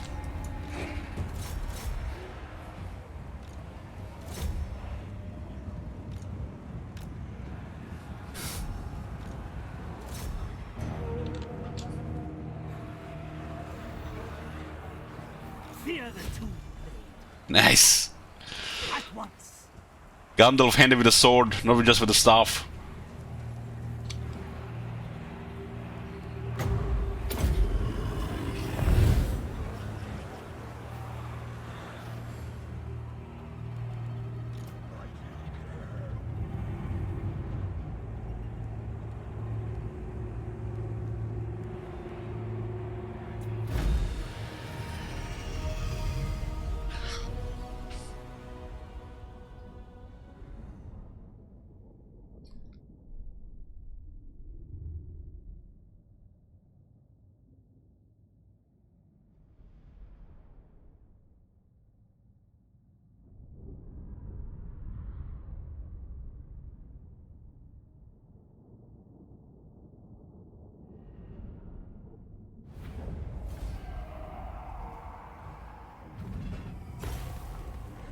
This army's got defeated, so they don't have much left for them.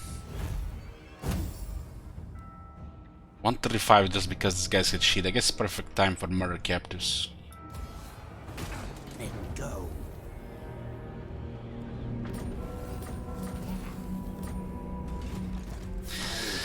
Do EUs ever stop shitting about America? Well, it's the internet, you know, like 20% of the shit talking has to be about America.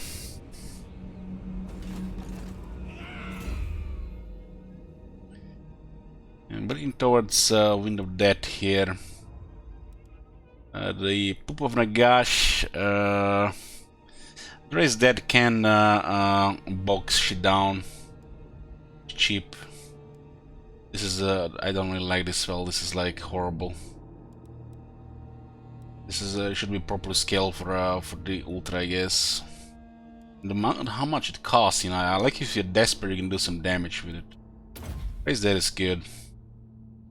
Good thing about the upgrade Raise of Dead, you don't make it any cheaper, so you know, we're not really prone putting 1 point. I think Raise Dead and Legend should have only 1 point anyways. Yes.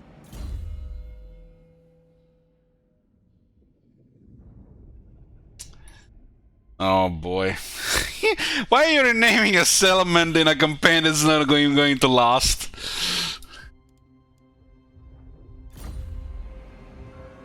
Not possible. I will not obey.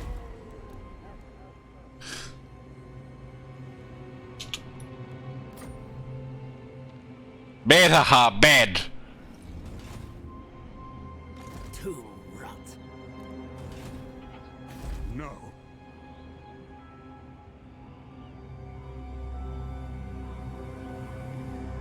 Do you need fresh troops?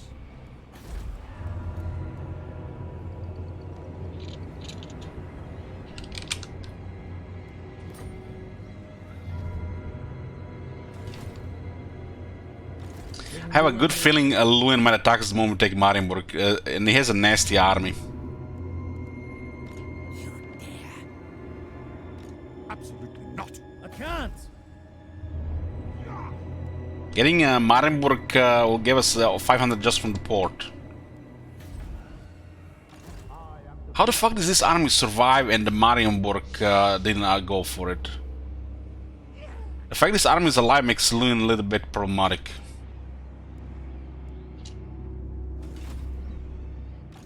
They will all pay.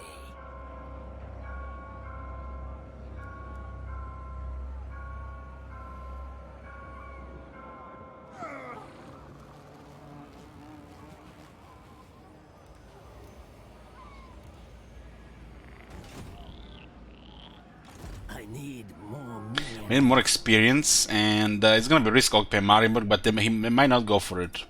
By the light of the lady.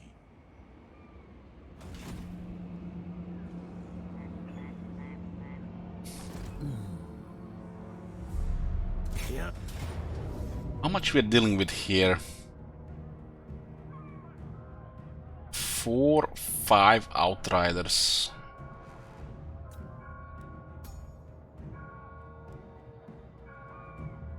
Tempestuous winds of magic in the area.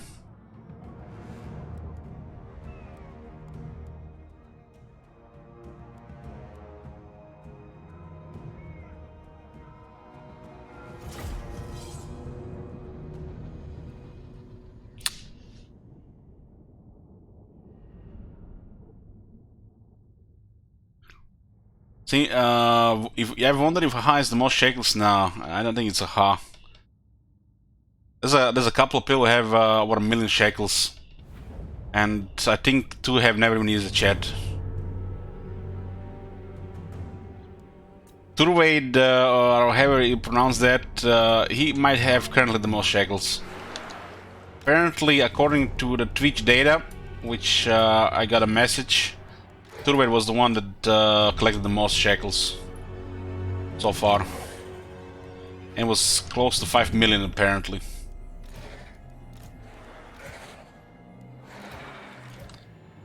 But the predictions might make it go weird. You know how it counts.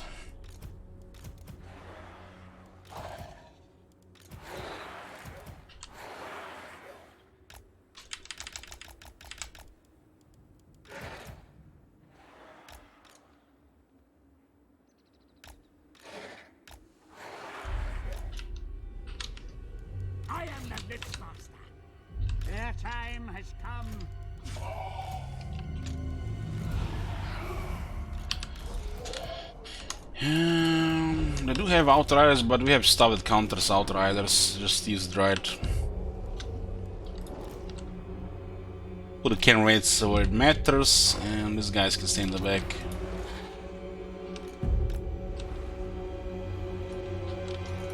What can we even do with this ahead? Master of death, serve me. The dead are mine. Let's deploy down the other side.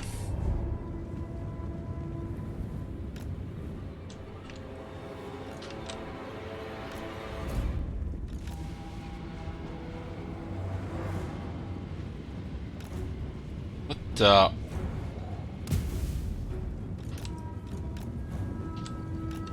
fucking homing missiles. Can bog them down here, I guess. Go around with the hounds. Who told you to attack, man? What the fuck is this formation?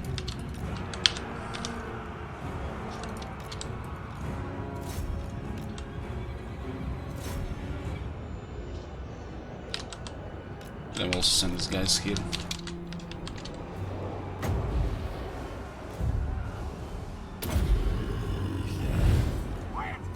And disengage, and you can disengage from the wolves. Every time the charge bonus just murders every time they move. Fucking head right here, a jet flying in the air. What the hell?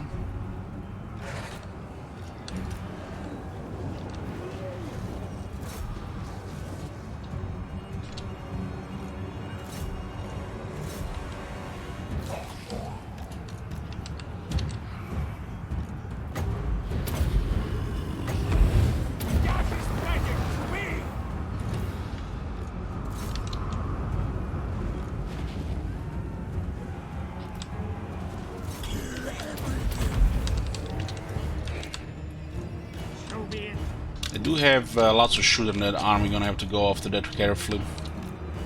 Go for a heal here and then just break them first. Just break them first, then we're gonna go for the heal. Teams can tank here.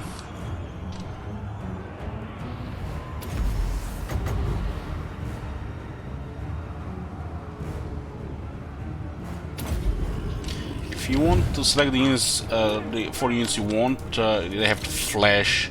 You can move things around until it flashes. Because it will target only 4 units and it's gonna be random unless you start moving the radius around.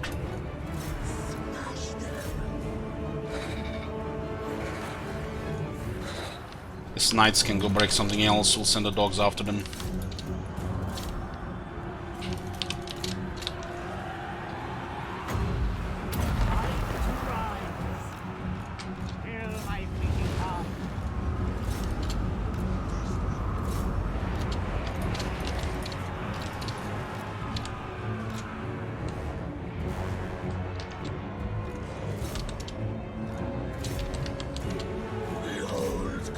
Captain Hero.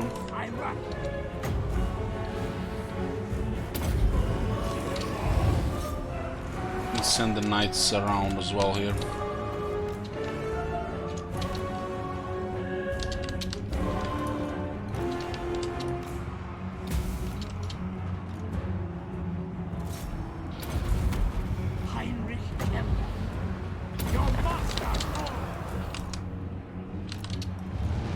Where's the Graveguard in this fight? The one should be closer to the action.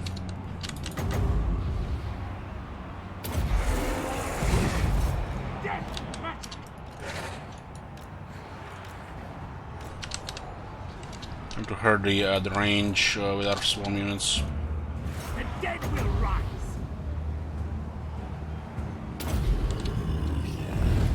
For my master. Mighty champion.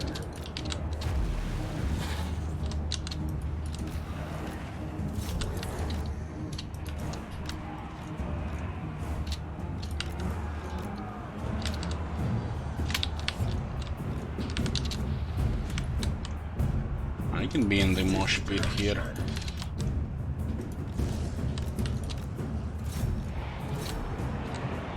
Knights should get a attack buff, they're surrounded. I know.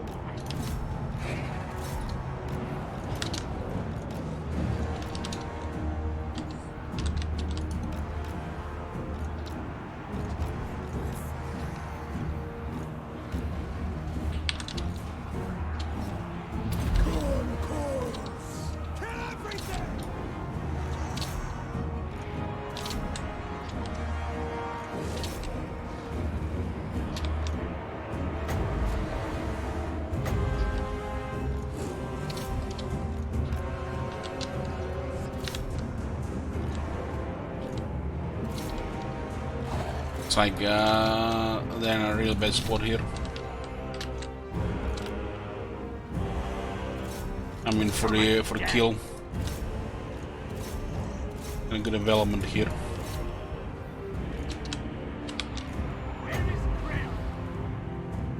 Military casualties on that demon down.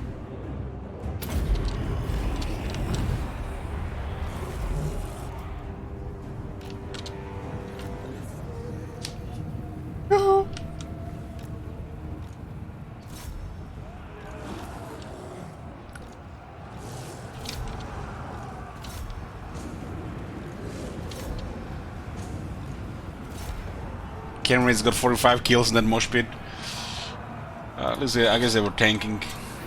In regard, we should have been the one getting hit by 3 units, not the regular units.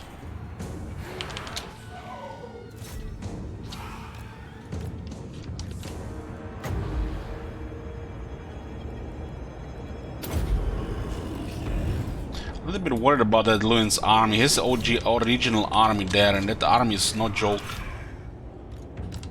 Usually gets taken out to resolve by probably Marienburg usually.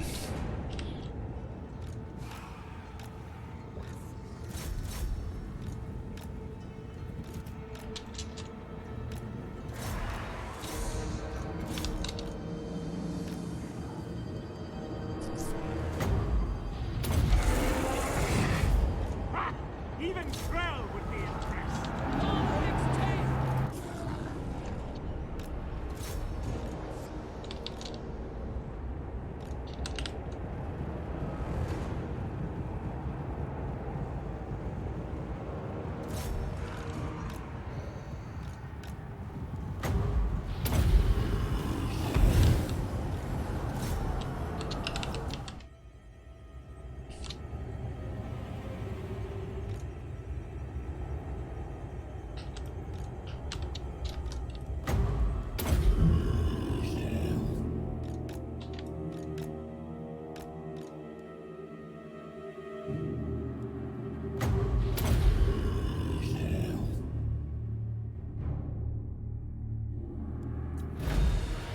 Heroic victory! We'll get some experience back. Barely touch the knights. It's the targets the knights were going after or not be able to defend themselves.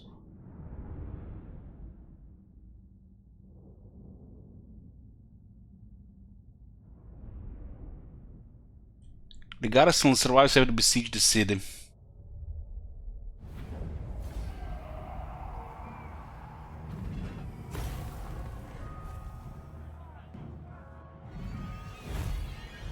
Three survive from the garrison. This is actually a little bit better replenishment. We'll take that. Dominate captures third option.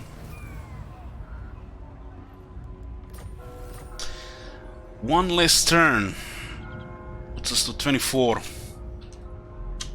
It's 10 turns to go. Spread the rot. This guy will go for a wound on the heroes. Champion of the lady. It seems like an unhealthy option. We have defeated the mill, but we didn't get a kiss.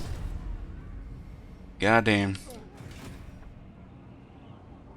By Sigmar, no! Didn't we defeat the mill twice if we didn't get a kiss? God damn. I guess he was reinforcing.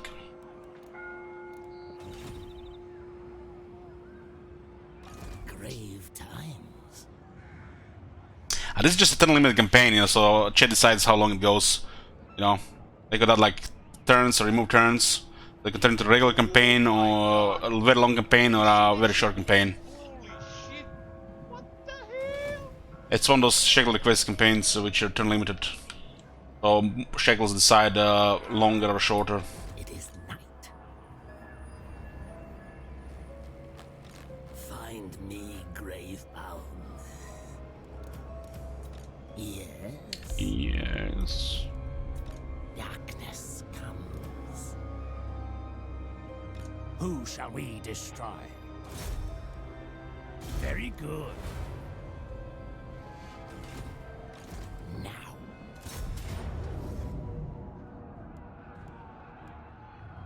Commit, minions, commit. This has been a totally different snowball we had at Siege Attacker a few turns ago.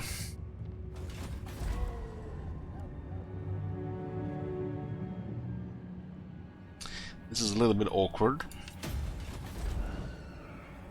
Bring war.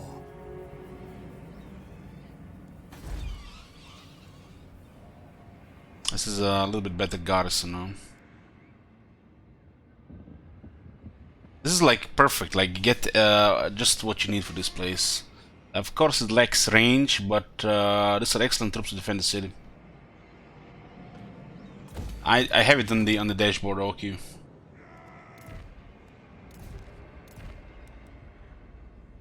Who cares about Karak Ziflin? So we're working towards the final of the ancient Barrow, so we get 3 skeletons. Then we'll get a second army, and then probably just take down Koron. And with this area here, we'll be making bank and then move on Reichland. We are also on the way to unlock Wind of Death. That last campaign we played of Empires, the long one, we haven't used Wing of Death. We used melee and more melee stuff, buffs, debuffs. You can see how it's done without Wind of Death. But this one, we're gonna use the Wind of Death, you know, standard Vampire stuff.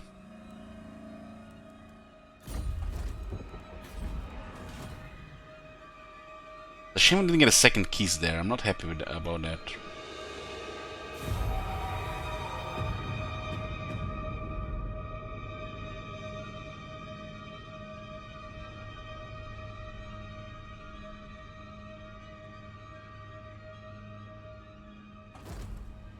He just sell out of the city.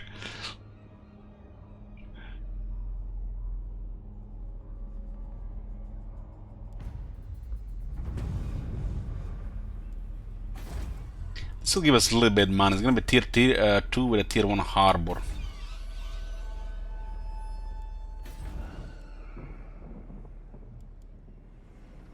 Kill them. Decisive victory, low casualties. Oh my god. It's only 76 crossbow, guys. Then we have no zombies. So no. If I see more than 150 casualties here, no. 255, 250. God damn! They don't even have technologies.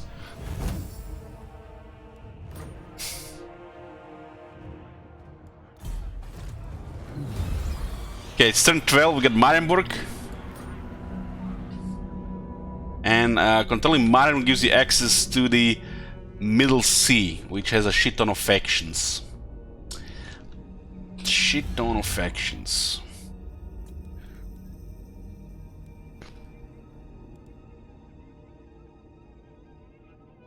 The Coron has that one army, and they're just, you know, waiting their settlement to a couple more units. Yes. At war with Talabekland. Talabekland is one of the friendlier factions to Reichland, especially play the Emperor. We got Wolf Walkers, rank 4. Good thing we are, we are friendly with Norskins. Or to be speared like a pig. Come on, why are you fighting 1,000 Moss? You are supposed to be fighting the Empire. This might not accept this, but it's in his interest. A fool's errand. Okay, so much for that, plus 30 with the Norska. I mean, Chaos, I mean. Okay, we are 1 skill away from Wind of Death. The regular one is really, you know, does the camel get overgraded with 1 point? Yeah.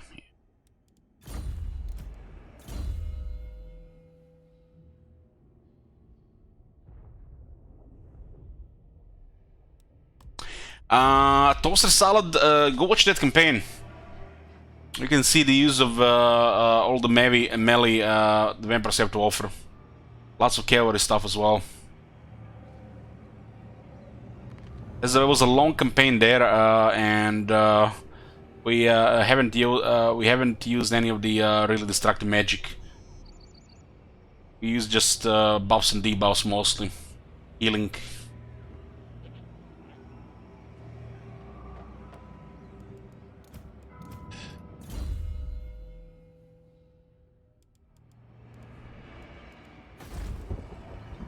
What was that campaign? Who was that last one? That was. Let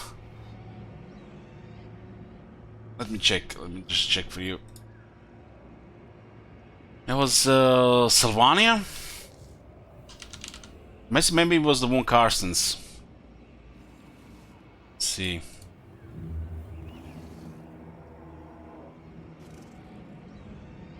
Hey guys, good morning. Yeah, this is the one.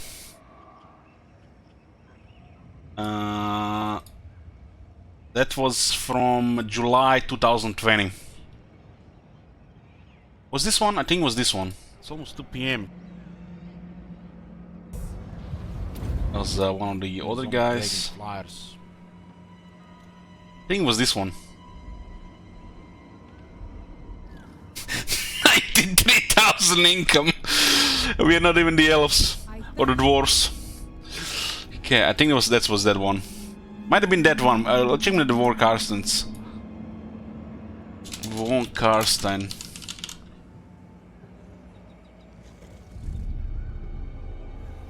Holy shit, might have been the Von Karsten one.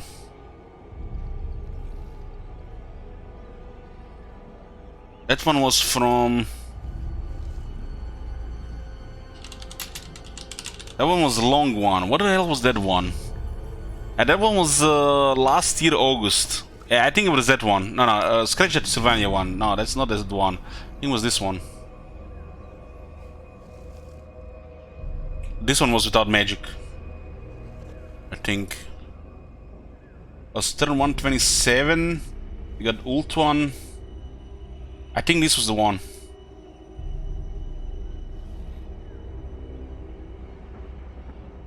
Days to Gorse now. Yeah, this was the one. Yeah, this was the one. Turn 127. 61,000 income. Yeah, makes sense. Yeah, we got 11. This was the one without the Wind of Death. If you want to watch, just let me give me the playlist.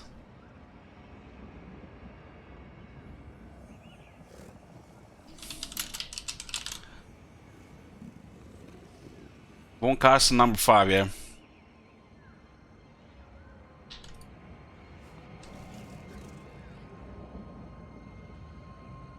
Valve was no magic, yeah. I've done nearly 200 campaigns and 7,000 hours, so you literally just have to create new memory on top of old memory.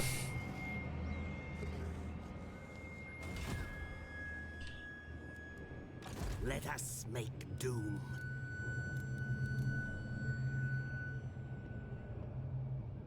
I need more minions. Ooh, a devious White King. That's perfection. It's even better for camera because of the Barrow King skill, additional 10%. Gonna need this building. You get this building only if you didn't get in the pool early. Because you definitely want to get a couple of Black Knights to move around. They'll come from the pools, then you get a building for it. This place will rebel in 2 turns. So the right doesn't really matter for this turn now. Losing growth here. Negative growth. If you told me back in 2017 that towards the end of Warhammer 2 the settlements have negative growth or starter campaign, I would tell you like, shut up. Shut the fuck up.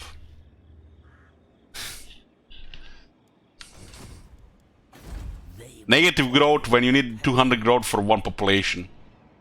Find me grave-bound.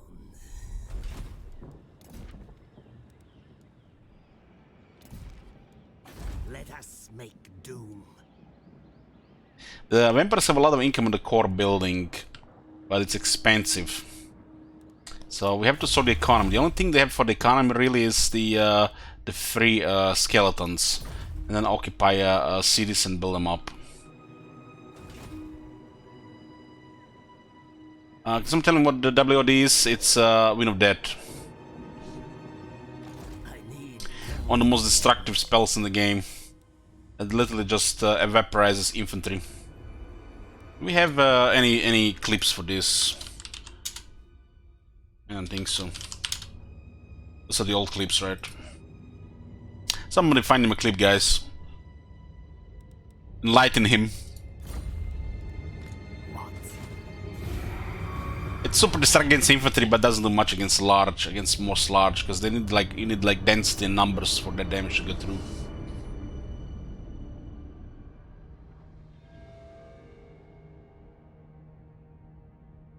So Luin is on the move. That's good. That's good. Now we go back to Artois and wait for the technology. So, we got a quest here. Having realized the limits that mortality placed on him, Heinrich Kellner made it his life's work to escape them. He became a great and much feared necromancer, till his rivals brought him to his knees. Now he wanders the land, his body broken, his mind blasted. However, somewhere within, his innate lust for power still burns. As his faltering steps take him close to an ancient barrow, he hears a whisper that cuts through the chaotic whirl of his shattered thoughts. Almost unbidden, the words of summoning form on Kellner's lips. We need a White King. This is old stuff.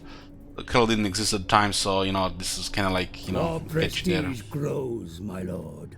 News of your conquests spreads far and wide. Your developing power is noted by even the most distant of kings and bestial lords. Well, yeah, the clips are deleted because when you have 10-15,000 clips, how are you gonna do it? Have you seen how the search of the clips works on Twitch? You literally need the fucking shovel and dig at the screen to get them out. You use a third-party websites to actually find the clips. And when you have that many clips, it's just like literally impossible. Would have taken several days of effort, like actual effort, to sort it properly.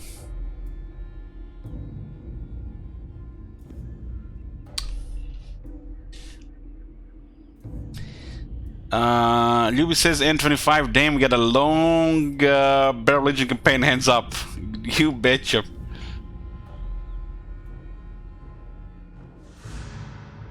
Remove Yet and Dead, yeah, we'll do. We'll do. Get an injection here. I mean, I almost had as much money that Grand Crete had 6 turns ago. The Lair of the Barrows, a promising start. Darkness grows and the dead walk across the mountain chain. Forces of order are troubled not just by vampires in Sylvania, but by the darkness that now shrouds the peaks of the Grey Mountains. The Camel's nascent realm must continue to fester, else the mortals will fight back, and all the Lich Master's work will be undone. Add more turn 3 times, you got it. 3 more turns. You see, Luby, now we have a very, very long campaign. It's gonna be a rebellion here next turn, and gonna be vampires, so 1 battle. We only have 1 keys, that's kinda sad. The more devious guy here and increase the chance of this one getting wounded.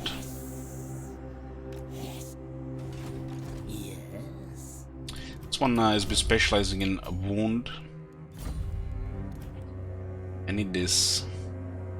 The shamblers move. Give me a kiss. 56%. Still higher chance in their life. Okay. Your wish, master. gonna save the skill points here.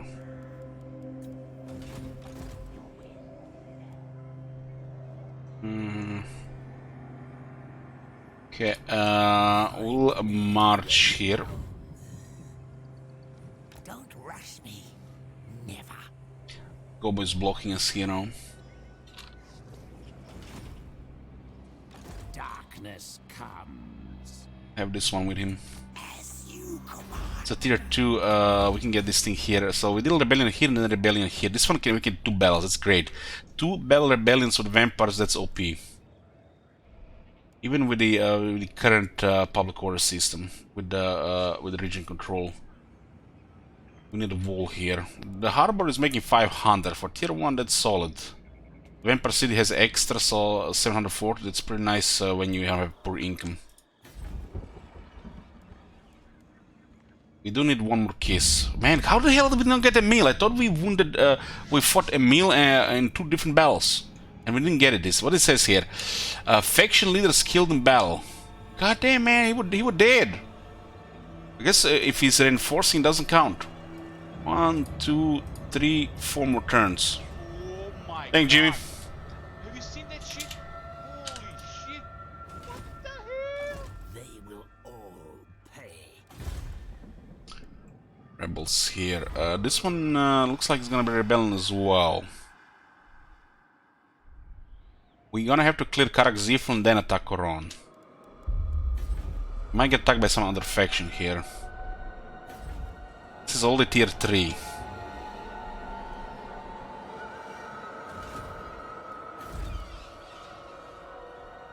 Yeah, the growth is terrible without the commandment. You need commandment, serve in life or in death, and blood is power, and you get some okay growth.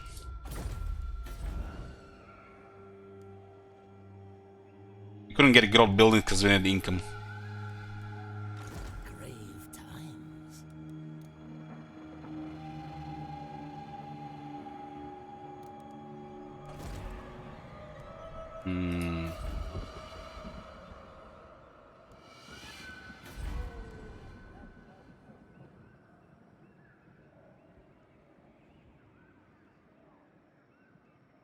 I mean, the growth is bad here because of -25, the public order.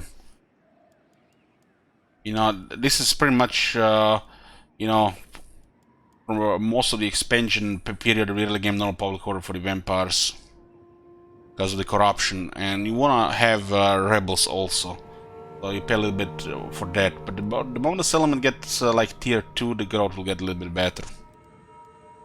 There's a good growth on upgraded buildings still for the vampires. It's just that initial one is rough until you get commandment technologies.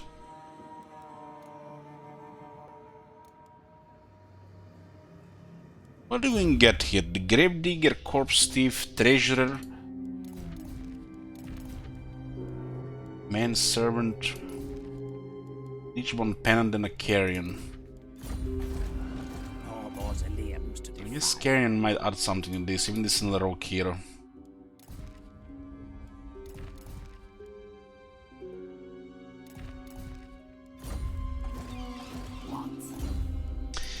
Manservant gives us 5% more movement, Flesh Golem gives us 4% movement.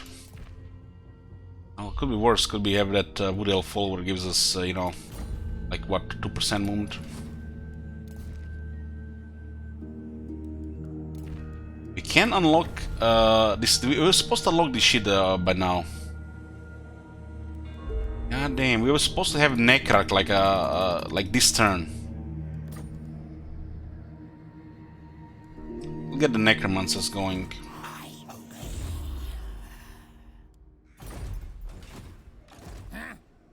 This could be a target. Let us make RNG, RNG, RNG, RNG! Fuck off! 1 in 3. Skull Smasher is gonna get pissed as well.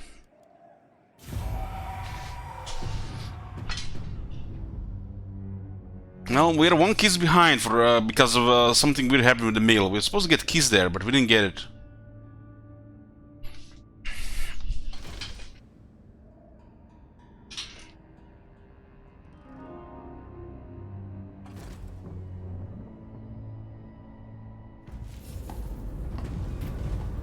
Ooh, 3000 dark magic, nice. 10 armor for the skeleton warriors. I can't. Skeleton units. Do not mistake. They got tier 3 settlement there. Where did the Gobo go?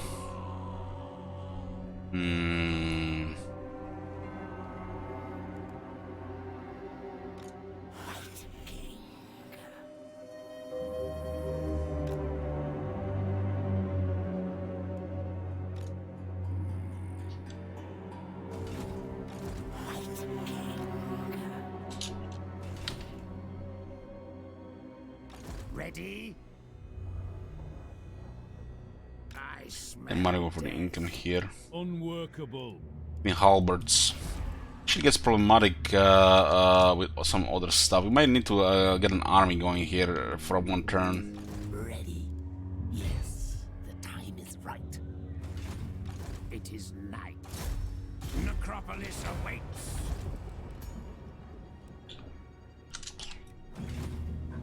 Tomb rot.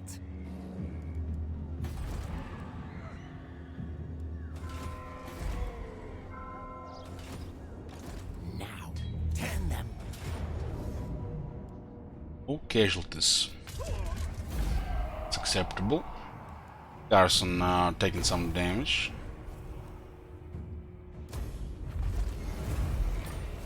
Season Trinket and Gravedigger. It will be across the map.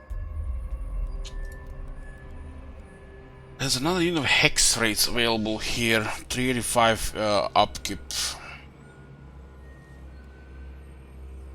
I already have enough the units. We're not even supposed to keep this graveyard here. This is already enough other units here. Other can raids though. We're not getting the unique skills yet, so I mean, how the fuck are we gonna recruit them otherwise? Tier 4, right? So we have to put them on cooldown and get them sooner the next one. So we have to get this on a regular basis. Every time we see can raids with this guy, we have to take them, otherwise it's gonna take too long to get enough can raids. There's a siege target here. There's the creep horse.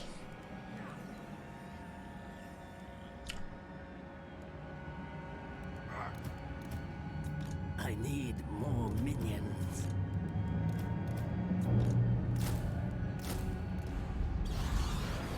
Because this is gonna be our main way to recruit the raids, raise them.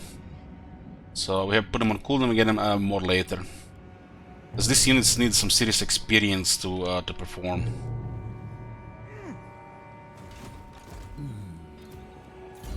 Okay, we got Wind of Death. Infantry, beware. Let's go in first.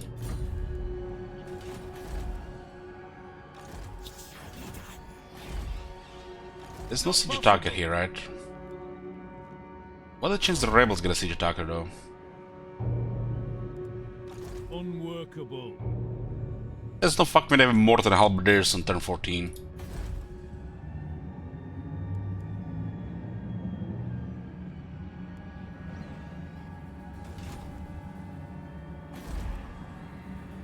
Rebels might have it though. If the settlement flips to gets taken by the rebels, it's actually just really silly. I want 2 bells on the rebels anyway, so this is worth getting like this.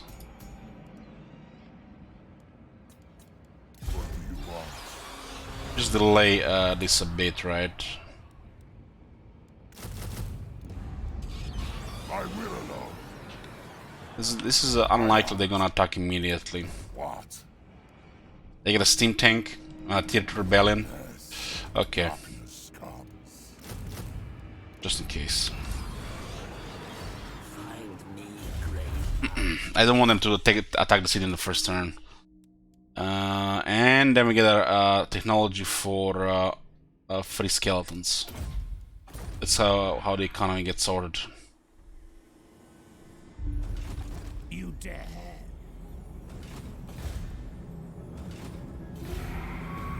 Those rebels might block the Marienburg as well. We do want 2 bells on the rebels. I've seen the very early versions of the Tomb King Rebellions. Somebody linked some like 3 Hero Titans before turn 10. How the fuck you kill 3 Hero Titans before turn 10? Whistling declare on Reichland. Streamer sim luck, right?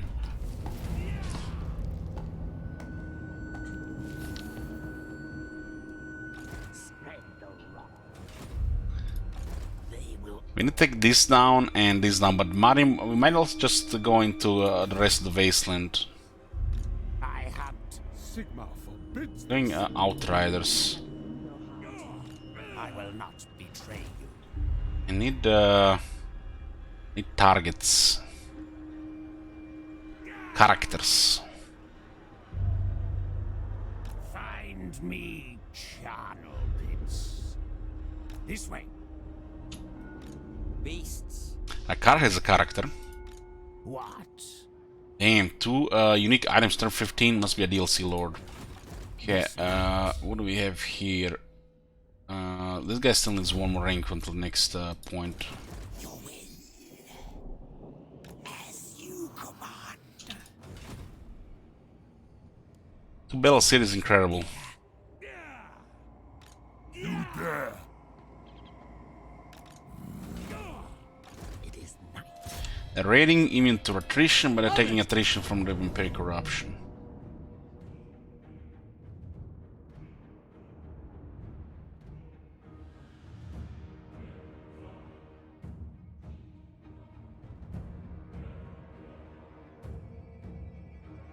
They did get a mortar.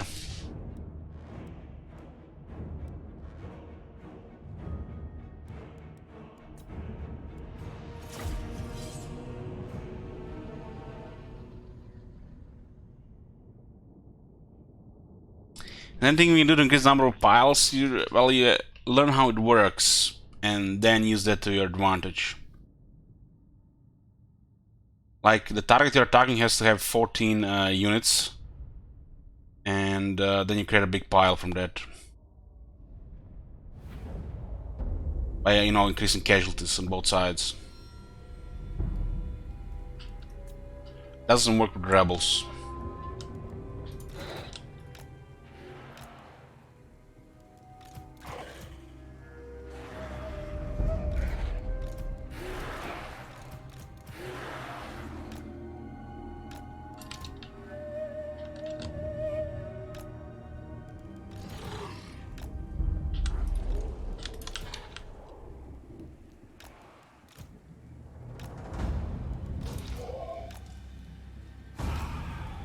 Master of death.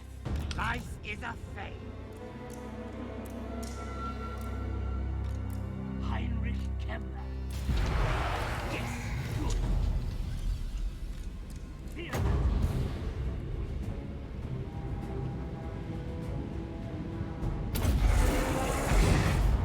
For my master.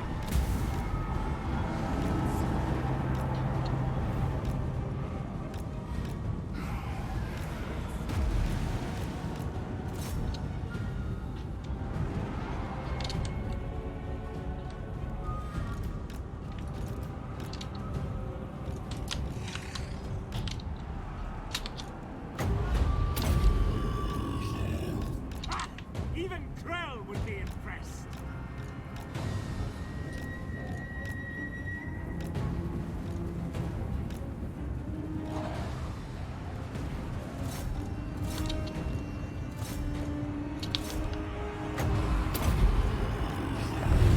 Darkest magic to me. Look at how strange this unit is. See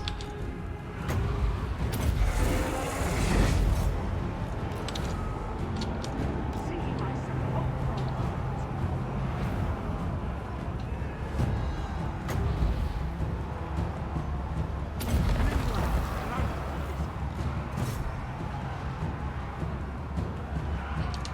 It is time.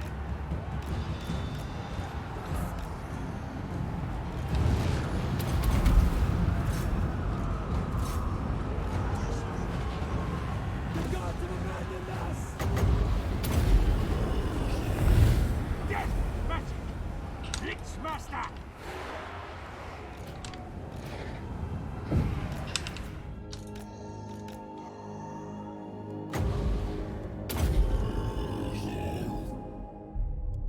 And this unit got stuck in like 3 different units.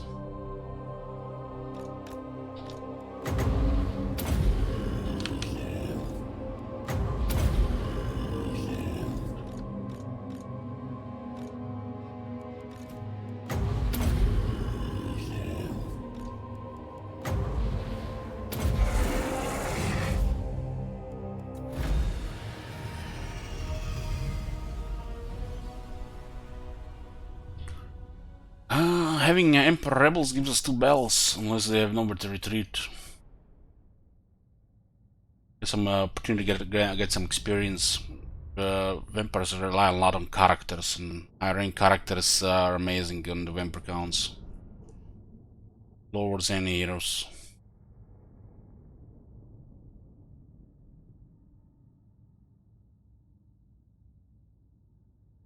Return by ghost.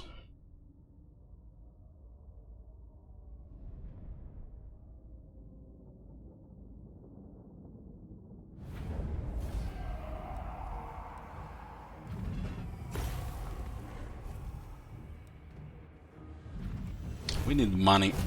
The army is a little bit costly, so we're pushing the raid team instead of just having a couple with the rest of the skeletons. Then we have units already recruited for the second army. Follow me. This better be important. I think we'll be forward for next turn. No. We'll need another kiss. We should have had it like a few turns ago, but somehow we didn't get a kiss from a mill. They can be right.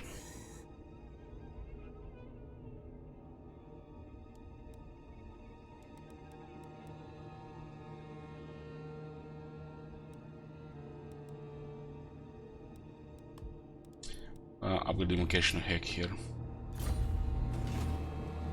Spread the rot. Location of heck now cost us where is it? 3.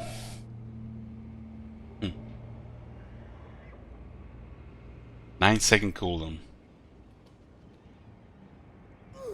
Who's the Lich King again in this world?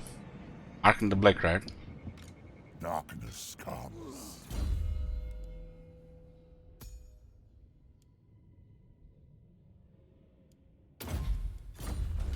Let us make doom. What?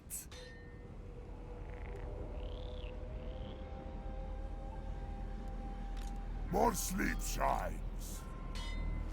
It is night. My hand hovers close to my blade. I'm on board with Corona, so we kinda have to go in there. Go with this guy, it might go a little bit faster. We could also just go around. I need more minions. What are the wins here? Strong. Strong. Or tempestuous until recently. They will all pay. Commit, minions, commit. What's on turn? Ah, yeah, I'll update when I find it. Jesus, man, like, look at this 0 casualty battle get us 173 casualties. Yeah, that makes sense. Yeah, yeah, good job. How the fuck did a spearman with get 53 kills against this shit, man? Okay, they need to put magic power of the outer result so these factors can actually do shit as the AI. Across the map.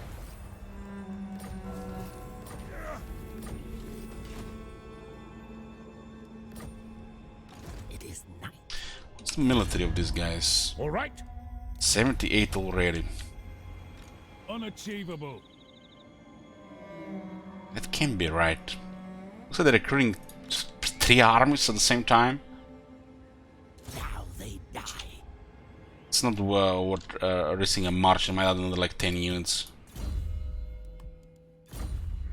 Yes. No.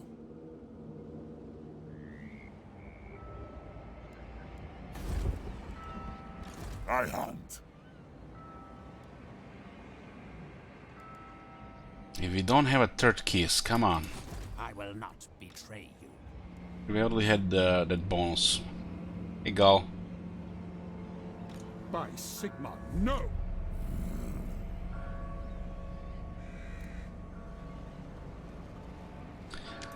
Just add some more zombies to the pile here for now. Actually, what, 3 turns? Zombies gonna be more expensive than skeletons in 3 turns.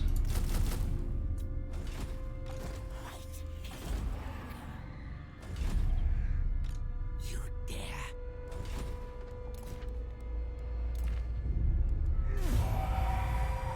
We get some nice experience finishing up Marienburg.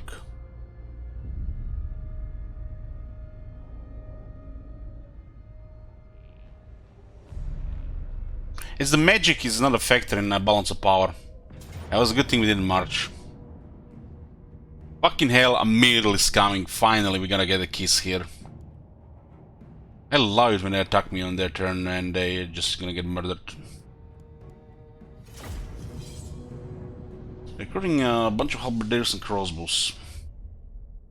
And if only we have some way to kill all those halberdiers, maybe some gobo archers or, you know, high elf archers and shit like this, you know. And like those units without shields just smoking us, right?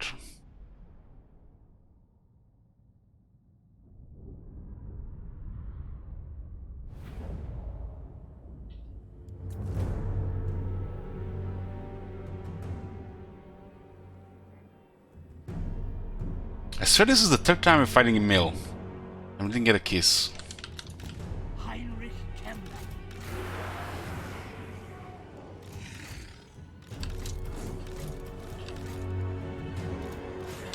So this is our battle line, and then we assist with a swarm, or assist the line, or swarm. We got tick, so we don't take too much damage going wide.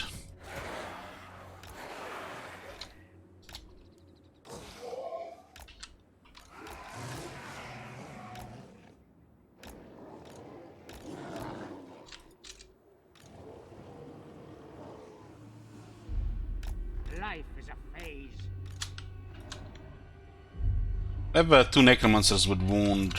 Show me they get devious. This is, seems like the flattest for Wind of Death. Cost us still quite a bit of power.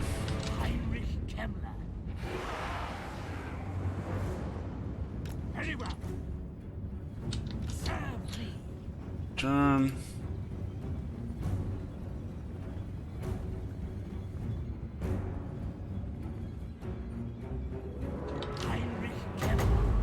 One part of Wind of Death upgrade.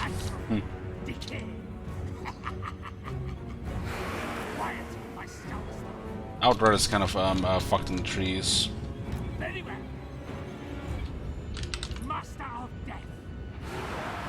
So be it. Necromancer. Yeah, actually, it's a Spirit Leech. All will wither. It's not even easy, you have to cast it. I am the Blitzmaster. Death magic. Yes, good. At once. Heinrich Kemper. Fear the tomb. Heinrich Kemper. Praise fate. All right, I will. Legion to me.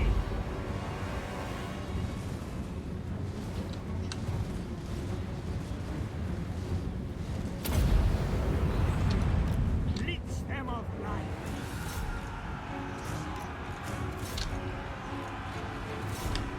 Probably best to go for the halberdiers first.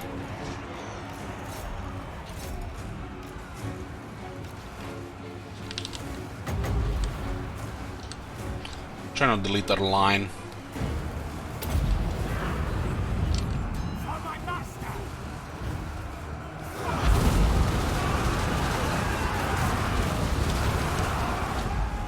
I am back.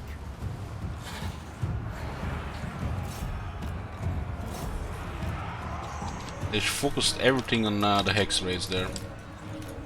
Had to keep them in position here.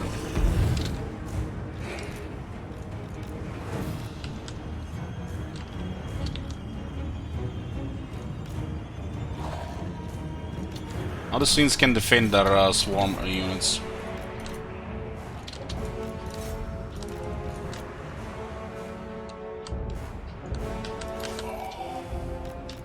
You have to just let those guys shoot as well.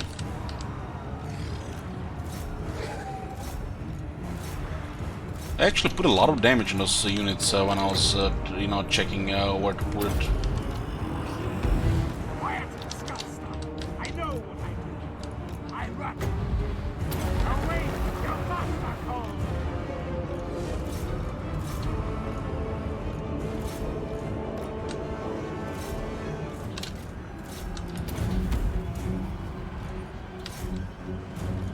These guys can tank here. Best to chase as well.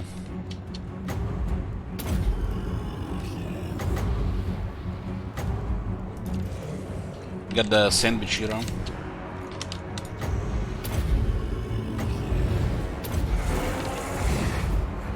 I'm gonna keep horse and 2 archers.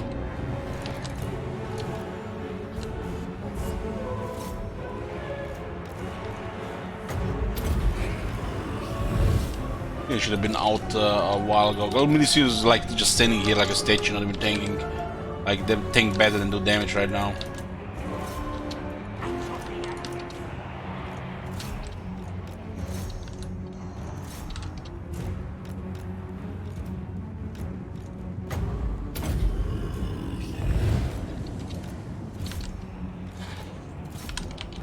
That's what I like to see, this guy routing. After we send Krell after him.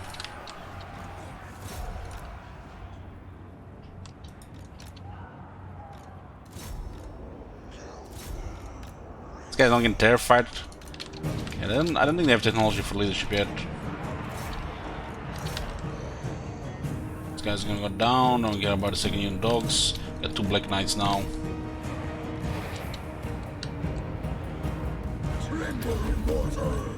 He's gonna recover the moment we stop chasing. They might come back as well.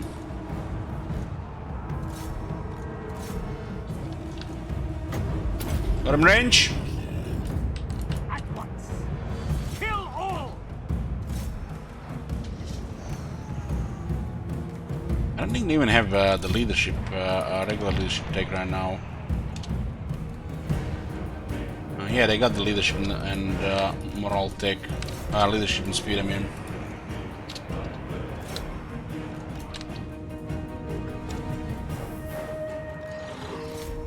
Man, the outer zone might have been so shitty in our favor they're fighting this long.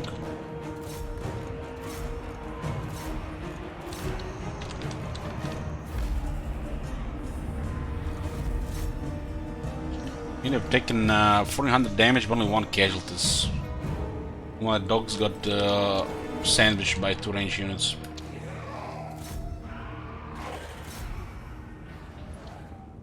You don't only want dogs in the Black Knights in the same army, I think.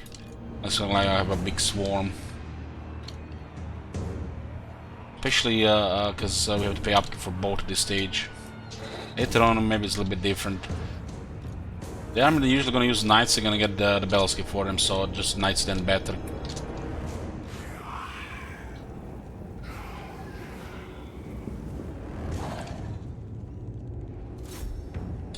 So heal who? One of this unit taking heavy damage. This taking also heavy damage, but we don't have unlimited hosts, so these units are more expendable than usual.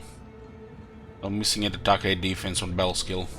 Kemmler go more for character skills for the start, meaning more Pyrrhic victories.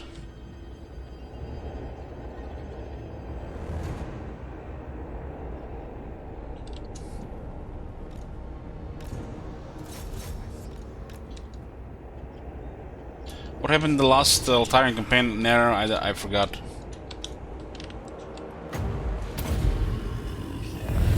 Darkest magic to me. Hey, Bloomcools. Hey, man, Bloomcools, you missed some stuff, man. You missed like a battle that was over 3 million shekels in. And Bloomcools have been slacking, guys.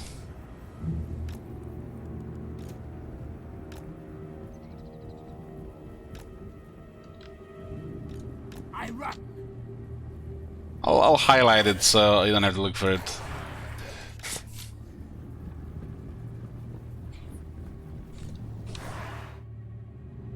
We have one regular and one more. How much is this? 7?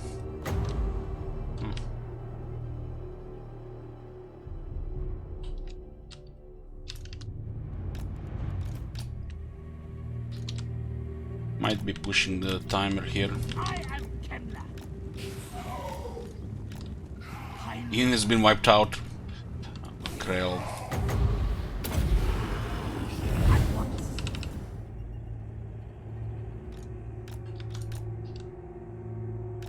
Cooldown on the upgrade one is much longer.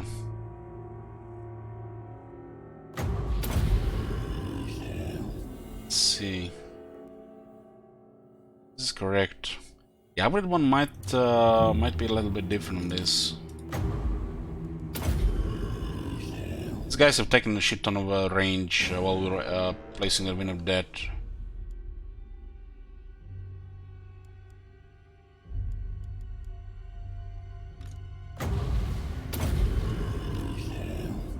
Single cast with camera are pretty good. Still have get a lot of master to upgrade the upgrade ones, right? Make the upgrade ones cheaper.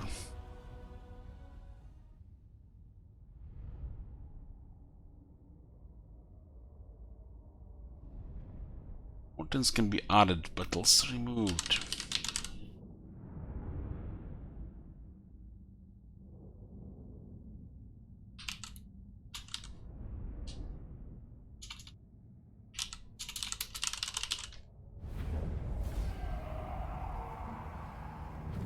We'll deal with Marienburg, and then we'll deal with Karakazifl, Koron, and then after Reichland.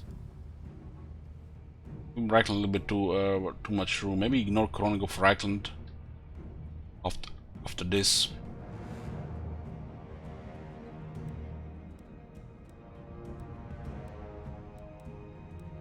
$800, that's a lot at this stage. Get all these extra bells as well. And they've been recruiting 3 arms at the same time. Crazy bastards. Marienburg's definitely overtuned when you're playing this faction.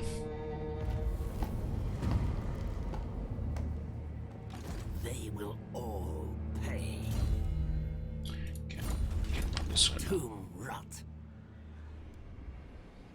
Give me kisses. Kiss, kiss, kiss. Betray you. Kiss, kiss, kiss. Ah shit, we got... What?!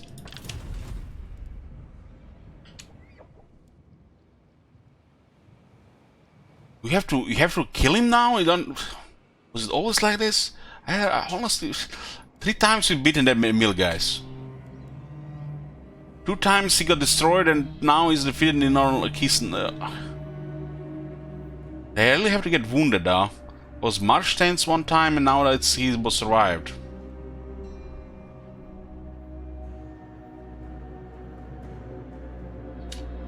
So it's just kill. Follow me. Where is fucking the mill? Strike out.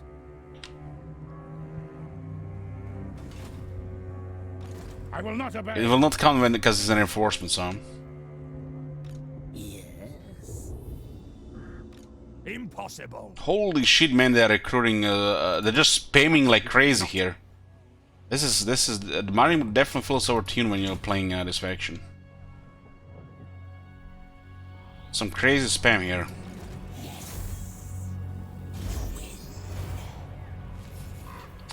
Failure. More mausoleums to defile. Move. Necropolis awaits. I need more minions.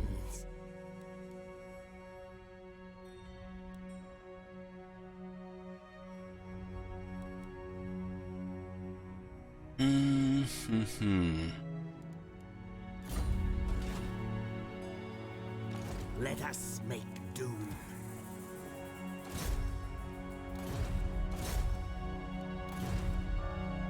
Absolutely not.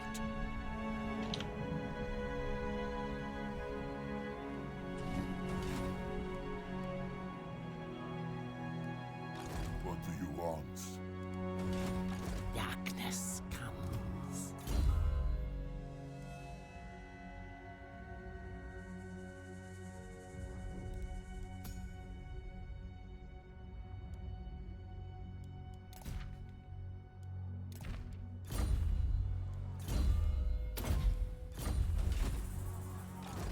I cannot.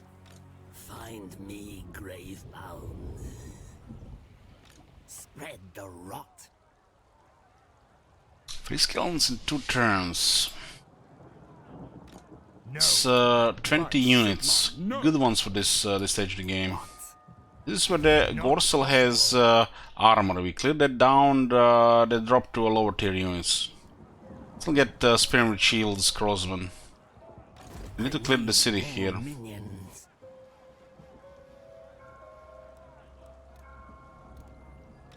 Never. It's 13 units here. Of course it's 13. Of course it's 13. All pay. Let us make doom. You dare.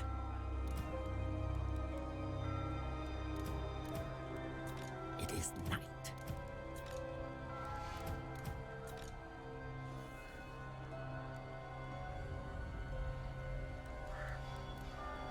Access to the Conyx's stalkers. They are armored with poison.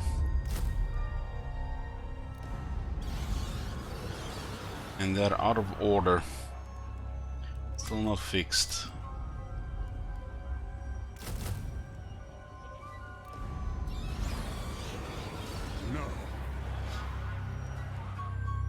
Impossible. So somehow this guy outruns Krell. Find me. How is that possible? 4 speed, No. 41 speed. Has the speed trait. Now. I refuse. Ready. 2 bells here, right?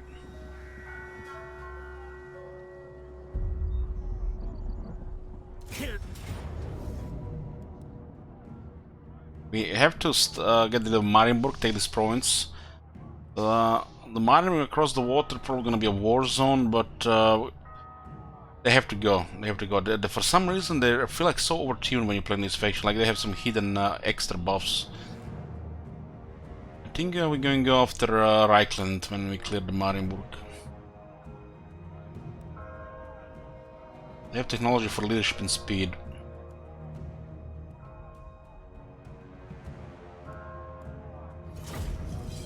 What was that?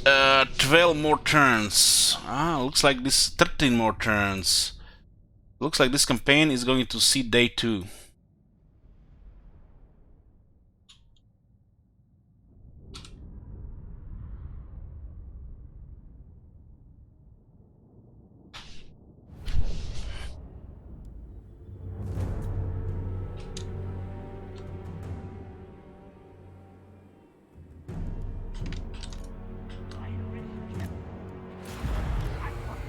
It will be agreed.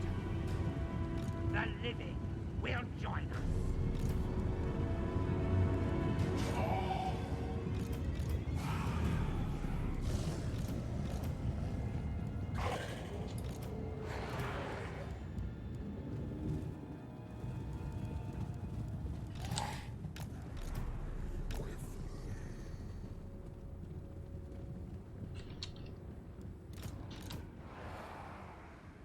Whoever was trying to end this campaign, you were so close. Now the second shift has arrived. That's why we have to do these campaigns at more proper times, right? More decentish times.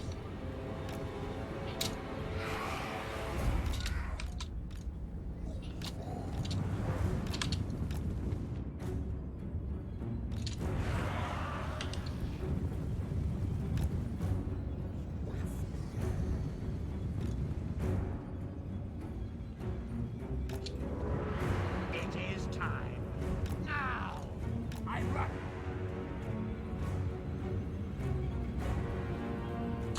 But she's gonna need him. If Shirvers was here, he probably end the stream. Kid you not. before the shit even started.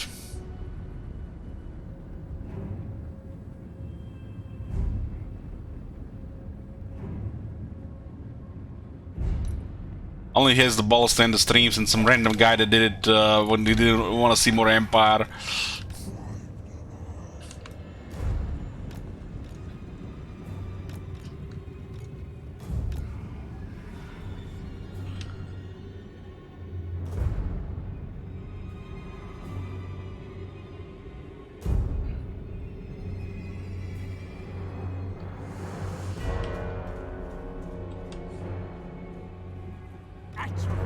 Decay.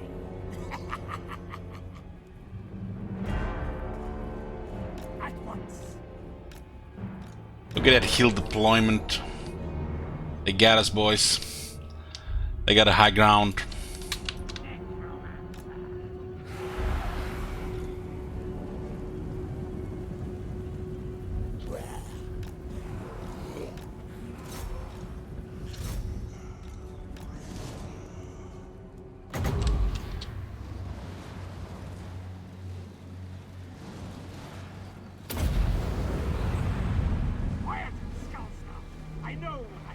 I have a feeling it's gonna go to the left.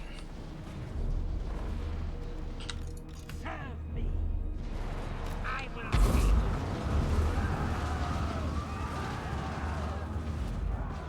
Heinrich Kemper. Now you will kill my power. It's still pretty good ground for them.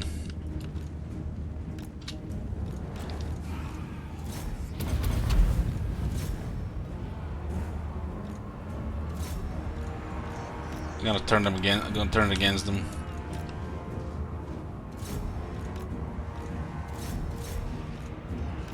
They're halberdiers. They can kill Black Knights. Yes, good. Heinrich Kemper. Still I'm beating.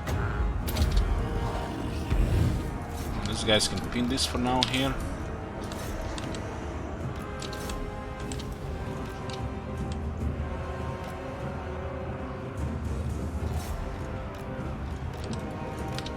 There's a lot of range that we also have to keep in mind.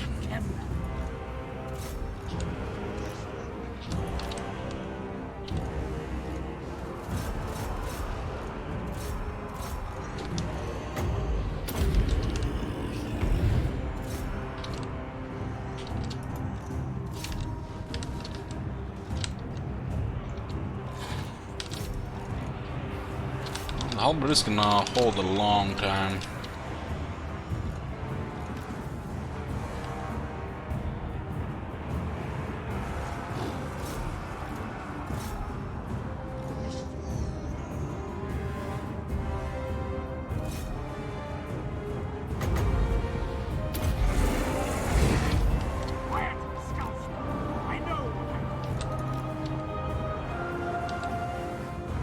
Most of their damage here, they just have some infantry grind.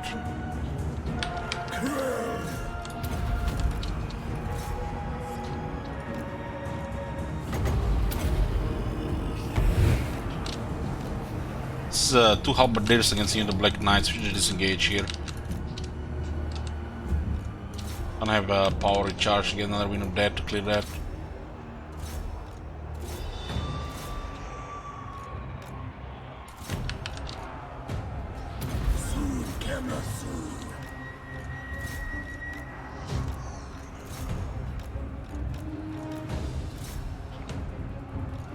We went after high ground and we can feel the resistance.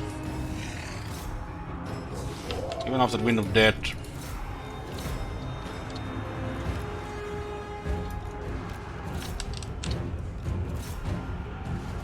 I run. See my So like not only host is really noticeable.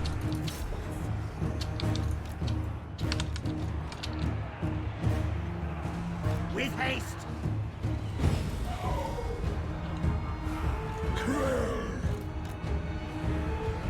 Tremble, mortals! Heinrich Kemper.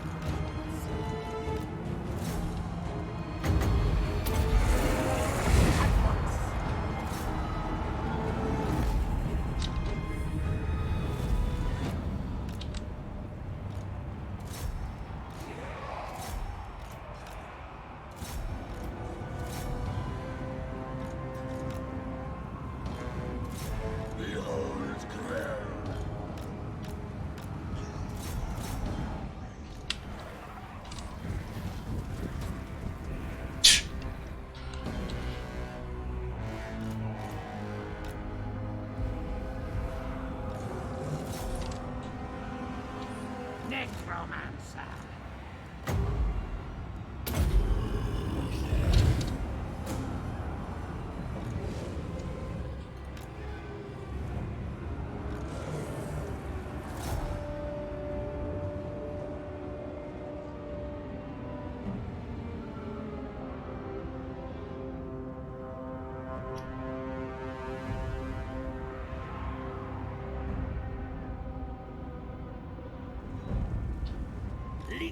No, we didn't have the power to cast another time.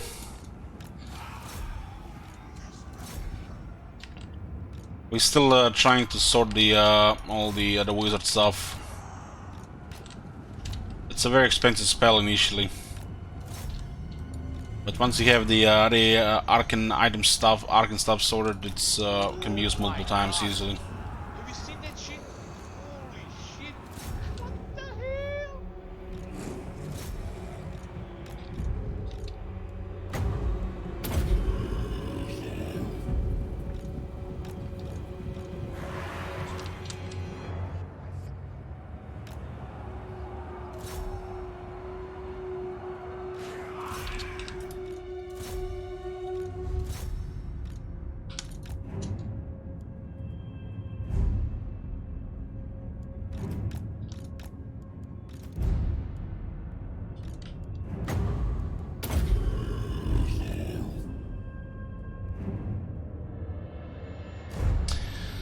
Uh, 21 more turns here on the list. One more turn, 21 requests.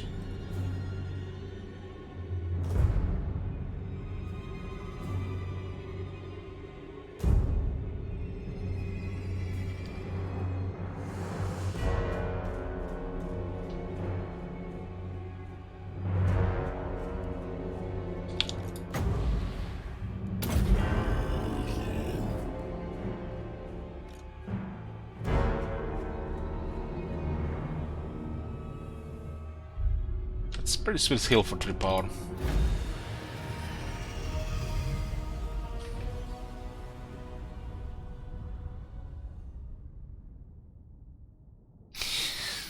Boomcools has been probably dying to see this campaign, so he can use all this the memes he learned on the road. It's probably a full like notepad of quotes and shit, just waiting for opportune moments.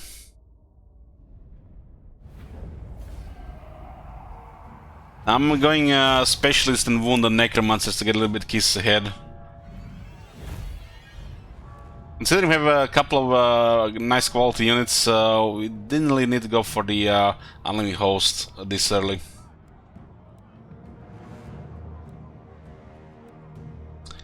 Yeah, these guys, you know, no ransoms. Like when you're fighting one guy with 60 units, ransom's still the same shit. Even if you capture 254, you have to patch this shit.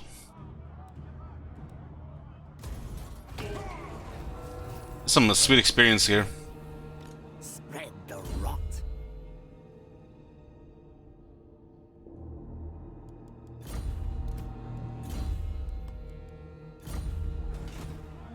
Let us make doom. Fucking a meal, avoiding us. I don't think it counts if it's reinforcements, right? Just no. I don't think so. Decisive victory, low casualties. Aha. That's how the green looks like. I swear, guys, like I feel like you could out results once this, and sometimes you know you lose the battle. Fucking Empire and that bullshit. Our units are dog shit apparently. Our wizards don't count.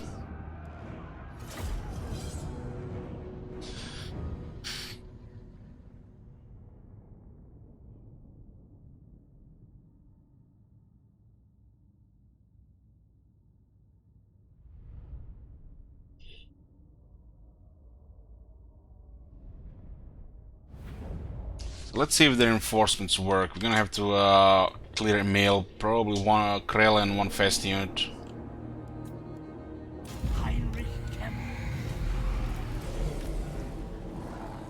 Life is a phase. Life is a phase.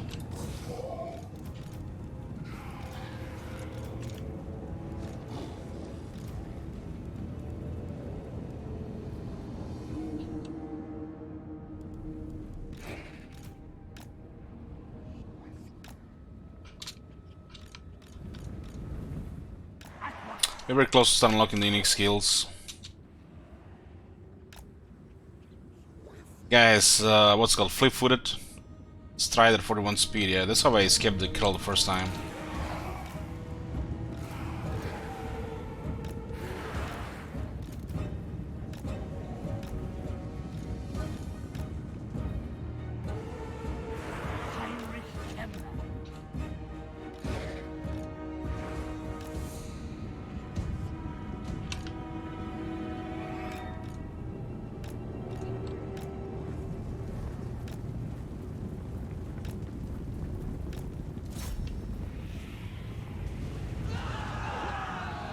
As long as we draw breath, they will die! Fuck.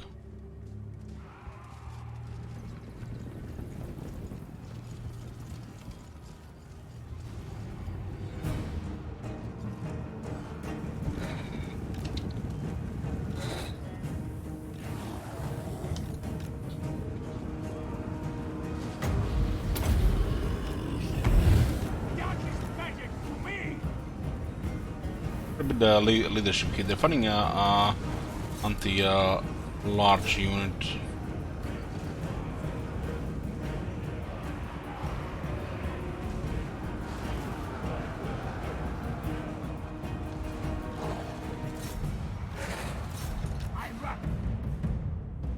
Let me get a horse on camera.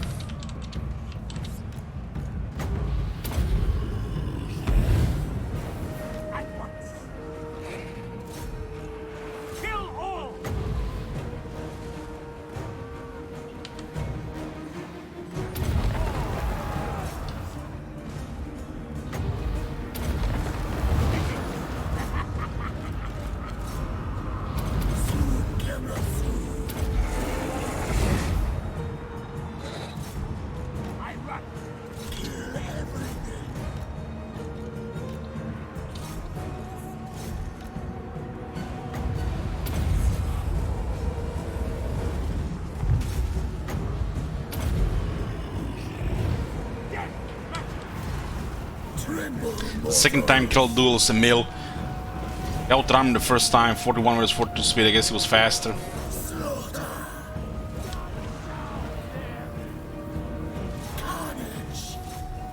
Onward!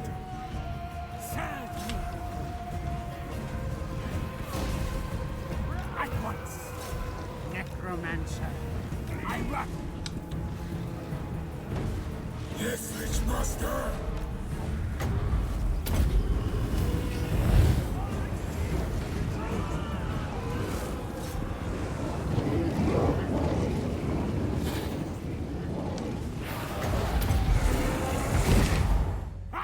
Even Krell would be impressed.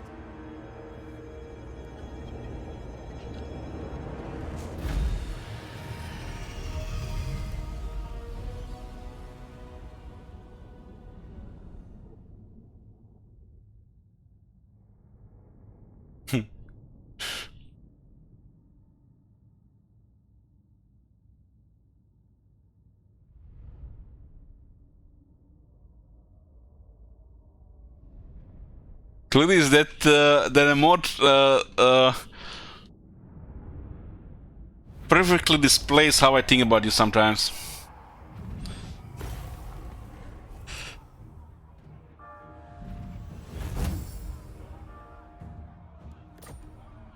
Come on, man! Where's the kiss? Bullshit! Bullshit! That's what it is.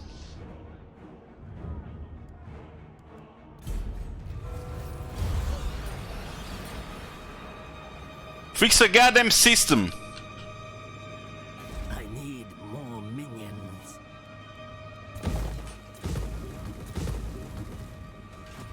Spread the rot.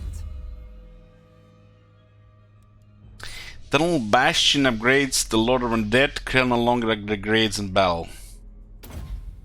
Get one more point. One more point. 10% higher chance for the White Kings and 2 more White Kings. This requires 2 points, of course. Hi, Isaac. Okay. Take Barrow Kings first. It's a disciplined White King. More sleep shines. I will not betray you. Ready? We could have done the turn and then try to get a kiss. And we should supposed to say that kiss like nearly 4 turns ago. What do you want? Minus 45.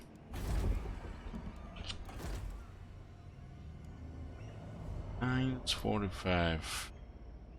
I guess I can say not this this early. Yes. Dance macabre. Some skeleton warriors here.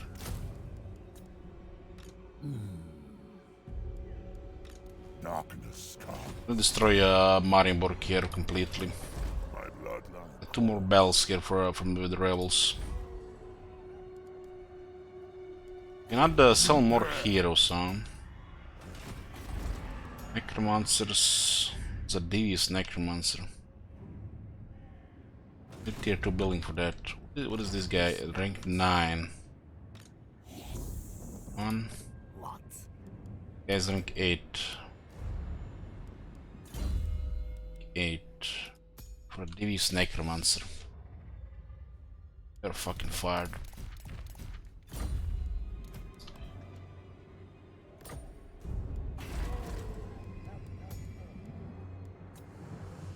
It's excellent for the campaign.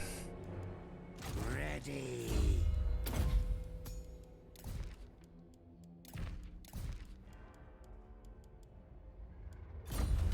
I'll keep this one since he's almost rank 10. Goes well with 2 other devious characters we have. This will give us a couple of extra kisses. We are slightly behind the kisses right now. Devotee of the And lake. Corona's looking good here. We ignore them, they ignore us, huh? This better be important. Lewin has his original army, which makes him a little bit scary. Usually get this army gets destroyed by the Marienburg.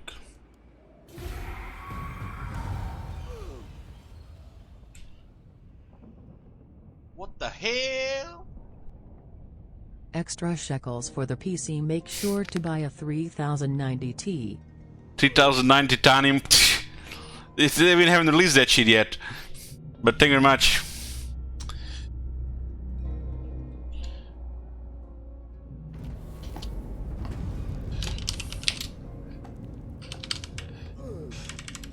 Okay, boys, this is gonna be it for today. Part 1, complete of this campaign, to be continued. A little bit hairy with the Marienburg, but we pulled through. Marienburg, like I said already many times, is that I feel like so overtuned when you're playing this faction. And your economy is totally slim without this, the skeleton take. Tomorrow, probably started like an hour or 2 later than today, and might even have a regular again. So, see you then, boys. Good night.